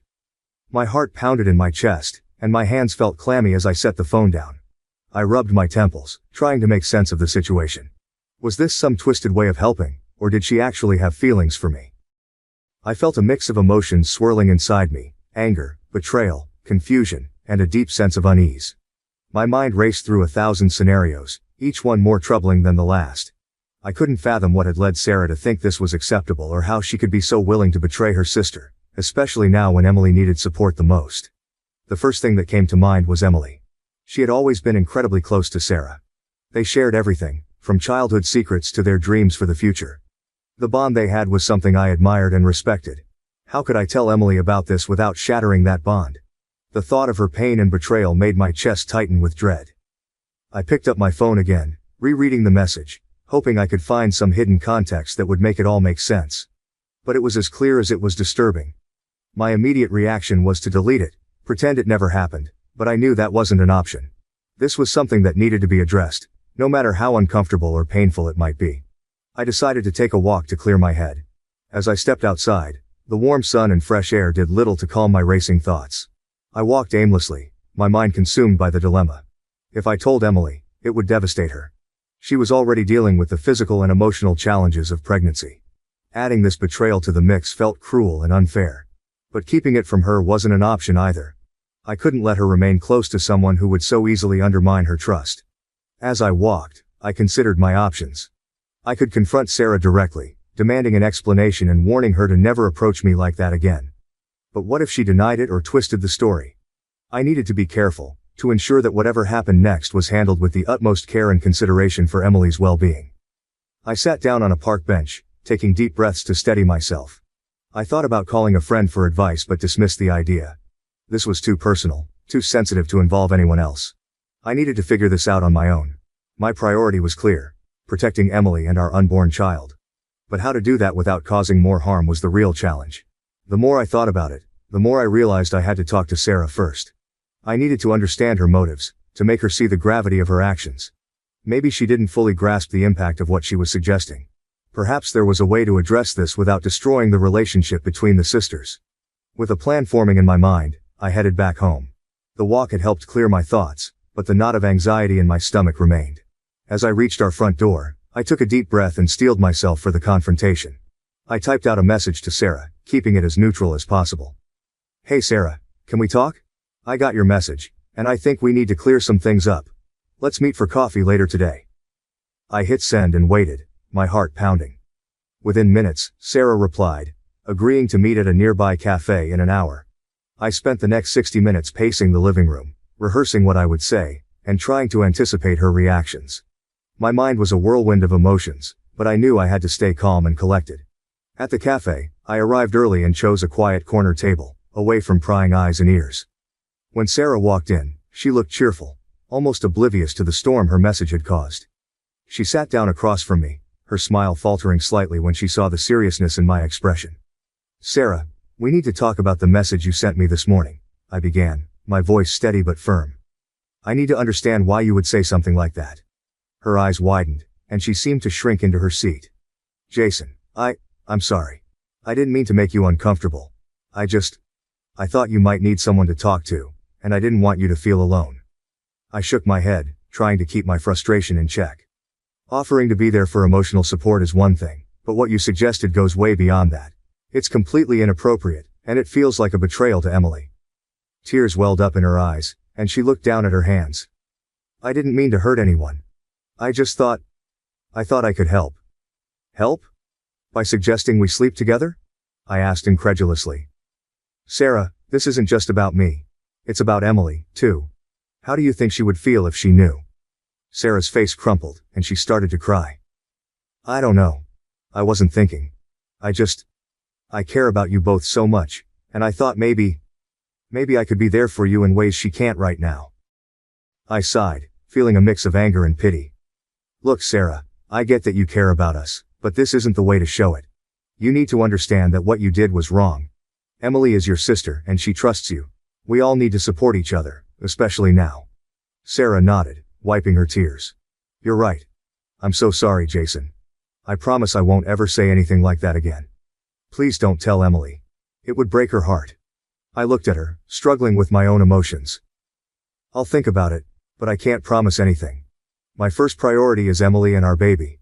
You need to understand that." As I walked back home, my mind was still in turmoil. I had confronted Sarah, but the dilemma remained. Should I tell Emily and risk shattering her relationship with her sister, or should I keep it to myself and hope Sarah never crossed that line again? The weight of the decision pressed heavily on me, and I knew there was no easy answer. My love and dedication to Emily and our unborn child would guide me, but the path forward was fraught with uncertainty and pain. I refused to have anal sex with my boyfriend, so he turned to watching explicit videos of his ex-girlfriend instead. My name is Emily, and I'm a 34-year-old woman currently in a relationship with a wonderful, albeit slightly younger man named Alex, who is 21. We have been together for about 5 months now. I met Alex in a somewhat unexpected way. It was a typical Tuesday evening, and I had decided to unwind after a long day at work by visiting a local coffee shop. I usually spent my evenings there, catching up on some reading or working on my personal projects. The coffee shop had a cozy, inviting atmosphere, with soft jazz music playing in the background and the comforting aroma of freshly brewed coffee filling the air. As I sat in my usual corner, engrossed in a book, I noticed Alex at the counter. He was hard to miss, with his tall athletic build, and an infectious smile that seemed to light up the room. He looked a bit out of place among the usual patrons, most of whom were around my age or older. He approached the counter with an air of confidence and ordered his drink. As he waited, our eyes met, and he gave me a friendly nod. A few moments later, he was looking around for a place to sit, and since the shop was unusually crowded that evening, he approached my table with a polite, "Mind if I join you?" I agreed, and we struck up a conversation. What was meant to be a brief chat over coffee turned into a deep, engaging discussion that lasted for hours. We talked about everything from our favorite books and movies to our hopes and dreams. From that day on, Alex and I were inseparable. He had a youthful exuberance and a zest for life that was refreshing. Despite our age difference, we found common ground in our interests and values. Alex was studying computer science and was passionate about technology and innovation, while I worked in marketing, enjoying the creative and strategic aspects of my job. Our conversations were always stimulating, and we learned a lot from each other. Alex's positivity was contagious. He had a way of seeing the bright side of things, which was a refreshing change from my more pragmatic, sometimes cynical outlook. He was adventurous and spontaneous, often surprising me with impromptu dates or weekend getaways. One weekend, he whisked me away to a secluded cabin in the mountains, where we spent our time hiking, cooking together, and stargazing. It was magical and cemented the strong connection we felt. Our days were filled with joy and laughter. Alex had a way of making even the mundane tasks feel special. Whether we were cooking dinner together, taking long walks in the park, or simply lounging on the couch watching movies, every moment felt cherished. Alex was attentive and affectionate, always finding little ways to show he cared. He would leave sweet notes for me to find in the morning, bring me my favorite flowers for no reason, and always made sure to remind me how beautiful and special I was to him. We also had a great social life. Alex introduced me to his friends who were welcoming and fun to be around. They were a lively group, and despite the age gap, I felt comfortable and accepted. Similarly, Alex fit in seamlessly with my friends and family. He had a charming personality that made everyone feel at ease. Our relationship was not just about the happy times though. We also supported each other through challenges. Alex was there for me when work got stressful, offering a listening ear and comforting words. I, in turn, helped him navigate the pressures of his studies and his part-time job. We were a team, facing the ups and downs of life together. Despite the seemingly perfect relationship, there were moments that hinted at underlying issues. Every now and then, Alex would casually bring up the idea of anal sex. He would phrase it in a way that seemed offhand, like it was just a passing thought. "Have you ever thought about trying something new in bed?" he would ask. Or, "I read this article about couples experimenting with anal, and it got me curious." Each time he brought it up, I felt a familiar anxiety creeping in. I would respond firmly but gently, reminding him that it was something I wasn't comfortable with. Alex would nod and drop the subject, but I could sense a hint of disappointment in his eyes. I started to worry that maybe I was not enough for him, that my reluctance to explore this particular aspect of our sexual relationship would drive a wedge between us. I tried to push these thoughts aside, focusing instead on the positive aspects of our relationship. However, the more Alex brought it up, the harder it became to ignore the nagging feeling that this issue was not going to disappear on its own. The turning point came one evening after another round of questions about trying anal sex. I could see that Alex was genuinely curious and not trying to pressure me, but it still triggered something deep inside me. I decided it was time to tell him the truth about my past, something I had kept buried for so long. We sat on the couch, and I took his hand in mine. I had a traumatic experience in my past that made the idea of anal sex extremely uncomfortable for me. I had been sexually assaulted by an ex-boyfriend when I was 17, an experience that left deep emotional scars. It was something I rarely talked about, and I certainly hadn't shared it with Alex yet. I took a deep breath and told Alex that I was uncomfortable with the idea of anal sex. I won't go into too much detail about my past, but I'll make it clear that it's been a difficult line for me. Alex seemed to understand and assured me that he respected my feelings and that it wasn't a big deal to him. He said that our relationship and my comfort were far more important than any sexual act. Alex pulled me into a tight embrace. "Emily, I'm so sorry you went through that," he said softly. "I had no idea. Thank you for trusting me enough to tell me. I promise I'll never bring it up again." For a while, after I had shared my traumatic past with Alex, he seemed to understand the gravity of the situation. He promised not to bring up the topic of anal sex again, and for a few months, he kept that promise. Our relationship continued to flourish during this time. We went on romantic getaways, enjoyed quiet evenings at home, and deepened our emotional connection. It felt like we had moved past a major hurdle, and I started to believe that we could build a future together without this issue hanging over us. However, as time went on, I noticed subtle signs that the topic was creeping back into our relationship. It started with small comments and jokes, often made in a light-hearted tone. At first, I brushed them off, thinking that he was just being playful.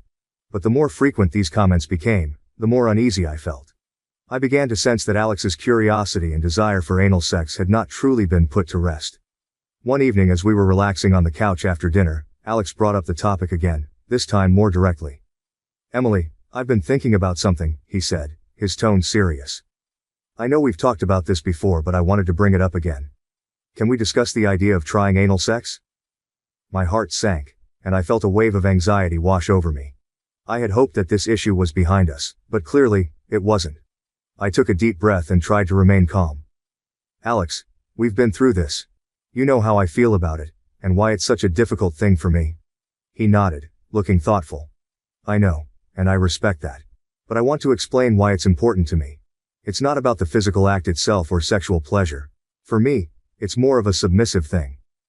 I was confused. Submissive? What do you mean by that? He hesitated, choosing his words carefully. It's about the dynamic it creates. I like the idea of you giving yourself up to me, of trusting me completely.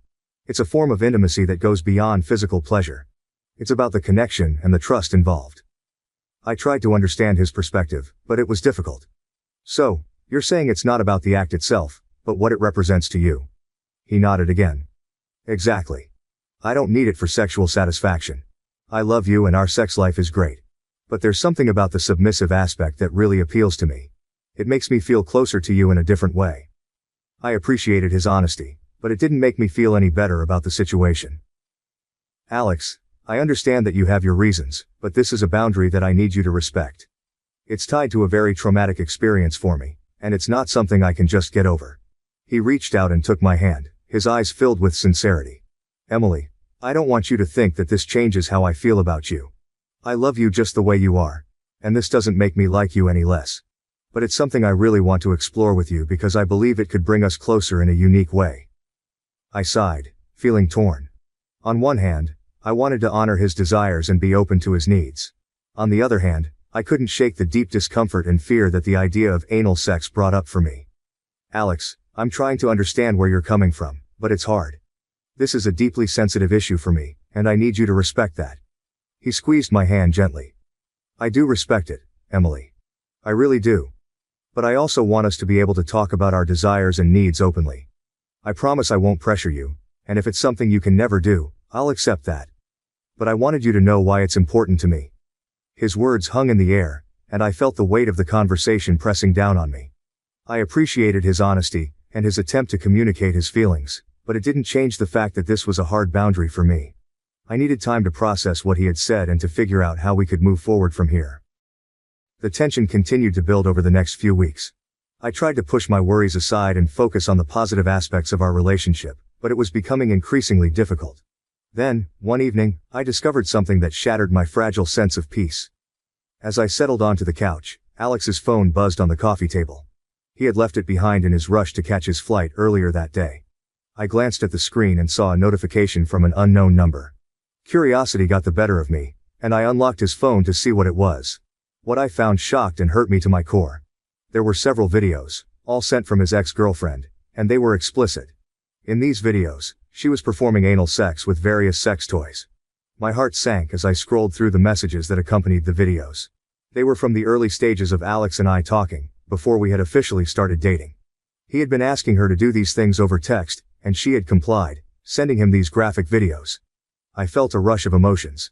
Betrayal, anger, confusion, and deep sadness. Why had Alex kept these videos? Why had he even asked for them in the first place? I couldn't comprehend what this meant for our relationship.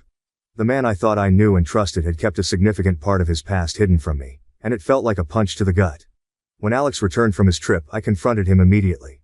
I showed him his phone and the videos. What is this, Alex? Why do you have these videos from your ex-girlfriend? And why were you asking her to do these things? Alex looked taken aback, his face paling as he realized what I had found. He took a deep breath and sat down, clearly trying to find the right words. Emily, I can explain. Those videos were sent to me after we had broken up. It was before we were together, and I never thought you'd find out about them. I felt a surge of anger. That's not the point, Alex. Why did you ask her to do these things? What does this mean for us? How am I supposed to trust you now? He looked down at his hands, guilt etched across his face. I asked her because, I don't know, it made me feel powerful. It's messed up, I know. I wanted to degrade her, to feel like I had some control. But it has nothing to do with you, Emily. I don't want to degrade you. I felt tears welling up in my eyes. How am I supposed to believe that, Alex? You've been pressuring me to do anal sex for months and now I find out you were doing this with your ex. It makes me feel like I'm not enough for you. Like I'll never be able to make you happy because I can't give you what she did. He reached out to touch my hand, but I pulled away. Emily. Please. You are enough for me. More than enough. I love you and this doesn't change that. I kept those videos out of stupidity and selfishness, not because I want to degrade you or compare you to her. I shook my head, feeling a mix of frustration and despair. I don't know if I can get past this, Alex. It's not just about the videos, it's about everything. The pressure you've been putting on me. The way you've made me feel like I'm not good enough. I don't want to be unhappy in our sex life, but I can't do something that brings back so much trauma for me. He looked at me, his eyes pleading. Emily, I'm so sorry. I never meant to hurt you. I promise I'll never bring up anal sex again. I'll delete the videos, block her number, do whatever it takes to make this right. Just please, don't let this ruin us. I took a deep breath, trying to calm the storm of emotions inside me. Alex, it's going to take a lot more than that to fix this. I need time to process everything and figure out if I can still trust you. Right now, I just need some space. He nodded, his expression one of profound regret. I understand. Take all the time you need. I'll do whatever it takes to earn back your trust. As I walked away, I felt a heavy weight in my chest. This discovery had shattered my sense of security in our relationship, and I didn't know if it could be repaired. I loved Alex, but the pain and betrayal I felt were overwhelming. I needed to figure out what this meant for us and whether we could move forward together. In the days following my discovery of the explicit videos, I was in a state of emotional turmoil.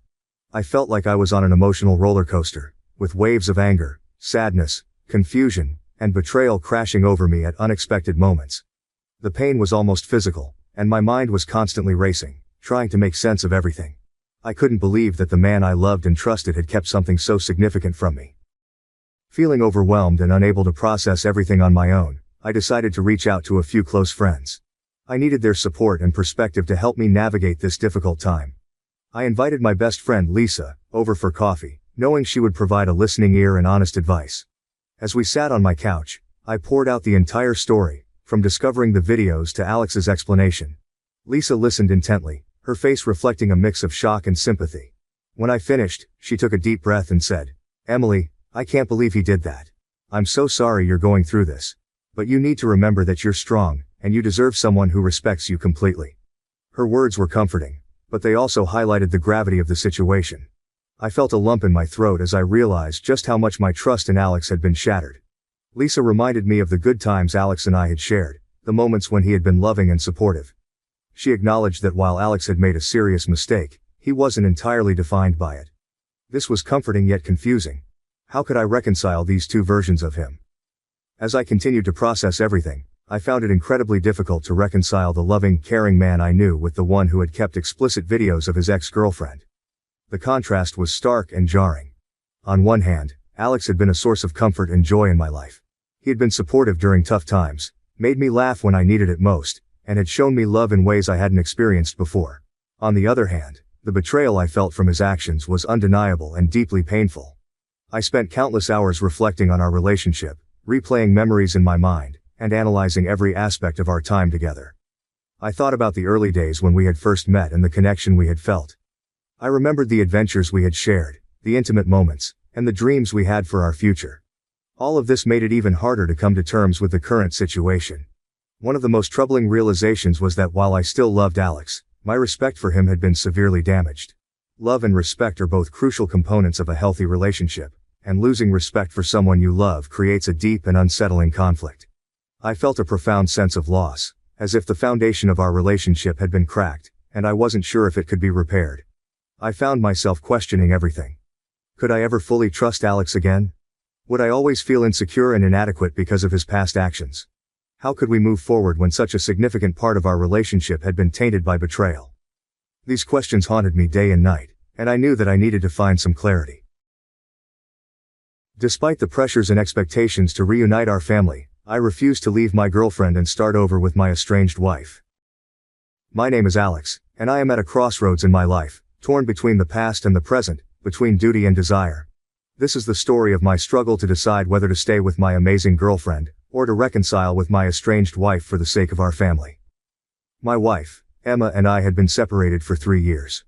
Before that, we had spent a decade together, 9 of those years as a married couple. Our relationship was once the epitome of blissful love, filled with laughter, shared dreams, and the deep comforting knowledge that we were each other's everything. I loved Emma very deeply, and for a long time, I believed she was my soulmate. We had 2 beautiful children together, now aged 12 and 10, who were the center of our world. Our family was my pride and joy, and for a while, it felt like nothing could ever come between us. I can still vividly remember the first time I laid eyes on Emma. It was a sunny afternoon in the park, and she was sitting on a bench reading a book. There was something about her that drew me in immediately. Maybe it was the way her hair caught the sunlight or the serene expression on her face as she lost herself in her book. I mustered up the courage to approach her, and to my delight, she looked up and smiled. That moment marked the beginning of our journey together. We spent hours talking, sharing our hopes and dreams, and finding that we had so much in common. Our connection was instantaneous and electric. We dated for a couple of years, and each day brought us closer together. We complemented each other in every way, balancing out each other's strengths and weaknesses. When I proposed, it was under a sky full of stars, and the look of joy on her face when she said yes, is something I will never forget. Our wedding was a beautiful celebration of our love, surrounded by family and friends who all believed, as we did, that we were perfect for each other. The first few years of our marriage were idyllic. We traveled, explored new places, and built a home filled with love and laughter. We talked about our future, our dreams of starting a family, and growing old together. When our first child was born, it was one of the happiest days of my life. Holding our baby in my arms, I felt a surge of love and responsibility. Emma was an incredible mother from the very beginning. She was nurturing, patient, and devoted. Our bond seemed to grow even stronger as we navigated the challenges and joys of parenthood together.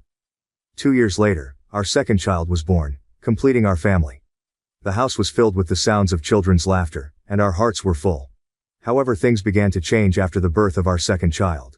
The intimacy that once flowed so naturally between us started to wane. Initially, I attributed it to the exhaustion and demands of raising young children. But as time went on, it became clear that this was not a temporary phase. It became something I had to beg for, a painful reminder that our connection was fraying at the edges. Emma never initiated it, and I faced rejection 99% of the time. At first I would bring it up gently, hoping we could address the issue together. I would choose moments when we were relaxed and alone, away from the chaos of daily life. Emma, I would say. I miss the way we used to be. I miss being close to you. She would listen, but her responses were always the same. She would accuse me of nagging her, telling me that I was making a big deal out of nothing. Each time she brushed off my concerns, a small piece of my heart broke.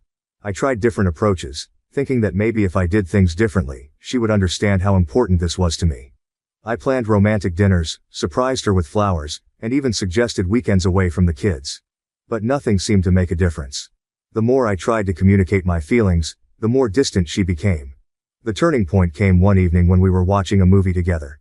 I reached out to hold her hand, and she pulled away, muttering something about being tired. I felt a surge of frustration and sadness. I turned off the TV and looked at her, trying to keep my voice steady. Emma, we need to talk about this. I can't keep feeling like this. She sighed, clearly exasperated. Alex, we have our children now. Isn't that enough?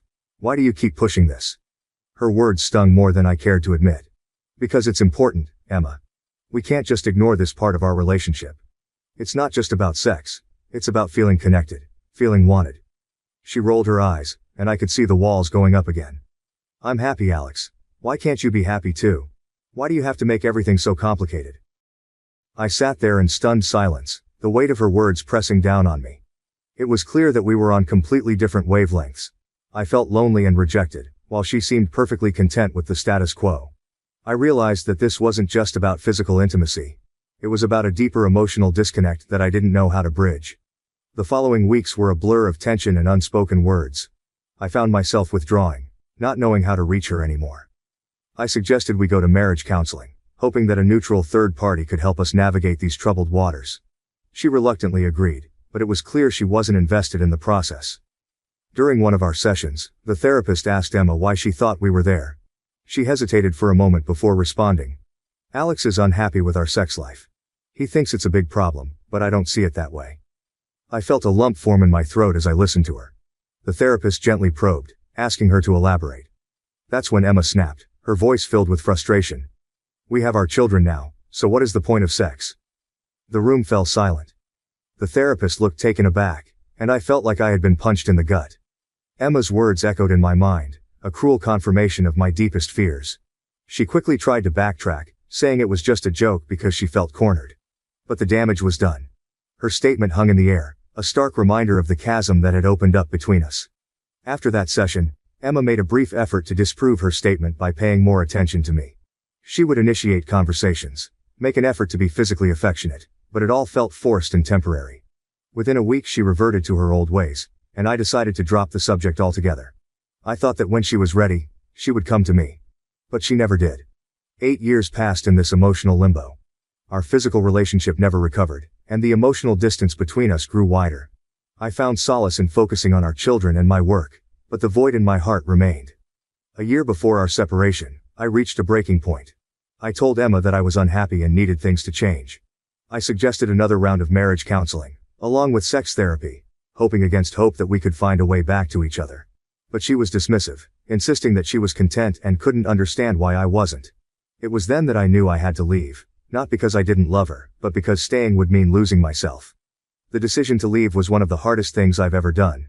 It took me a year to prepare, to put my affairs in order, and to find a place where I could live close enough to co-parent our children effectively. When I finally told Emma, she was shocked, but not surprised. The separation was amicable. We both wanted what was best for our children, even if it meant we couldn't be together. By then my love for Emma was still there, but it was overshadowed by a growing sense of frustration and loneliness. It's often said that people leave when the love is gone, but for me, it was the love that made it so hard to leave. It took me a year to put my affairs in order, to gather the strength to tell Emma that I was leaving.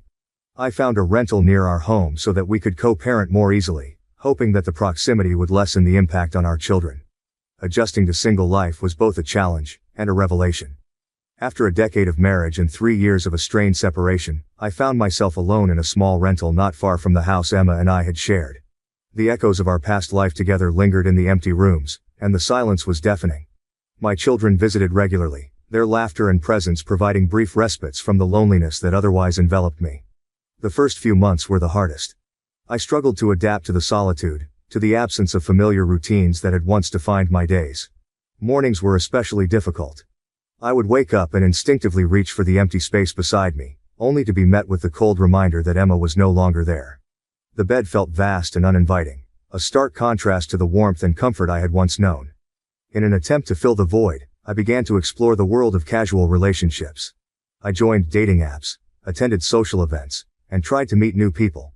These encounters were fleeting, often leaving me feeling more empty and disconnected than before. Each date was a reminder of what I had lost, and I found myself comparing every woman I met to Emma. No one seemed to measure up, and the superficiality of these interactions left me longing for something deeper, more meaningful. Just when I was beginning to lose hope, I met Lily. It was at a mutual friend's birthday party, a casual gathering that I had almost skipped. The moment I saw her, there was an instant connection. She had an infectious smile and a warmth that drew me in immediately. We spent the evening talking, laughing, and sharing stories. For the first time in years, I felt a genuine spark of excitement and possibility. Lily was unlike anyone I had ever met. She was kind, compassionate, and incredibly understanding. She listened without judgment, offering insights that often left me in awe of her wisdom. Our relationship developed slowly, naturally, as we spent more time together. Each date was filled with laughter and deep conversations that left me feeling invigorated and alive. She had a way of making me feel seen and valued, something I hadn't experienced in a long time. As the months passed, our connection deepened. We shared our hopes, dreams and fears, building a foundation of trust and mutual respect. Lily was a breath of fresh air, a beacon of light in the darkness that had surrounded me for so long. She encouraged me to be myself, to embrace my passions and pursue my dreams. With her I felt a sense of freedom and possibility that I had almost forgotten existed. Our relationship was not without its challenges. I had to navigate the complexities of co-parenting, balancing my time between my children and Lily. There were moments of guilt and doubt, but Lily was always patient and supportive. She understood the importance of my role as a father and never tried to compete with my children for my attention. Instead, she embraced them, welcoming them into her life with open arms. The joy and fulfillment I felt in my relationship with Lily were unlike anything I had ever experienced. With her, I rediscovered parts of myself that had been buried under the weight of my failed marriage. She reignited my passion for life, encouraging me to pursue hobbies and interests that I had long abandoned. Together, we explored new places, tried new things, and created memories that filled my heart with happiness. Lily's love was a balm to my wounded soul. She showed me that it was possible to love and be loved in a way that was healthy and nurturing. Our relationship was built on mutual respect, open communication, and a deep understanding of each other's needs and desires. I no longer felt the need to beg for attention or validation. With Lily, everything felt effortless, natural, and right. One of the most profound moments in our relationship came during a quiet evening at her apartment.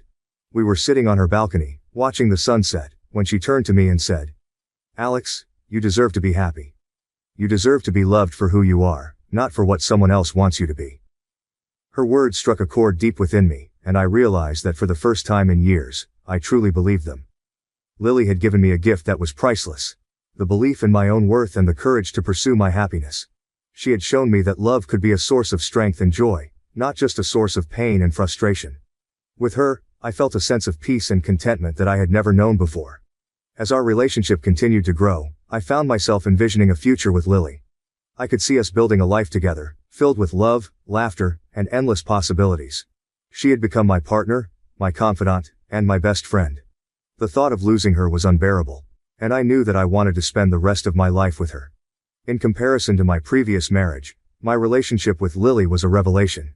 The joy and fulfillment I felt with her were a stark contrast to the years of emotional turmoil and disconnection I had experienced with Emma. With Lily, I felt whole, complete, and truly happy. She had brought me back to life, showing me that it was possible to love and be loved in a way that was healthy and enriching. It was a typical Saturday afternoon when the phone rang. I was in the middle of organizing my apartment, a task I had been putting off for weeks. The ringtone cut through the quiet, and I glanced at the caller ID. It was my mother. I answered, expecting a casual chat about her latest gardening project or a new recipe she had tried. "Alex," she said, her voice unusually serious. "I need you to come over. We need to talk." "Is everything okay?" I asked, my heart rate quickening. "Just come over," she insisted. "It's important." I agreed and hung up, my mind racing with possibilities. I couldn't shake the feeling that something significant was about to happen. As I drove to my mother's house, I couldn't help but think about the past few years and how much my life had changed since the separation from Emma. Little did I know this visit would bring a new twist to my already complicated life. When I arrived, my mother was waiting for me at the door. Her expression was a mix of concern and determination. She ushered me into the living room, where, to my surprise, Emma was sitting on the couch. The air was thick with tension, and I felt a knot form in my stomach. "What's going on?" I asked, looking from my mother to Emma and back again. My mother motioned for me to sit down. "Alex, Emma and I have been talking. She wants to discuss something very important with you." Emma looked up at me, her eyes filled with a mix of hope and apprehension. "Alex," she began, her voice trembling slightly. "I've been doing a lot of thinking over the past few months. I realize now how much I've taken you for granted and how much I've hurt you. I want us to try again. I want to reconcile." I sat there in stunned silence, the weight of her words sinking in. This was the last thing I had expected. For 3 years, we had lived separate lives, barely interacting beyond the necessary communication about our children. Now, she was asking to mend the broken pieces of our marriage. Emma continued, her voice gaining strength as she spoke. "I know I made mistakes, and I'm truly sorry. I've been seeing a therapist, working on myself, and I've realized that I can't let go of what we had. I miss you, Alex. I miss our family. I'm willing to do whatever it takes to fix this. Counseling, therapy, whatever you need." The sincerity in her voice was undeniable, but it also brought back a flood of painful memories. I remembered all the times I had tried to reach out to her, to bridge the gap that had grown between us, only to be met with indifference or outright rejection. Could I trust her words now? Could I believe that she had truly changed? My mother chimed in, her voice gentle but firm. "Alex, I know this is a lot to take in, but think about the girls. They need their family together. You and Emma owe it to them to at least try." Her words cut deep. I had always put my daughters first, and the thought of giving them a united family was tempting. But I couldn't ignore the fact that it wasn't just about them. My happiness mattered too, and I had found that with Lily. "I need some time to think," I finally said, my voice barely above a whisper. Emma nodded, tears welling up in her eyes. "I understand. Take all the time you need. Just know that I'm here, ready to do whatever it takes." I left my mother's house that day with a heavy heart, my mind a whirlwind of emotions. The drive home felt longer than usual, each mile filled with doubts and questions. When I finally walked through the door of my apartment, I felt a wave of relief wash over me. This was my sanctuary, a place where I could think clearly and process everything that had just happened. That evening, I told Lily everything. We sat on the couch, her hand in mine, as I recounted the events of the day. She listened quietly, her face a mask of calm concern. When I finished, she squeezed my hand gently. "You need to do what feels right for you and your daughters, Alex," she said softly. "Whatever you decide, I'll support you." Her words were a balm to my troubled mind, but they didn't make the decision any easier. The next few days were filled with sleepless nights and endless contemplation. I replayed Emma's words over and over in my head, trying to discern if there was truth in them or if they were just a desperate attempt to cling to the past. One evening, as I sat alone in the living room, memories of my marriage with Emma flooded back. I remembered the good times, the laughter, and the dreams we had shared. But I also remembered the pain, the rejection, and the feeling of being unloved and unwanted. I had to be honest with myself. Could I go back to that life? Could I risk opening those old wounds again? My mother called me frequently during this time, her voice always filled with concern. "Alex, have you thought about what Emma said? I know it's a lot to ask, but please consider it. For the girls." Her pleas weighed heavily on me. I knew she meant well, but she didn't fully understand the depth of the pain that had driven me to leave in the first place. It wasn't just about physical intimacy. It was about feeling valued, respected, and loved. And for a long time, I hadn't felt any of those things with Emma. I spent the next few days reflecting on my life, my children, and my future. I thought about Lily and the happiness she had brought into my life. I thought about Emma and the history we shared, the good and the bad. And most importantly, I thought about my daughters and what was best for them. Finally, I reached a decision. I called Emma and asked her to meet me at a local park where we could talk privately. As we sat on a bench overlooking a serene pond, I took a deep breath and began to speak. "Emma, I've thought a lot about what you said. I appreciate your willingness to try and fix things, and I believe that you're sincere. But I need you to understand that it's not just about whether we can make our marriage work. It's about whether we can both be truly happy in that marriage." Emma nodded, her eyes fixed on mine. "I understand, Alex. I know I hurt you, and I'm so sorry for that. I just want to try, for us and for the girls." I sighed, feeling the weight of my decision settle over me. "Emma, I found happiness with Lily. She makes me feel loved and valued in a way I haven't felt in a long time. I can't just walk away from that. But I also can't ignore the fact that our daughters deserve a stable, loving environment." I paused, gathering my thoughts. "I think the best thing we can do is to co-parent as effectively as possible. We can work together to give the girls the support and love they need, even if we're not together as a couple. I believe that's the best way forward for all of us." Tears welled up in Emma's eyes, and she nodded slowly. "I understand, Alex.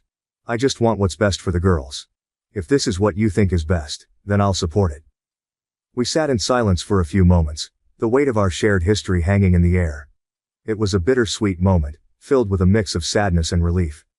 We both knew that we were making the right decision, even if it wasn't the one we had once hoped for. As I walked away from the park that day, I felt a sense of closure. The path ahead was still uncertain, but I knew that I had made the right choice for myself and my children. I returned home to Lily, ready to build a future filled with love, happiness, and the promise of new beginnings. Disappointed by my boyfriend's empty promises, I decided to have an abortion behind his back to free myself. My name is Emily, and I am a 27-year-old woman. My boyfriend, Mark, is 32. We met at a mutual friend's housewarming party about 8 months ago.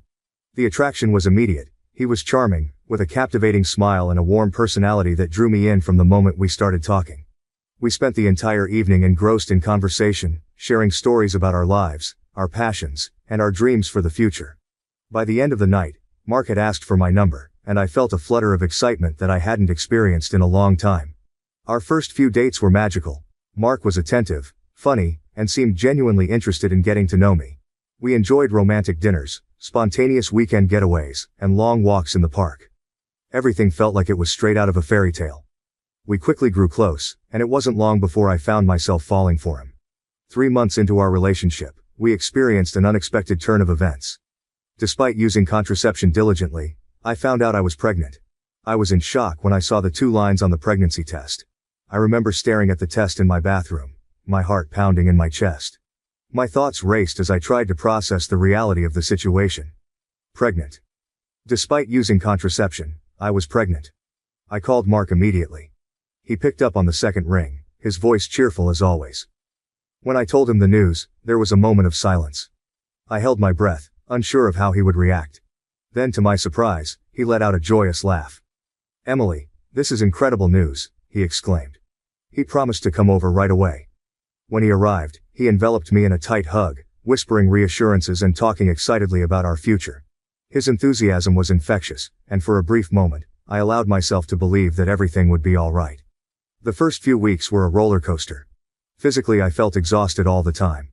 Morning sickness hit me hard, and I found myself running to the bathroom at all hours. My sense of smell became incredibly sensitive, and certain foods that I used to love now made me nauseous.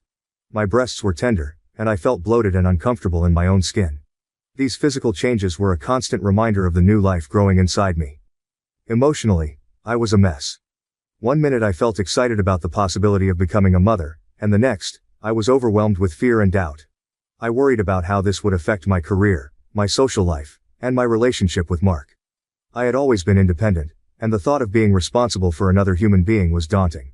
Mark, on the other hand, seemed thrilled about the pregnancy. He talked endlessly about our future together, painting a rosy picture of us living in a cozy apartment, raising our child with love and care. He promised that we would move in together soon and that he would propose before the baby was born. His words were like a balm to my anxious mind, and I clung to them desperately, hoping that they would come true. However, as the weeks went by, I began to notice a troubling pattern. Mark's promises remained just that, promises. He continued to talk about our future, but there was no concrete action to back up his words.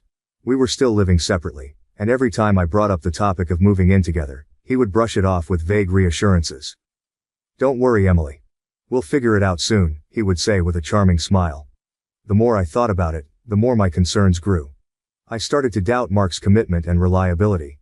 It was easy for him to talk about a perfect future, but when it came to making real plans, he seemed hesitant and non-committal.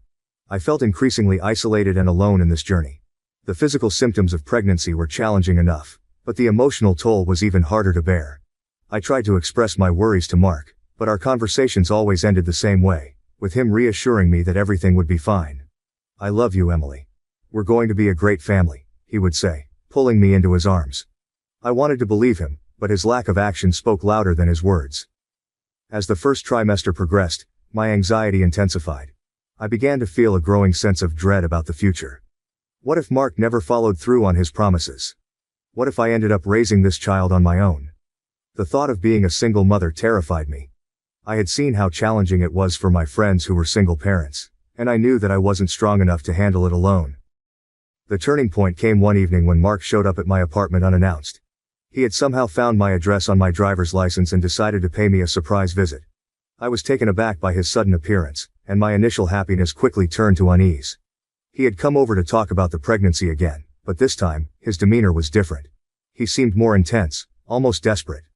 "Emily, I've been thinking," he began, his eyes fixed on mine. "I know you're worried about the future, but I want you to trust me. We can do this together." I sighed, feeling a knot tighten in my stomach. "Mark, I want to believe you, but you haven't taken any steps to make this work. We're still living apart, and there are no concrete plans for us to move in together." He took my hands in his grip firm. "I promise you, Emily. I'll make it happen. Just give me a little more time." But time was something I didn't have. The more I thought about it, the more I realized that I couldn't base my future and the future of my child on empty promises. I needed stability, certainty, and a partner who would be there for me every step of the way. That night, after Mark left, I lay in bed, staring at the ceiling.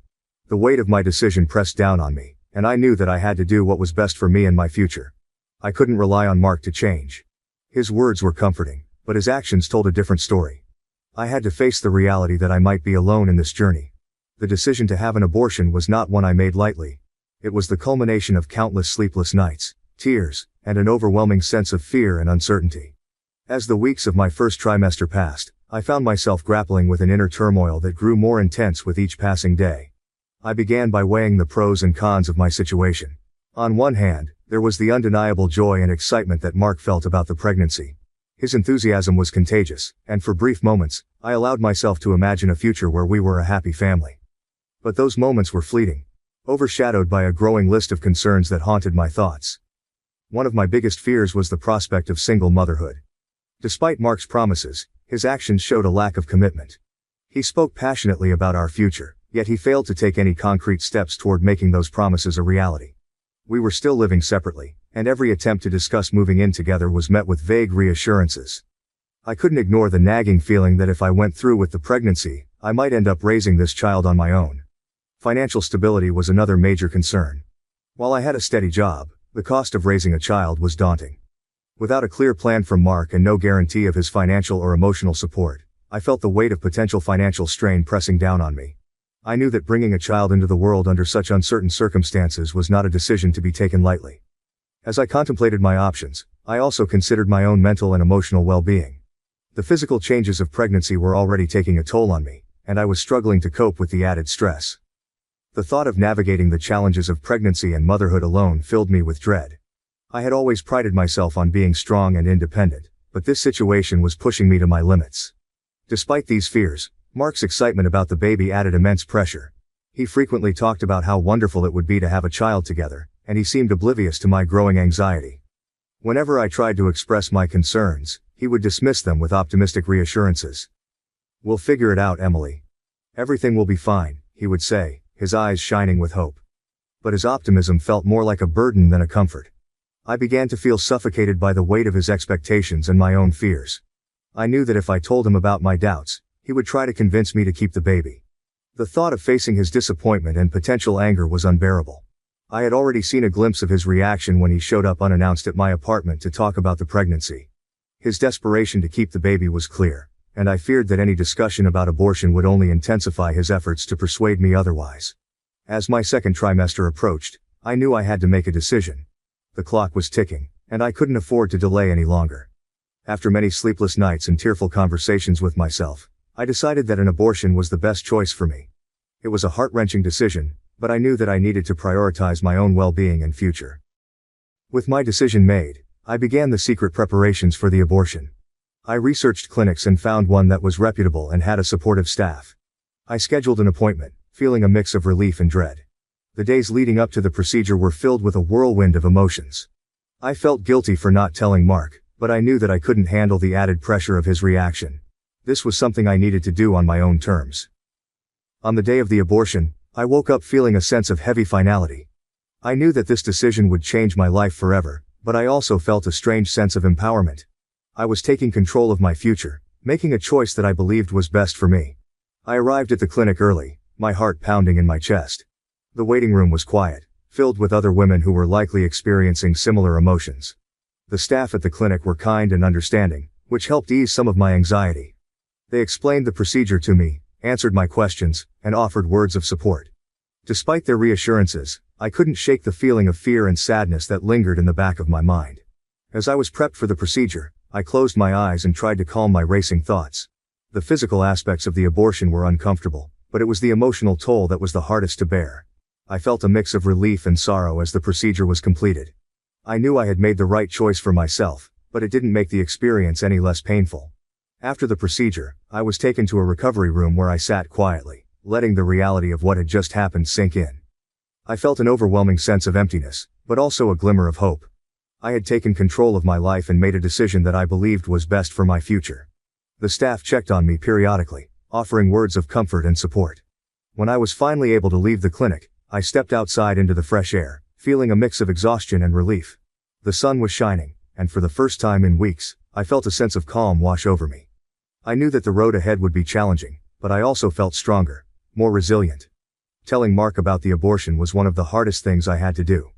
I knew that his reaction would likely be negative, but I also knew that I couldn't keep it from him forever. The evening after the procedure, I sat on my couch, phone in hand, trying to muster the courage to call him. My mind was a whirlwind of emotions, relief, fear, guilt, and sorrow. Finally I dialed his number. He answered on the third ring, his voice cheerful as he greeted me. The sound of his happiness felt like a knife to my heart. Taking a deep breath, I said, "Mark, we need to talk. I made a decision today. I had an abortion." There was a long silence on the other end of the line. When he finally spoke, his voice was strained and shaky. "Emily, why didn't you tell me? We could have figured something out together." I tried to explain my reasons, my fears of single motherhood, and the lack of concrete support from him. I told him how I had been feeling overwhelmed and unsupported, how I needed to make a decision that was right for me. But my words seemed to fall on deaf ears. His initial reaction was a mix of shock and disappointment, and he struggled to comprehend why I hadn't included him in the decision-making process. In the days that followed, Mark's reaction evolved. Initially, he seemed to try to understand, though he was clearly hurt.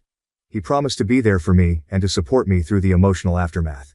He said that he still loved me and that we could work through this together. For a brief moment, I believed him. I wanted to believe that we could find a way to move forward. However, his promises of support quickly faded. My birthday was a few weeks after the abortion, and Mark had promised to get me a special gift. He asked me to choose something I liked and assured me he would pay me back if I bought it first. I found a beautiful necklace that I had been eyeing for months and decided it would be a perfect birthday gift. I bought it and sent him the receipt, trusting that he would keep his word. Weeks passed, and Mark still hadn't reimbursed me for the necklace. Whenever I brought it up, he would deflect or come up with excuses. "I'm really busy at work right now, Emily. I'll get to it soon," he would say. But soon never came. Instead, his attitude towards me began to shift dramatically. Mark started to express feelings of trauma and anger over the abortion. He accused me of making a selfish decision and not trusting him enough to be part of the process. His initial understanding was replaced by a growing resentment. He began to lash out at me verbally, using the abortion as a weapon in our arguments. "You killed our baby without even giving me a say," he would say, his voice filled with bitterness. The emotional abuse escalated, and I found myself walking on eggshells around him. Every conversation seemed to circle back to the abortion, and he used it as a justification for his hurtful behavior. He began to insult me, calling me heartless and selfish. His words cut deep, and I struggled to reconcile the man who had once been so loving and supportive with the person he had become. One night, during yet another heated argument about the abortion, I brought up the necklace again, hoping he would at least keep that small promise. His response shocked me. "I'm not giving you a dime, Emily. You don't deserve it after what you did," he spat, his eyes cold and unyielding. I was stunned. The necklace had become a symbol of his broken promises and the growing chasm between us. His refusal to return the money was not just about the gift. It was a clear message that he no longer cared about our relationship or my feelings. As the days turned into weeks, the emotional toll of Mark's behavior weighed heavily on me. I felt isolated and alone, struggling to cope with the aftermath of the abortion and the disintegration of our relationship. The man who had once promised me the world was now a source of pain and anguish. His transformation from a supportive boyfriend to an emotionally abusive partner was heartbreaking. I realized that I couldn't continue to live like this. Mark's refusal to support me, both emotionally and financially, was a clear indication that our relationship was beyond repair. I had to make a difficult decision once again. This time, to prioritize my own mental health and well-being. Ending the relationship with Mark was painful, but it was necessary. I was in a very bad state, but everyone's support helped me feel better. I almost wanted to commit suicide because of my decision, but today is the first day I feel like life is worth living again. I couldn't allow myself to be dragged down by his bitterness and anger. I needed to heal and move forward, free from the toxic environment that our relationship had become. The decision to have an abortion and the subsequent breakup with Mark were incredibly challenging, but they also taught me the importance of self-care and making difficult choices for my own happiness. Looking back, I know that I made the right decision. It wasn't easy, and the emotional scars will take time to heal, but I am stronger and more resilient because of it. I have learned to trust my instincts and to prioritize my own well-being, even in the face of adversity.